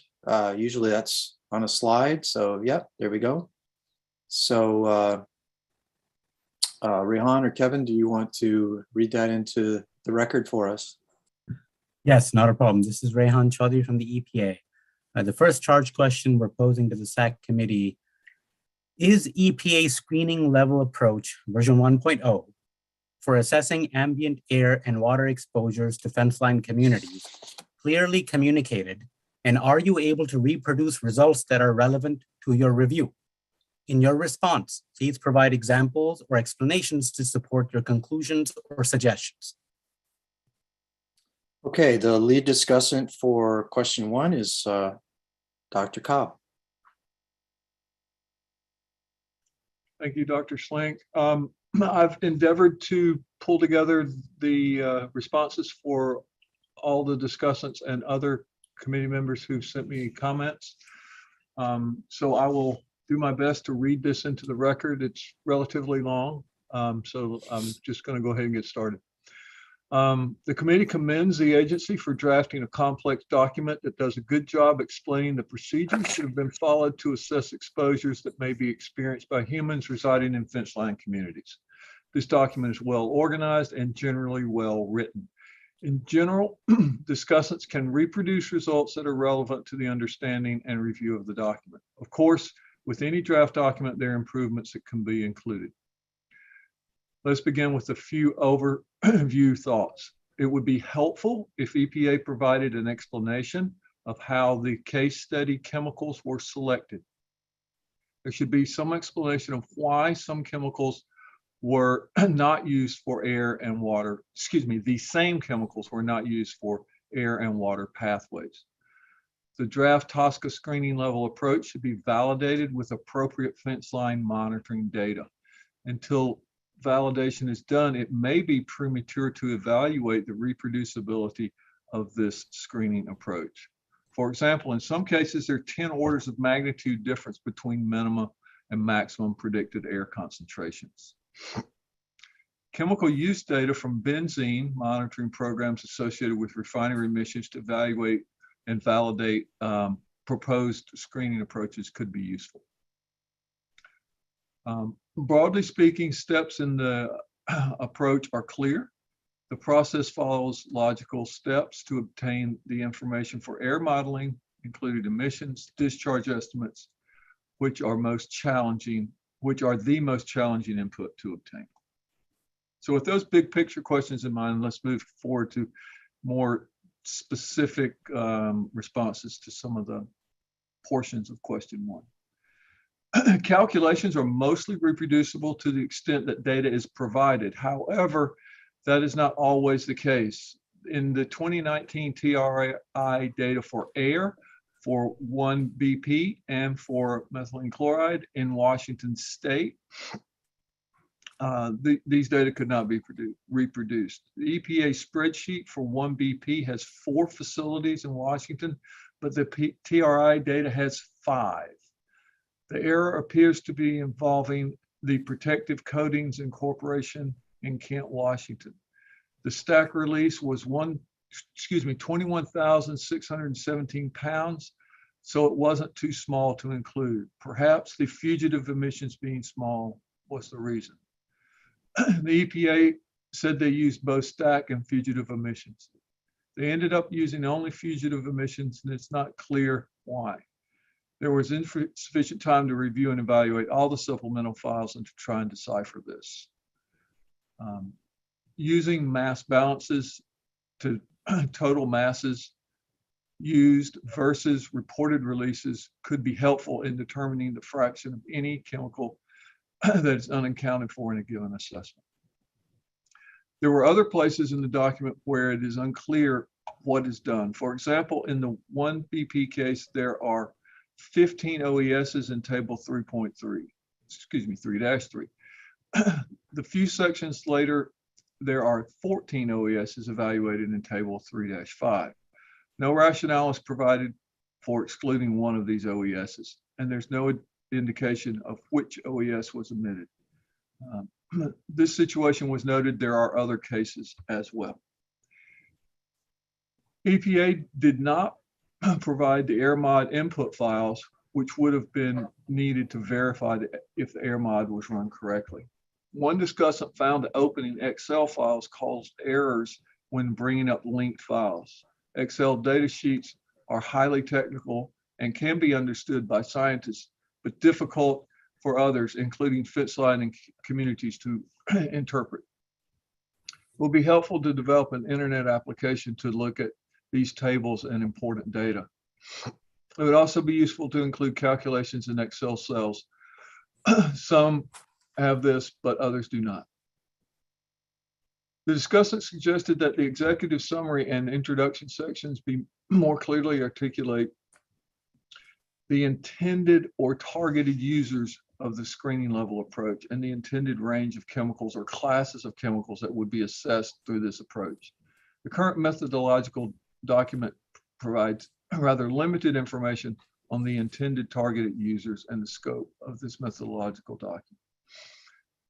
It will be useful for EPA to define the audience and user base for this approach. The definition provided for a fence line community for the purposes of this report is clearly stated. However, the process to identify fence line persons and populations is vague. The approach identifies programs that were used, but does not outline the methodology. EPA should provide some background on how this has historically been approached for general population exposures at the fence line. On pages 10 and 11, the exclusion of groundwater wells from consideration of the scope leaves this document incomplete. The report would benefit from including descriptions of relative risk of exposure pathways not assessed by the approach. For example, from contaminated soil or groundwater. The current methodological document articulates the exclusion of exposure pathways other than air and water. It does not consider concepts of aggregate cumulative exposures. While the document states that the design of the proposed methodology presented is flexible enough to allow addition of expanded capacities on page 18, discussants could not find any information through the document on how the flexibility is embodied or implemented in the screening level approach. EPA has the discretion to exclude exposure pathways. It is also impractical to include all exposure pathways. However, decisions to exclude an exposure pathway should always be based on relevance to overall human exposure to the chemical. And such a decision should be specified in the chemical's properties, uses, and releases. Perhaps exposure pathway consideration should be part of the problem formulation process. Another weakness in the approach is the lack of explicit considerations of race and economic disparities, cumulative impacts, and occupational exposures. A short description of A and R designations within TRI forms would be helpful to make the methods of this document clearer. Something like most facilities report on the R form, but some facilities use the shorter A form. TRI estimates for 1 BP release to ambient air were made using several different approaches: mass balance, monitoring, best practices, best judgment. How do the accuracy and variability of these approaches compare? Is it appropriate to compare fence line concentrations obtained using these vastly different release estimation techniques? Annual TRI releases were used along with the estimated number of days per year that a process is implemented in order to predict daily exposure concentrations. It doesn't seem likely these releases would occur in this manner.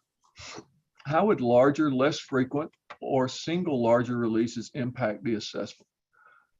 Also, is there any information that would indicate a typical variability associated with TRI chemical release? How would this variability impact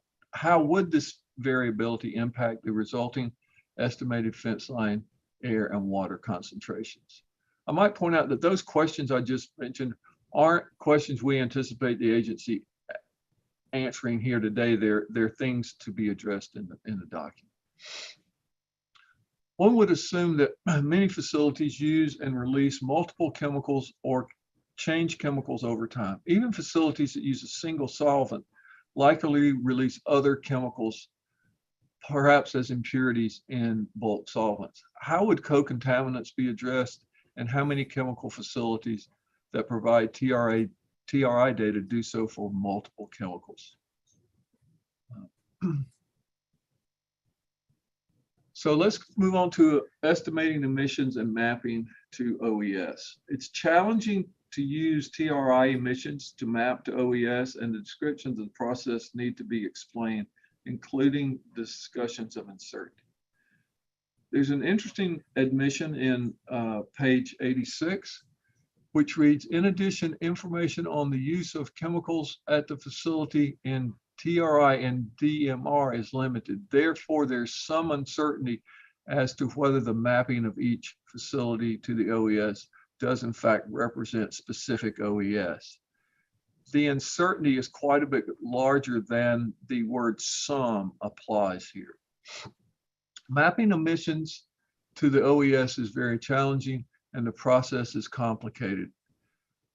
EPA appears to have done an admirable job using the available information. A broader description of what is and is not in TRI would be helpful. A crosswalk in Appendix C was very helpful in understanding how the TRI data were mapped to OES. Significant elements of professional judgment appear to be involved, which may diminish the objectivity and credibility of this method. More text is required to explain these decisions. Much of the execution of the methodology is in tables without text descriptions. While tables are helpful, it would be better to have more supplementing text. EPA should consider demonstrating the validity of this method by selecting an example where conditions of use are known and then applying the methodology to see if it reproduces the result. It is not clear why EPA did not leverage the national emissions inventory data, which contain additional relevant data on stack parameters. One limitation that is noted is that TRI would have more recent data. While that is true, it's unclear that recent data outweighs the use of the larger NEI data set. So the methodologies do build largely on the TRI data sets from 2019 and other available data for previous years, but the use of single years versus multiple years needs to be specified as to how that is selected and how the decisions are made for which of the multiple years are used. One should be aware that emissions data may vary or fluctuate dramatically over years because emissions, in essence, are proportional to total tonnage of chemicals used in a given year. Discussants recommend providing more detail about the procedure of data selection and processing when TRI data are not available for multiple years of TRI. Justification for higher priority given to modeling results compared to the existence of literature sources used in published risk evaluations. Modeling results are not unconditionally superior to literature-based report estimates. The 500-pound threshold for reporting should be explicitly stated as the default value for small users in the agency's general and detailed descriptions of the approach. Discussions found that AirMod was a reasonable selection at this level of sophistication. Within figure 2.1, the emission source icon looks like a cooling tower, which is probably not representative of the sources of toxics. Actual data are needed from industries that are generating or using the chemicals in question. That refers to information on page 24. In figure 2.3, the approach used here must be to obtain data, not to implement model-based results that are based on unexplained or non-existent data. If data are unavailable, users should provide them under strict quality control. It was quite disappointing today to hear that many commenters representing trade groups are criticizing the EPA for an approach that does not have data. And these data are ones that the trade associations could have easily provided in the interim between the time this process began and today. It's clear how the agency can model environmental it is not clear how the agency can model environmental concentrations without input data. Any such exercise will require the use of adjustment factors or uncertainty factors to avoid a false negative result. The agency should describe which safety factors are used, and if there are no safety factors, then the agency should provide an explanation for why there are not. The Trinity Consultants report was rather lengthy, but it appeared to be a survey of users and not a comprehensive inventory of emission from all users. I could be mistaken there, but that was my take on that. Also, the methodology for screening level ambient air pollution has a static distance of 10,000 meters from the point source. And the comment was made that many air pollutants would have an anisotropic plume of exposure depending on the prevailing winds, and not all contaminants have similar environmental fate and transport characteristics. Thus, 10,000 meters may not be as protective for some compounds as for others. The 10,000 meter distance is arbitrary, but it does seem to protect most contaminants, but there could be some that could be improved by a larger distance.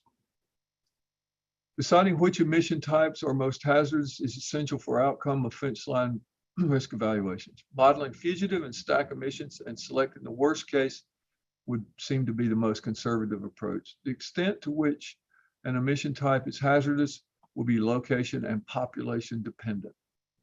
The need for the recommended type of placement would be to have actual emission points located along with stack dimensions and operation conditions. Mapping facilities to OES from internet searches does not follow typical standards of reproducibility, and it would be preferable to have each company provide operational facility locations, not administrative location. The open top degasser inclusion is a good aspect of the approach. However, release durations and patterns are needed, and without data to this effect, worst case release or high centiles of worst case releases should always be included. EPA's integrated indoor-outdoor air calculator does predict concentrations at 100 meters and beyond, but it's inadequate for measuring estimates nearer to the sources. And this is important for fugitive emissions. Exposure scenarios were well described and well depicted in figure 2.5 with a few exceptions. Does West Coast imply mountainous or hilly terrain, maybe flat terrain? How are building densities and heights considered? And are the X's in figure 2.5 the only areas modeled, or are all 16 points at 2.5 degree spacing modeled at all distances? The different kinds of landscapes could vastly influence chemical transports. Including high centile chemical atmospheric release values on page 29 would be preferable. Maybe something like a 90th or a 95th percentile as well, just to make sure that that distribution is somewhat well understood. This would ensure that the max is not too high and is not unreasonable. On page 30, the threshold of 10 to the minus 6 for cancer risk is appropriate. It does seem that some tables later in the assessment use less protective thresholds, and the more protective thresholds are the ones that are needed. Also, citations for this cancer benchmark should be provided on lines 595 through 601. The ability to model multiple atmospheric scenarios is good. If empirical data are not available, adjustment factors or uncertainty factors should be needed. Appendix D has release heights that may not represent actual release scenarios. For example, 10-meter heights may not be appropriate for a dry cleaning operation or small machine operation. Worst case scenarios may in fact be different depending on the topography, building characteristics, or densities, as well as population distributions. The discussants were interested whether land use was considered and land use changes. There should be ways to operationalize land uses and their considerations using visual analyses. The visual examination was a good aspect of the assessment. Maximum emission values were modeled now at only 95th and higher centiles. The text needs to be harmonized, and inclusion of both maximum and high centile values would be useful. The modeling approach on page 37 was good and had informative graphics there in figure 2.7. Because I'm about halfway through. The description of the approach to model surface, modeled area sources is confusing in figure 2.8. And we've talked about whether these X's are all the receptor model locations or if there are more. The IECCU model, wall losses are not included in this model. This may be an aspect needed for higher tier refinement. Not including wall losses may be conservative, but that should be explicitly stated in the document. So as we move on to drinking water exposures are estimated for public water supplies, 6-year EPA data, but they're only available for some contaminants. Also, private wells are not considered. This is a concern since private well users may be exposed to higher concentrations of contaminants removed by certain public health drinking water processes. And fence line communities may not have the financial resources to expect individual household level remediation of their water. The estimation procedures for incidental oral exposures from swimming and incidental dermal exposures from swimming were clearly articulated. Data are needed in these assessments, however. These data should be gathered by users. We've talked about uncertainty factors already. The formulas for risk characterization for non-cancer risks, i.e. benchmark margin of error, and for cancer risk are presented clearly. These elements are calculated similarly for other EPA projects.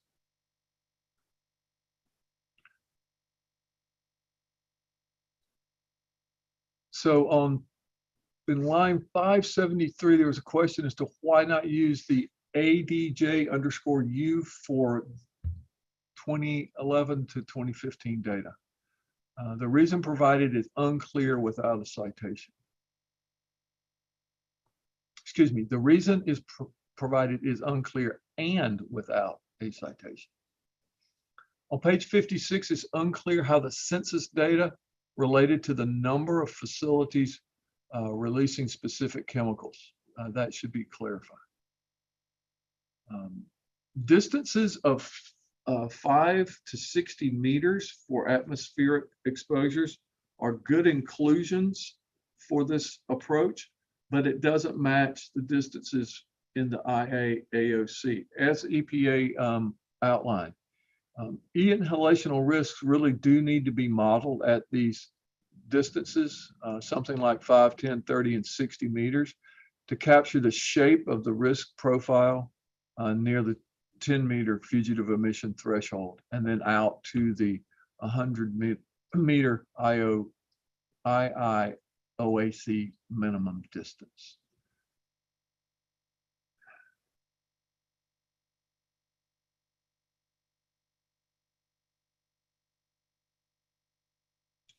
EPA should provide an indication of exactly how close is close enough to pass the pre-screen for exposure concentration.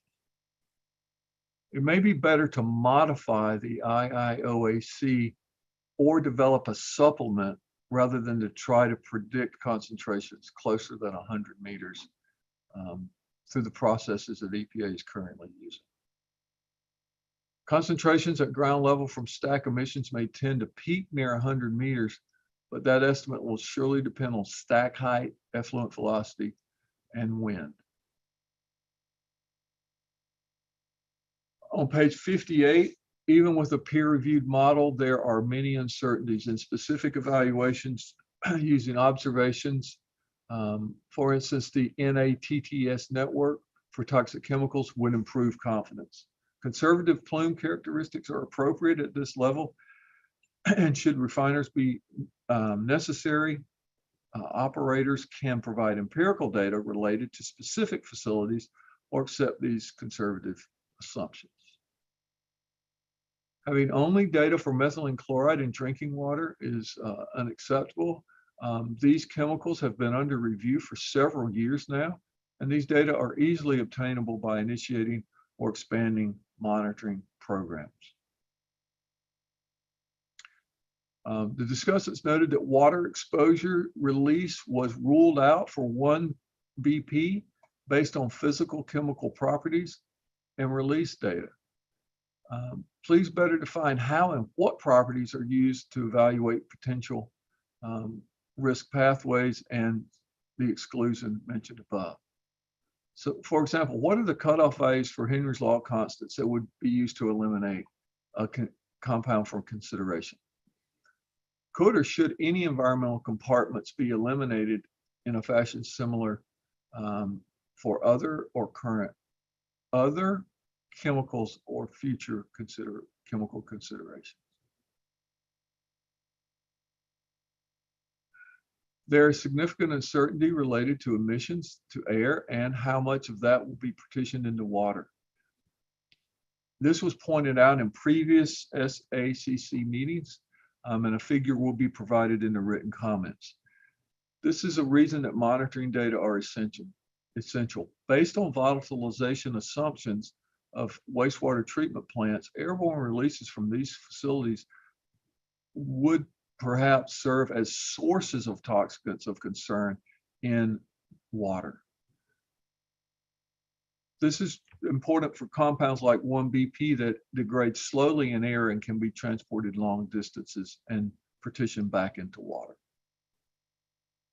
On page 63, the cancer slope provided in that table should be explained a little bit. What is the point of departure? Is it 0 with a slope of 4 × 10⁻³ per part per million? In table 3-38, the lower bound of the OES for chemical processing excluding formulation should not be 0.91 kilograms per site per year. This is due to an apparent misuse mismatch within one of the files, SF_FLA_water path exposure data for NMP. Also, 59 sites are reported to be releasing NMP on page 63, but how many users were there? Is this 59 of a small number or 59 of a very large number? It's important to know what fraction of users are providing data. Additionally, it would be important to know the fraction of the chemical use that is reported. That would go towards mass balance. Also on page 67, data are needed to feed this model. And the survey from the Trinity consultant report may not be comprehensive enough to provide that. On page 69, the statement that Appendix B includes model parameters and output is misleading. Appendix B simply includes a list of files that are then linked in the document. So the format's not really very helpful there. Also on page 69, the estimated data needed to be comprised of submitted use and release data from users or trade associations. To improve the scientific defensibility of this approach, data should be required as part of review of these chemicals under TSCA. To assist the reviewers and better facilitate use of screening approaches by non-EPA personnel, the panel suggests adding more comments, specific cells to the data, to the Excel models or data sheets. For example, the fugitive basis description column in the environmental releases to environmental, ambient air for 1BP list best engineering judgment. What does that indicate? Please ensure that definitions are provided for abbreviations used as column headings for input tables in the supplemental files. Risk data in table 3.9 predict risk for the 10th and 50th centile emissions in at least one scenario for each OES. This should be stated explicitly so as not to leave the impression that only high centile releases generate risks. On page 90, table 3-12, the cancer risk of 1 in 10,000 is used, not 1 in a million. The more protective value is needed.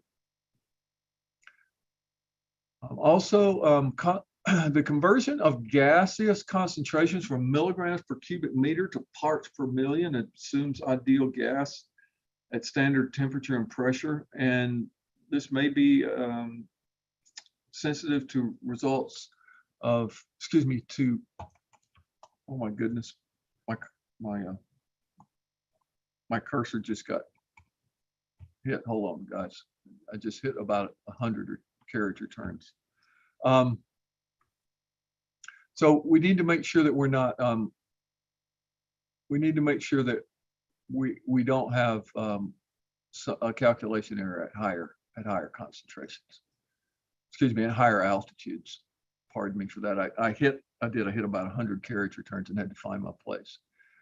Okay, and more broadly, from my perspective at least, the unit of part per million, ppm, is problematic.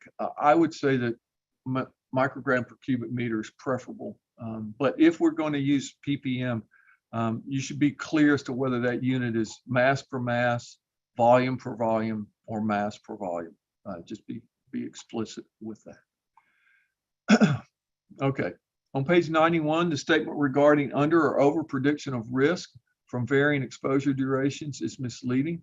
There are likely data to suggest whether a 1.5 hour exposure duration under or over predicts carcinogenicity of chronic exposure to chlorinated or volatile compounds. This should be evaluated in the next revision. Also, it would be useful to include more info on the 6-year review and the EFAST data, since these concentrations drive the rest of the aquatic analysis. Omitting estuaries, bays, lakes should probably be more clearly justified in introductory materials. There's a question is whether ambient water samples were collected near any of the facilities that were discharging methylene chloride. If the monitoring data were not near any methylene chloride facilities, then the water monitoring data are at best meaningless and at worst misleading. So monitoring data near facilities discharging these chemicals are what's needed for these type of assessments. The data in Table 319 need to be revised to include a better approach to handle the wide range of limits of detection. We came across this in previous SACCs, and there's such wide range of limits of detection that some very serious treatment needs to be done with those. Note that the 10th and 50th centile releases also demonstrate risk exceedances for several scenarios on page 125, and that point should be explicitly stated earlier, much earlier in the document. Data in table 326 are difficult to reconcile with spreadsheets for the file raw_data-all_calcs and summary_risk_found. Because these spreadsheets have different sorts, and so the data are not in the same columns or perhaps the same rows. So that makes reconciling difficult, not impossible, but more difficult. On page 143, knowing how much of a reported NMP is released is important, but of equal, if not more importance, is knowledge about unreported amount of NMP. What fraction is unreported? Does an 87% release of reported amounts represent 80 or more % of the total releases, or less than 0.8%? We simply don't know.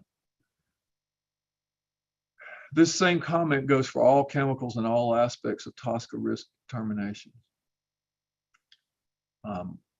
It would be important to know how NMP concentrations in water compare to possible partitioning from air, as was raised in previous SACC meetings.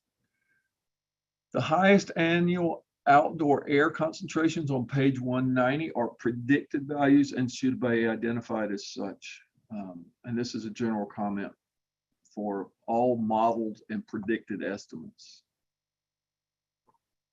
So there could be some additional clarity in some of the mitigation options. One discussant mentioned that risk conclusions should not be yes or no, but rather maybe or no. And that's because this is a screening level analysis, and a yes gets you to another level of screening, perhaps. Outcome 5 suggests refinements will be considered in some cases when a COU exceeds risk levels. Clarity is needed here to determine what to do if refinements are not possible. An action may be appropriate if the regulated community were to produce data. Excuse me, an action may not be appropriate if a regulated community were to provide data to fill data gaps. The recourse afforded users should be included in the proposed use. Excuse me, in the proposed rule. Let me read that again. The recourse afforded users should be included in the proposed rule. Guys, I'm almost done. I'm down to uncertainties now. The approach has large uncertainties, many of which are noted in section 2.4.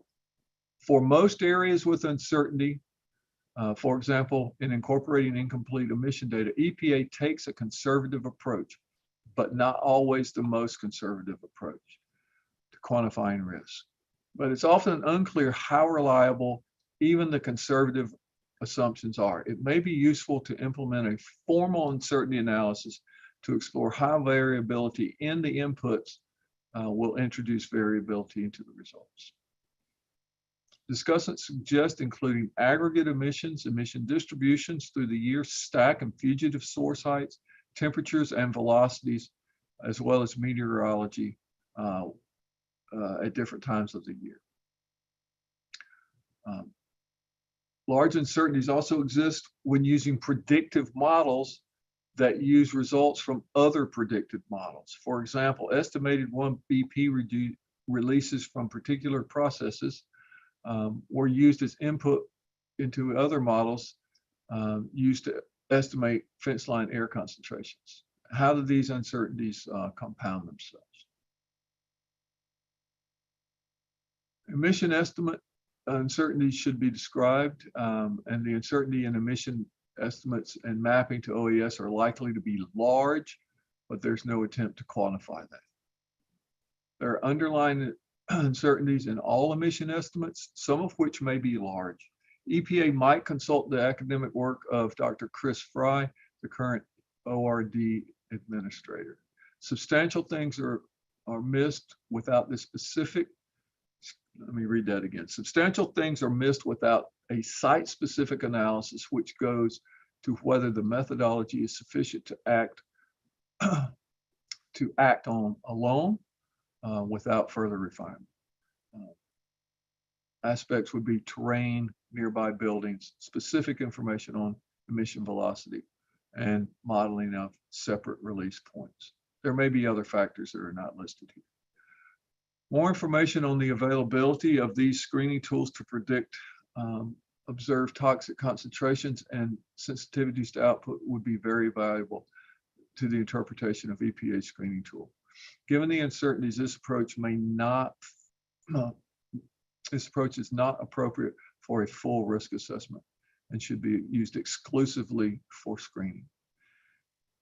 As many of the public comments addressed, it's unclear the amount of information added by the ambient pre-screening methodology. The IIAOC, which likely produces results with greater uncertainty than the full air mod runs, may underestimate risk from certain conditions, certain CES, which would exclude them from the final analysis. That would not be a good outcome. It seems resources would be better spent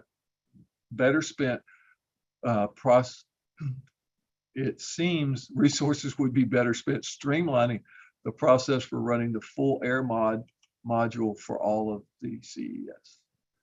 Step 3 of the environmental air release section makes many assumptions with already uncertain annual emission totals. It would be helpful to present more information on the sensitivity of these results on the assumptions.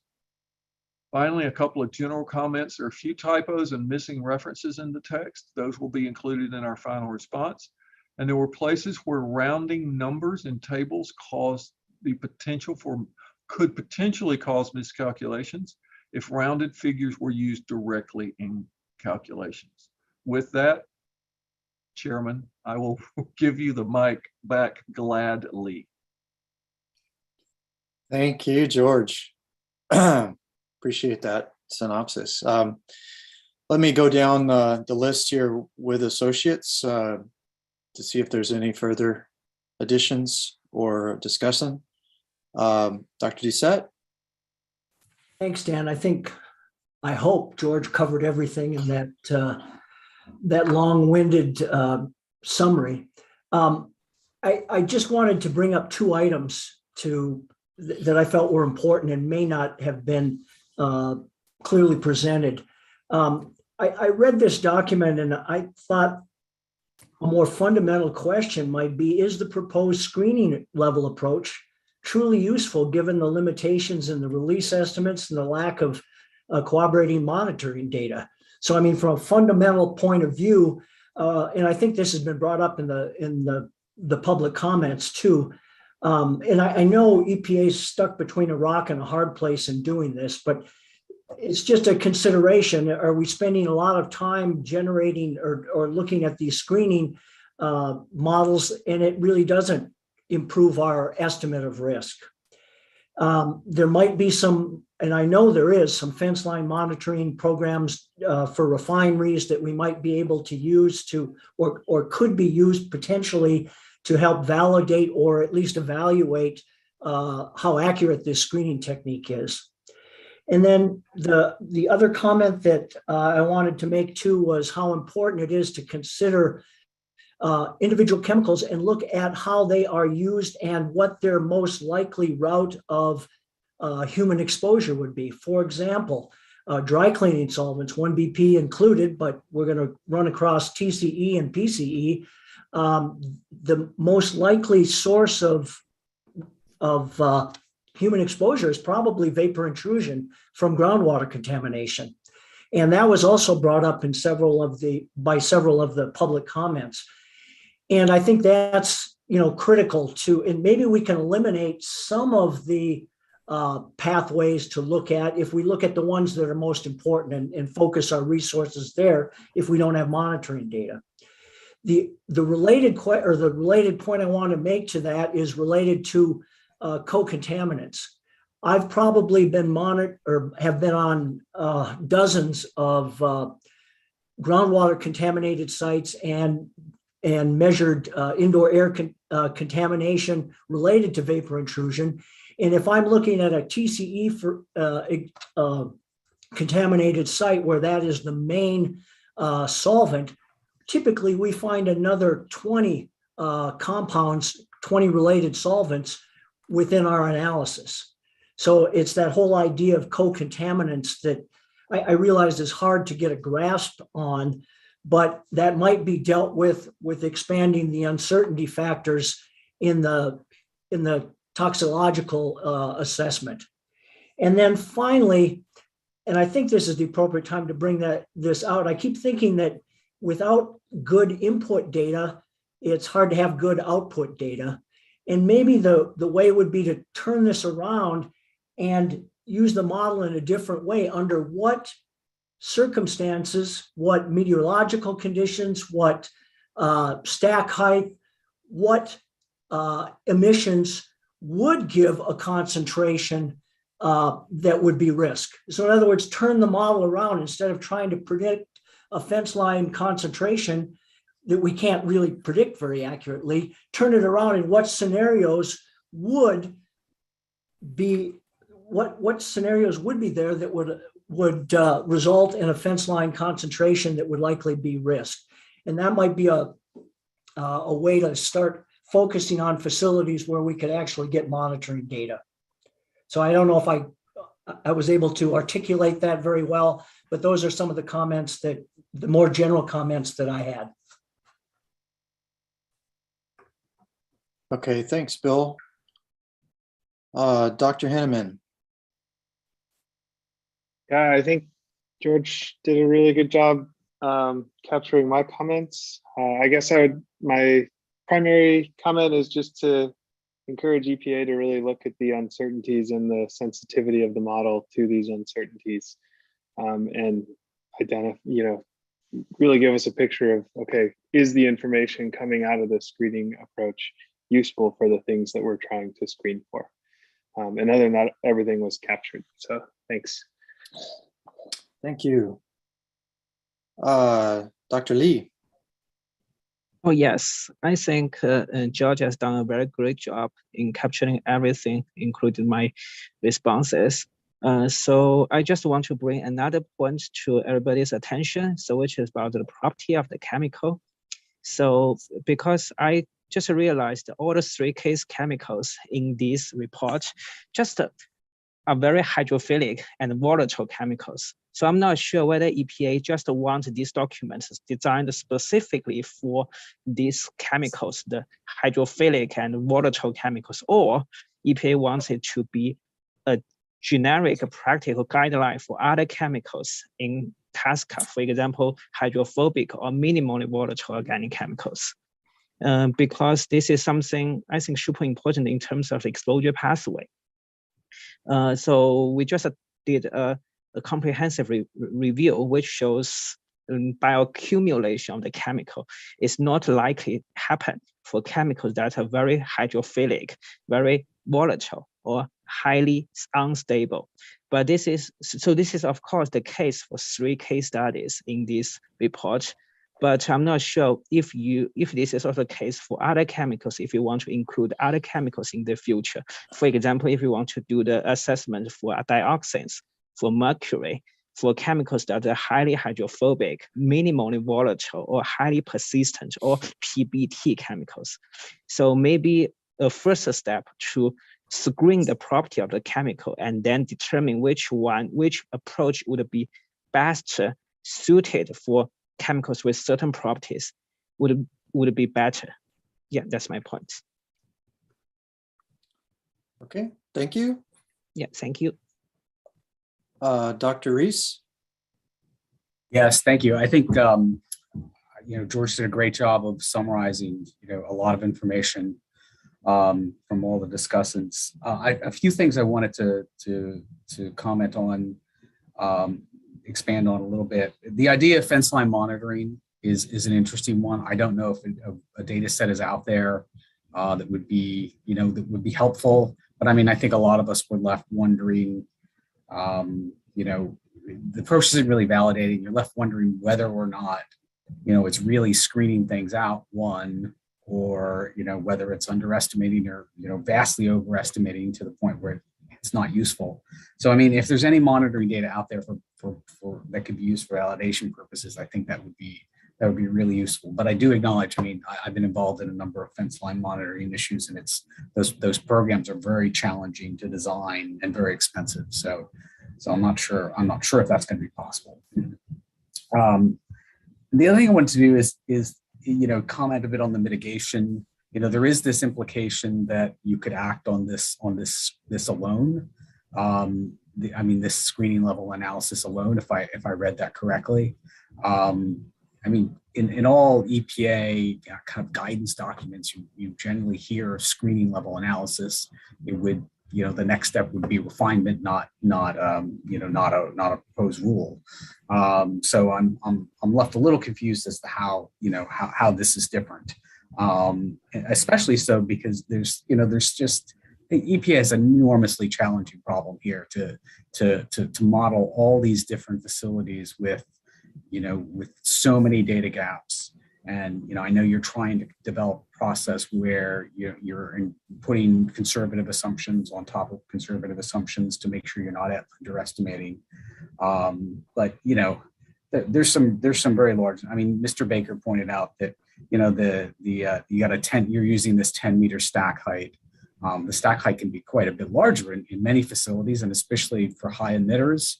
And that could have orders of magnitude difference in concentration. So that's just one example, where you could be potentially significantly overestimating. So if you're going to propose like acting on this screening level analysis, again, I don't think that's consistent with the general risk assessment paradigm from EPA. I think you would have to want to be more explicit about what you think the criteria would be that you would act versus not act.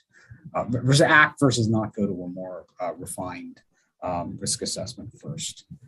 So those are the comments I wanted to add. Thank you. Okay, thank you. Okay, let's open it up to the rest of the committee. First on the list, I've got Dr. Johnson. Hey, thanks, Dan. Just some quick ones. First of all, this one comment alludes to something I kind of discussed earlier. Is I would suggest they make it explicit that these criteria are based on exposures to surface water, right? That could potentially be used or would be used by drinking water facilities from municipal treatment facilities to provide drinking water. So that's the drinking water pathway. And maybe a conceptual site model would help describe that process. We're not talking about groundwater here. We could, maybe other chemicals would be more appropriate to do so, but for these two, we're talking about surface water releases that could wind up to drinking water through municipal treatment facilities. The other comment I have here is regarding the use of TRI data that are yearly estimates of mass. And maybe others have alluded to this as well, but I'm wondering about peaks and valleys, about spikes and how spikes are considered. Maybe that's something that we could just discuss in terms of uncertainty, but you may want to discuss that in terms of how that may influence any unreasonable determination of risk. And that's all I had. Okay, thanks. Bill, if you don't mind, I'm going to go to Dr. Kissel first, if that's okay. I'll come back to you afterwards. No, I don't mind. Okay, John Kissel, I interpreted question 1 to be with respect to clarity and reproducibility of the document, and I focus primarily on the dermal stuff because that's what I do. And the dermal approaches are quite limited and straightforward, so it's easy enough to follow. That's different than declaring that they're technically good. I haven't found any errors in the calculation so far, but I caveat that with I'm still doing spot checks. So I reserve the right to come back to that. On clarity, I have some kind of correction sorts of things. I noticed, and this is limited to things that have to do with thermal, because that's where I was poking around, that a citation of Schlenk, or I'm sorry, Schenk et al., no L, and Schenk et al. Is in the reference list, but it's not cited anywhere in the text. So I don't know why it's in the reference list. In spreadsheets 13 and 14, the supplemental files, 13 and 14, in the equation tabs, the units are misspecified for permeability coefficient and for exposure time. Permeability coefficient should be centimeters per hour, not liters per hour. And exposure time should be hours per day, not hours. But those same variables are specified correctly in the input files or input tabs. And so they don't seem to be having any effect on the calculated result. But it is confusing to have the wrong units on the equations spreadsheet. And in supplemental file 14, under NMP, that same permeability coefficient that I queried about earlier, because it's mysterious to me. The source is cited not as POET, as in the text, but as Atkinson, which doesn't seem like a likely source. So I have no idea why that reference is given there. Those are the specific comments I had. Thanks, John. Dr. Davies. Yes, hi, this is Holly Davies. I wanted to mention a little bit of what Bill was talking about with fence line monitoring, and also kind of flipping and looking at risk and where do we see the risk?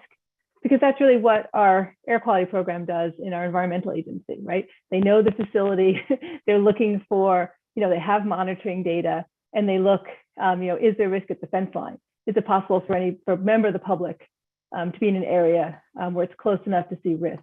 And I see this exercise from EPA as being different than that. Although all the data that the states have would be good for validating it, because they certainly do have a lot of monitoring. We have, oil refineries here. We also have chemical plants. We have a lot of pulp and paper mills. So we do have a lot of large facilities with a lot of data on the fence line monitoring.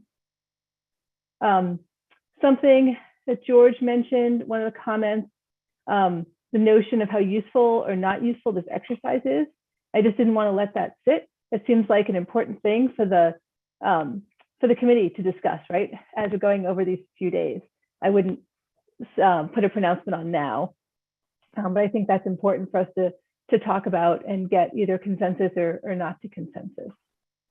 And lastly, I would start with mass balance. If I was trying to look at where everything is, I would start with, how much methylene chloride is produced, how much is captured by TRI, all those questions, again, that someone had given George that he brought up are really good questions to answer.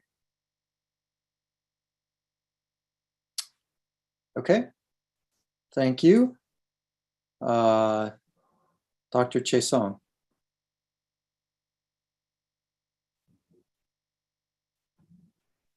Thank you. First, my compliments to the lead and the associates. That was incredibly thorough, and I'm just really impressed. So I wanted to sort of present my big concerns that have to do about data or values used, even if they weren't from data, in both the screening tool itself or the models on which it relies for other values that were mentioned. I had asked EPA, I tried to go back and take a look at what was the magnitude and the variabilities, or what are we talking about? Are we using average data? Are we using some kind of central tendency? Are we using maximums? Whatever. There doesn't appear to be a standard of use. best practices of use for applying any of these values, or even knowing what kind of values were used by EPA, or for that matter, anybody who uses it. So I have sort of three levels of concern about the values, and I'd really appreciate hearing the discussants address this. The first one is this term that keeps showing up, including in the assistant administrator's presentation today, which was this idea of readily available information. I mean, I think we all have some kind of picture of what that probably is, but I can't find any standards which require a reviewer or an assessor to go out and find the data. And clearly, we've heard many, many instances, including for the public comment, where information has been supplied to EPA, which is usually coming in through their comments on individual assessments, but it's just not accrued for application on the next assessment, or somehow it's ignored. And I mean, the National Tribal Council has, I know, very frequently supplied information to EPA, which goes unused. And I'm sure there are many other groups that, including industry, which could say the same thing. So 2 points on that. One, what do people think would be sort of a minimum package of where you should go? There must be information about many of these metrics from the states or from other groups who are compiling information. And also, what about some kind of very formal EPA portal through which groups, whether it's industry or communities or whatever, provides actual information detailing their, the pedigree, if you will, of that information, which can be reviewed. And then once it's reviewed, it will be used somehow with some guidance and best practices for this kind of thing. Now, that's not just as a matter of contamination values or emission values. It could also be very definitely on the many other factors which go into the calculations and are sometimes hardwired in these algorithms, in these models, and which also should include the values that would be employed in the routes of exposure not included in this, because I'm going to argue strenuously for inclusion of dietary, for example, as part of this. And also, as I think the transparent standards for best practices, should you be defining or definition of the value? Are you using a point value or using a point from a distribution? What was the genesis of that value? Was it modeled, inferred, or monitored? Should accompany every evaluation. So every value that's in an algorithm, I think, should be listed and be transparent, so we know what kind of numbers were used here. And because sometimes the ranges are orders of magnitude. So whether if you're using a central tendency, that's going to really throw the calculation one way or another. Or if you're using an accumulation of values that are either maximum or central tendency, you're going to be able to jerk these answers around a lot and affect the outcome, and it won't be visible without listing that. And by the way, I think that needs to be stipulated before Bill Doucette's suggestion could be executed, which I thought was really a great idea, Bill. So anyway, that's my Dan, I'll send you those points if you would like? to Actually, add? yeah, you need to send them to George, actually. Oh, okay.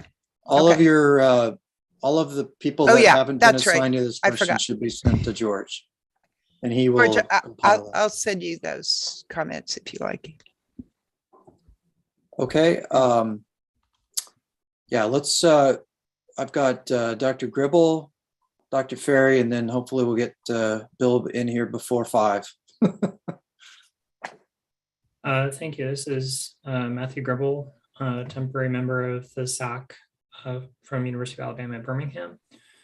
I appreciated the summary that Dr. Cobb provided of most of my comments on the charge questions provided to him prior to the meeting. I did want to highlight a few issues that have not gotten a ton of discussion. The first is the issue of the 10,000 meter buffer being an arbitrary equidistant circle around the polluting facility, and the need for incorporating environmental fate and transport considerations for actual fence line community definitions. So Dr. Lee highlighted that there were chemical properties of the example chemicals that were consistent, but for non-reactive, longer dispersion air pollutants, there may be a longer distance than 10,000 meters, potentially still qualifying as like downwind of the polluting facility. And so I thought that that consideration might require specific consideration of the site and environmental contaminant characteristics for more case-by-case risk assessment rather than just drawing a one-size-fits-all circle. The second comment was that the example data that they were talking about was EPA 6C review data authorized under the Safe Drinking Water Act. Unfortunately, that's only available for a very limited number of contaminants, and for unregulated contaminants, only a limited number are sampled through the unregulated contaminant monitoring rule data. So there's a lot of chemicals that'll be assessed under TSCA, and I thought it was unclear for some of the emerging contaminants what the data sources might be. And I'm aware that there are non-regulatory data sets, for example, from the US Geological Survey for environmental surface water monitoring that may or may not be useful to agency staff as they're looking to do these fence line community assessments. But I thought that relying on 6-year review data would be unrealistic for a lot of emerging contaminants. And my last issue for this is just noting that the focus on surface water direct releases into a receiving water body is, as has been discussed, and I'm sure will continue to be discussed in later charge questions, a very narrow definition of water pollution and concern for communities that maybe are relying on the water body for subsistence fishing or for groundwater or other non-potable uses. I think it bears further consideration by agency staff. Okay, thank you. Dr. Ferry. Hi there. One thing that struck me, has struck me all day is listening to people ask questions about the validity of the base data used to construct the models. And I have noticed, because EPA has a wonderful tool, the ComTox dashboard, where you just have a really thorough compilation of data and molecular models together used to generate simple things like solubility, vapor pressure, that, although they are simple, are still at the center of these exposure risk models. And the few pieces of those data that seem to be reported in the Excel spreadsheets did not agree with the values on the ComTox dashboard. And in fact, I couldn't find any citations of the ComTox dashboard in the document itself. Some of the variations were significant, differences greater than, say, 15% between the dashboard and the citations used in the document. So I just thought I'd point that out with respect to the question about repeatability here, George. It would be nice to see some consistency for the data sources here. And they've already got a wonderful source with that dashboard to recite themselves. Thanks for pointing that out, Dr. Ferry. Bill, can you get us out in 5 minutes? I can get us out sooner than that. So Dr. Ferry just brought up the physical chemical properties, and there is a table, Appendix A1, for the physical chemical properties used in the case study chemicals, which was brought forward from the previous SACC reviews for those individual chemicals. So I think they're consistent that way. The other comment I wanted to make was to address Dr. Lee's comment about all these compounds being, I thought, hydrophobic, you said, or did you say hydrophilic? You said hydrophilic. Hydrophilic. And again, that's a relative term. And I think in our previous review of the 10 chemicals, the only one that I would consider very hydrophobic was a dye. What was it? PV Purple Violet 29. And I think the reason that EPA didn't use this in the case studies is that there was no data available to describe its behavior, and certainly no monitoring data. So it would have been nice to include a compound that was more hydrophobic, one was hydrophilic, one was in the middle, being volatile, but I don't think that they were trying to pull it from the previous 10 chemicals, and I don't think that there was a big difference other than that particular compound. Okay, great. Thanks, Bill. So we're looking right at 5 o'clock. I don't want to shut off discussion completely. I think what we'll do today is we've had a fairly long day with the presentation and the public commenters, et cetera. And before I go back to the agency to ask them for questions or clarifications, let's go ahead and stew on this for tonight. And then we'll begin with a discussion in the morning. You can view, George, I'm sure you've circulated your comments to your associate discussants, but again, for those of you that have provided, we can't send those out to the entire panel, but to those that have provided comments, if you want to look at some of those, the written document to see if you want to add in or chime in on some of those points where we could change discussants to committee members and see whether or not we can get consensus on any of those points, that would be great. And George, if you could, again, assimilate these in bullet points at some point where we could, make it a little easier for us to get to the executive summary, that would be great. If you guys could kind of rank those in terms of importance, that would be fantastic. So, and if we can start on that in the morning, and then, then we'll go back to the agency and ask them for questions of clarification at that point, and then move forward. How does that sound? When do you want those bullet points, Dan? By the report or for tomorrow? As soon as you can get them. But I think at this point it's just out for discussion if we could actually get those things. But that would be at this point. I think getting your written comments out to everybody who had comments today, and then after that, then we can assimilate. Maybe after the discussion tomorrow, you could get the bullet points off of that. Yeah. Okay. With that, let's go ahead and adjourn for today, and we'll start bright and early tomorrow. If you guys could be here at 9:45 Eastern. There's a couple things I'd like to sort of talk about, particularly with the chat box components there. Some of you, I guess, don't know that you can have direct contact with the chat box, and it doesn't necessarily have to go to everyone, but let's meet. If we can do that beforehand, that would be fantastic. And thank you very much, Dr. Schlenk, for chairing the session today. Thank you for the SACC committee members and for the ad hoc reviewers. And thank you for the public commenters today. And thank you for the EPA presenters that made presentations today. And we hope to see you again tomorrow. And today the meeting would be adjourned. Thank you very much. Thank you. Bye. Aye.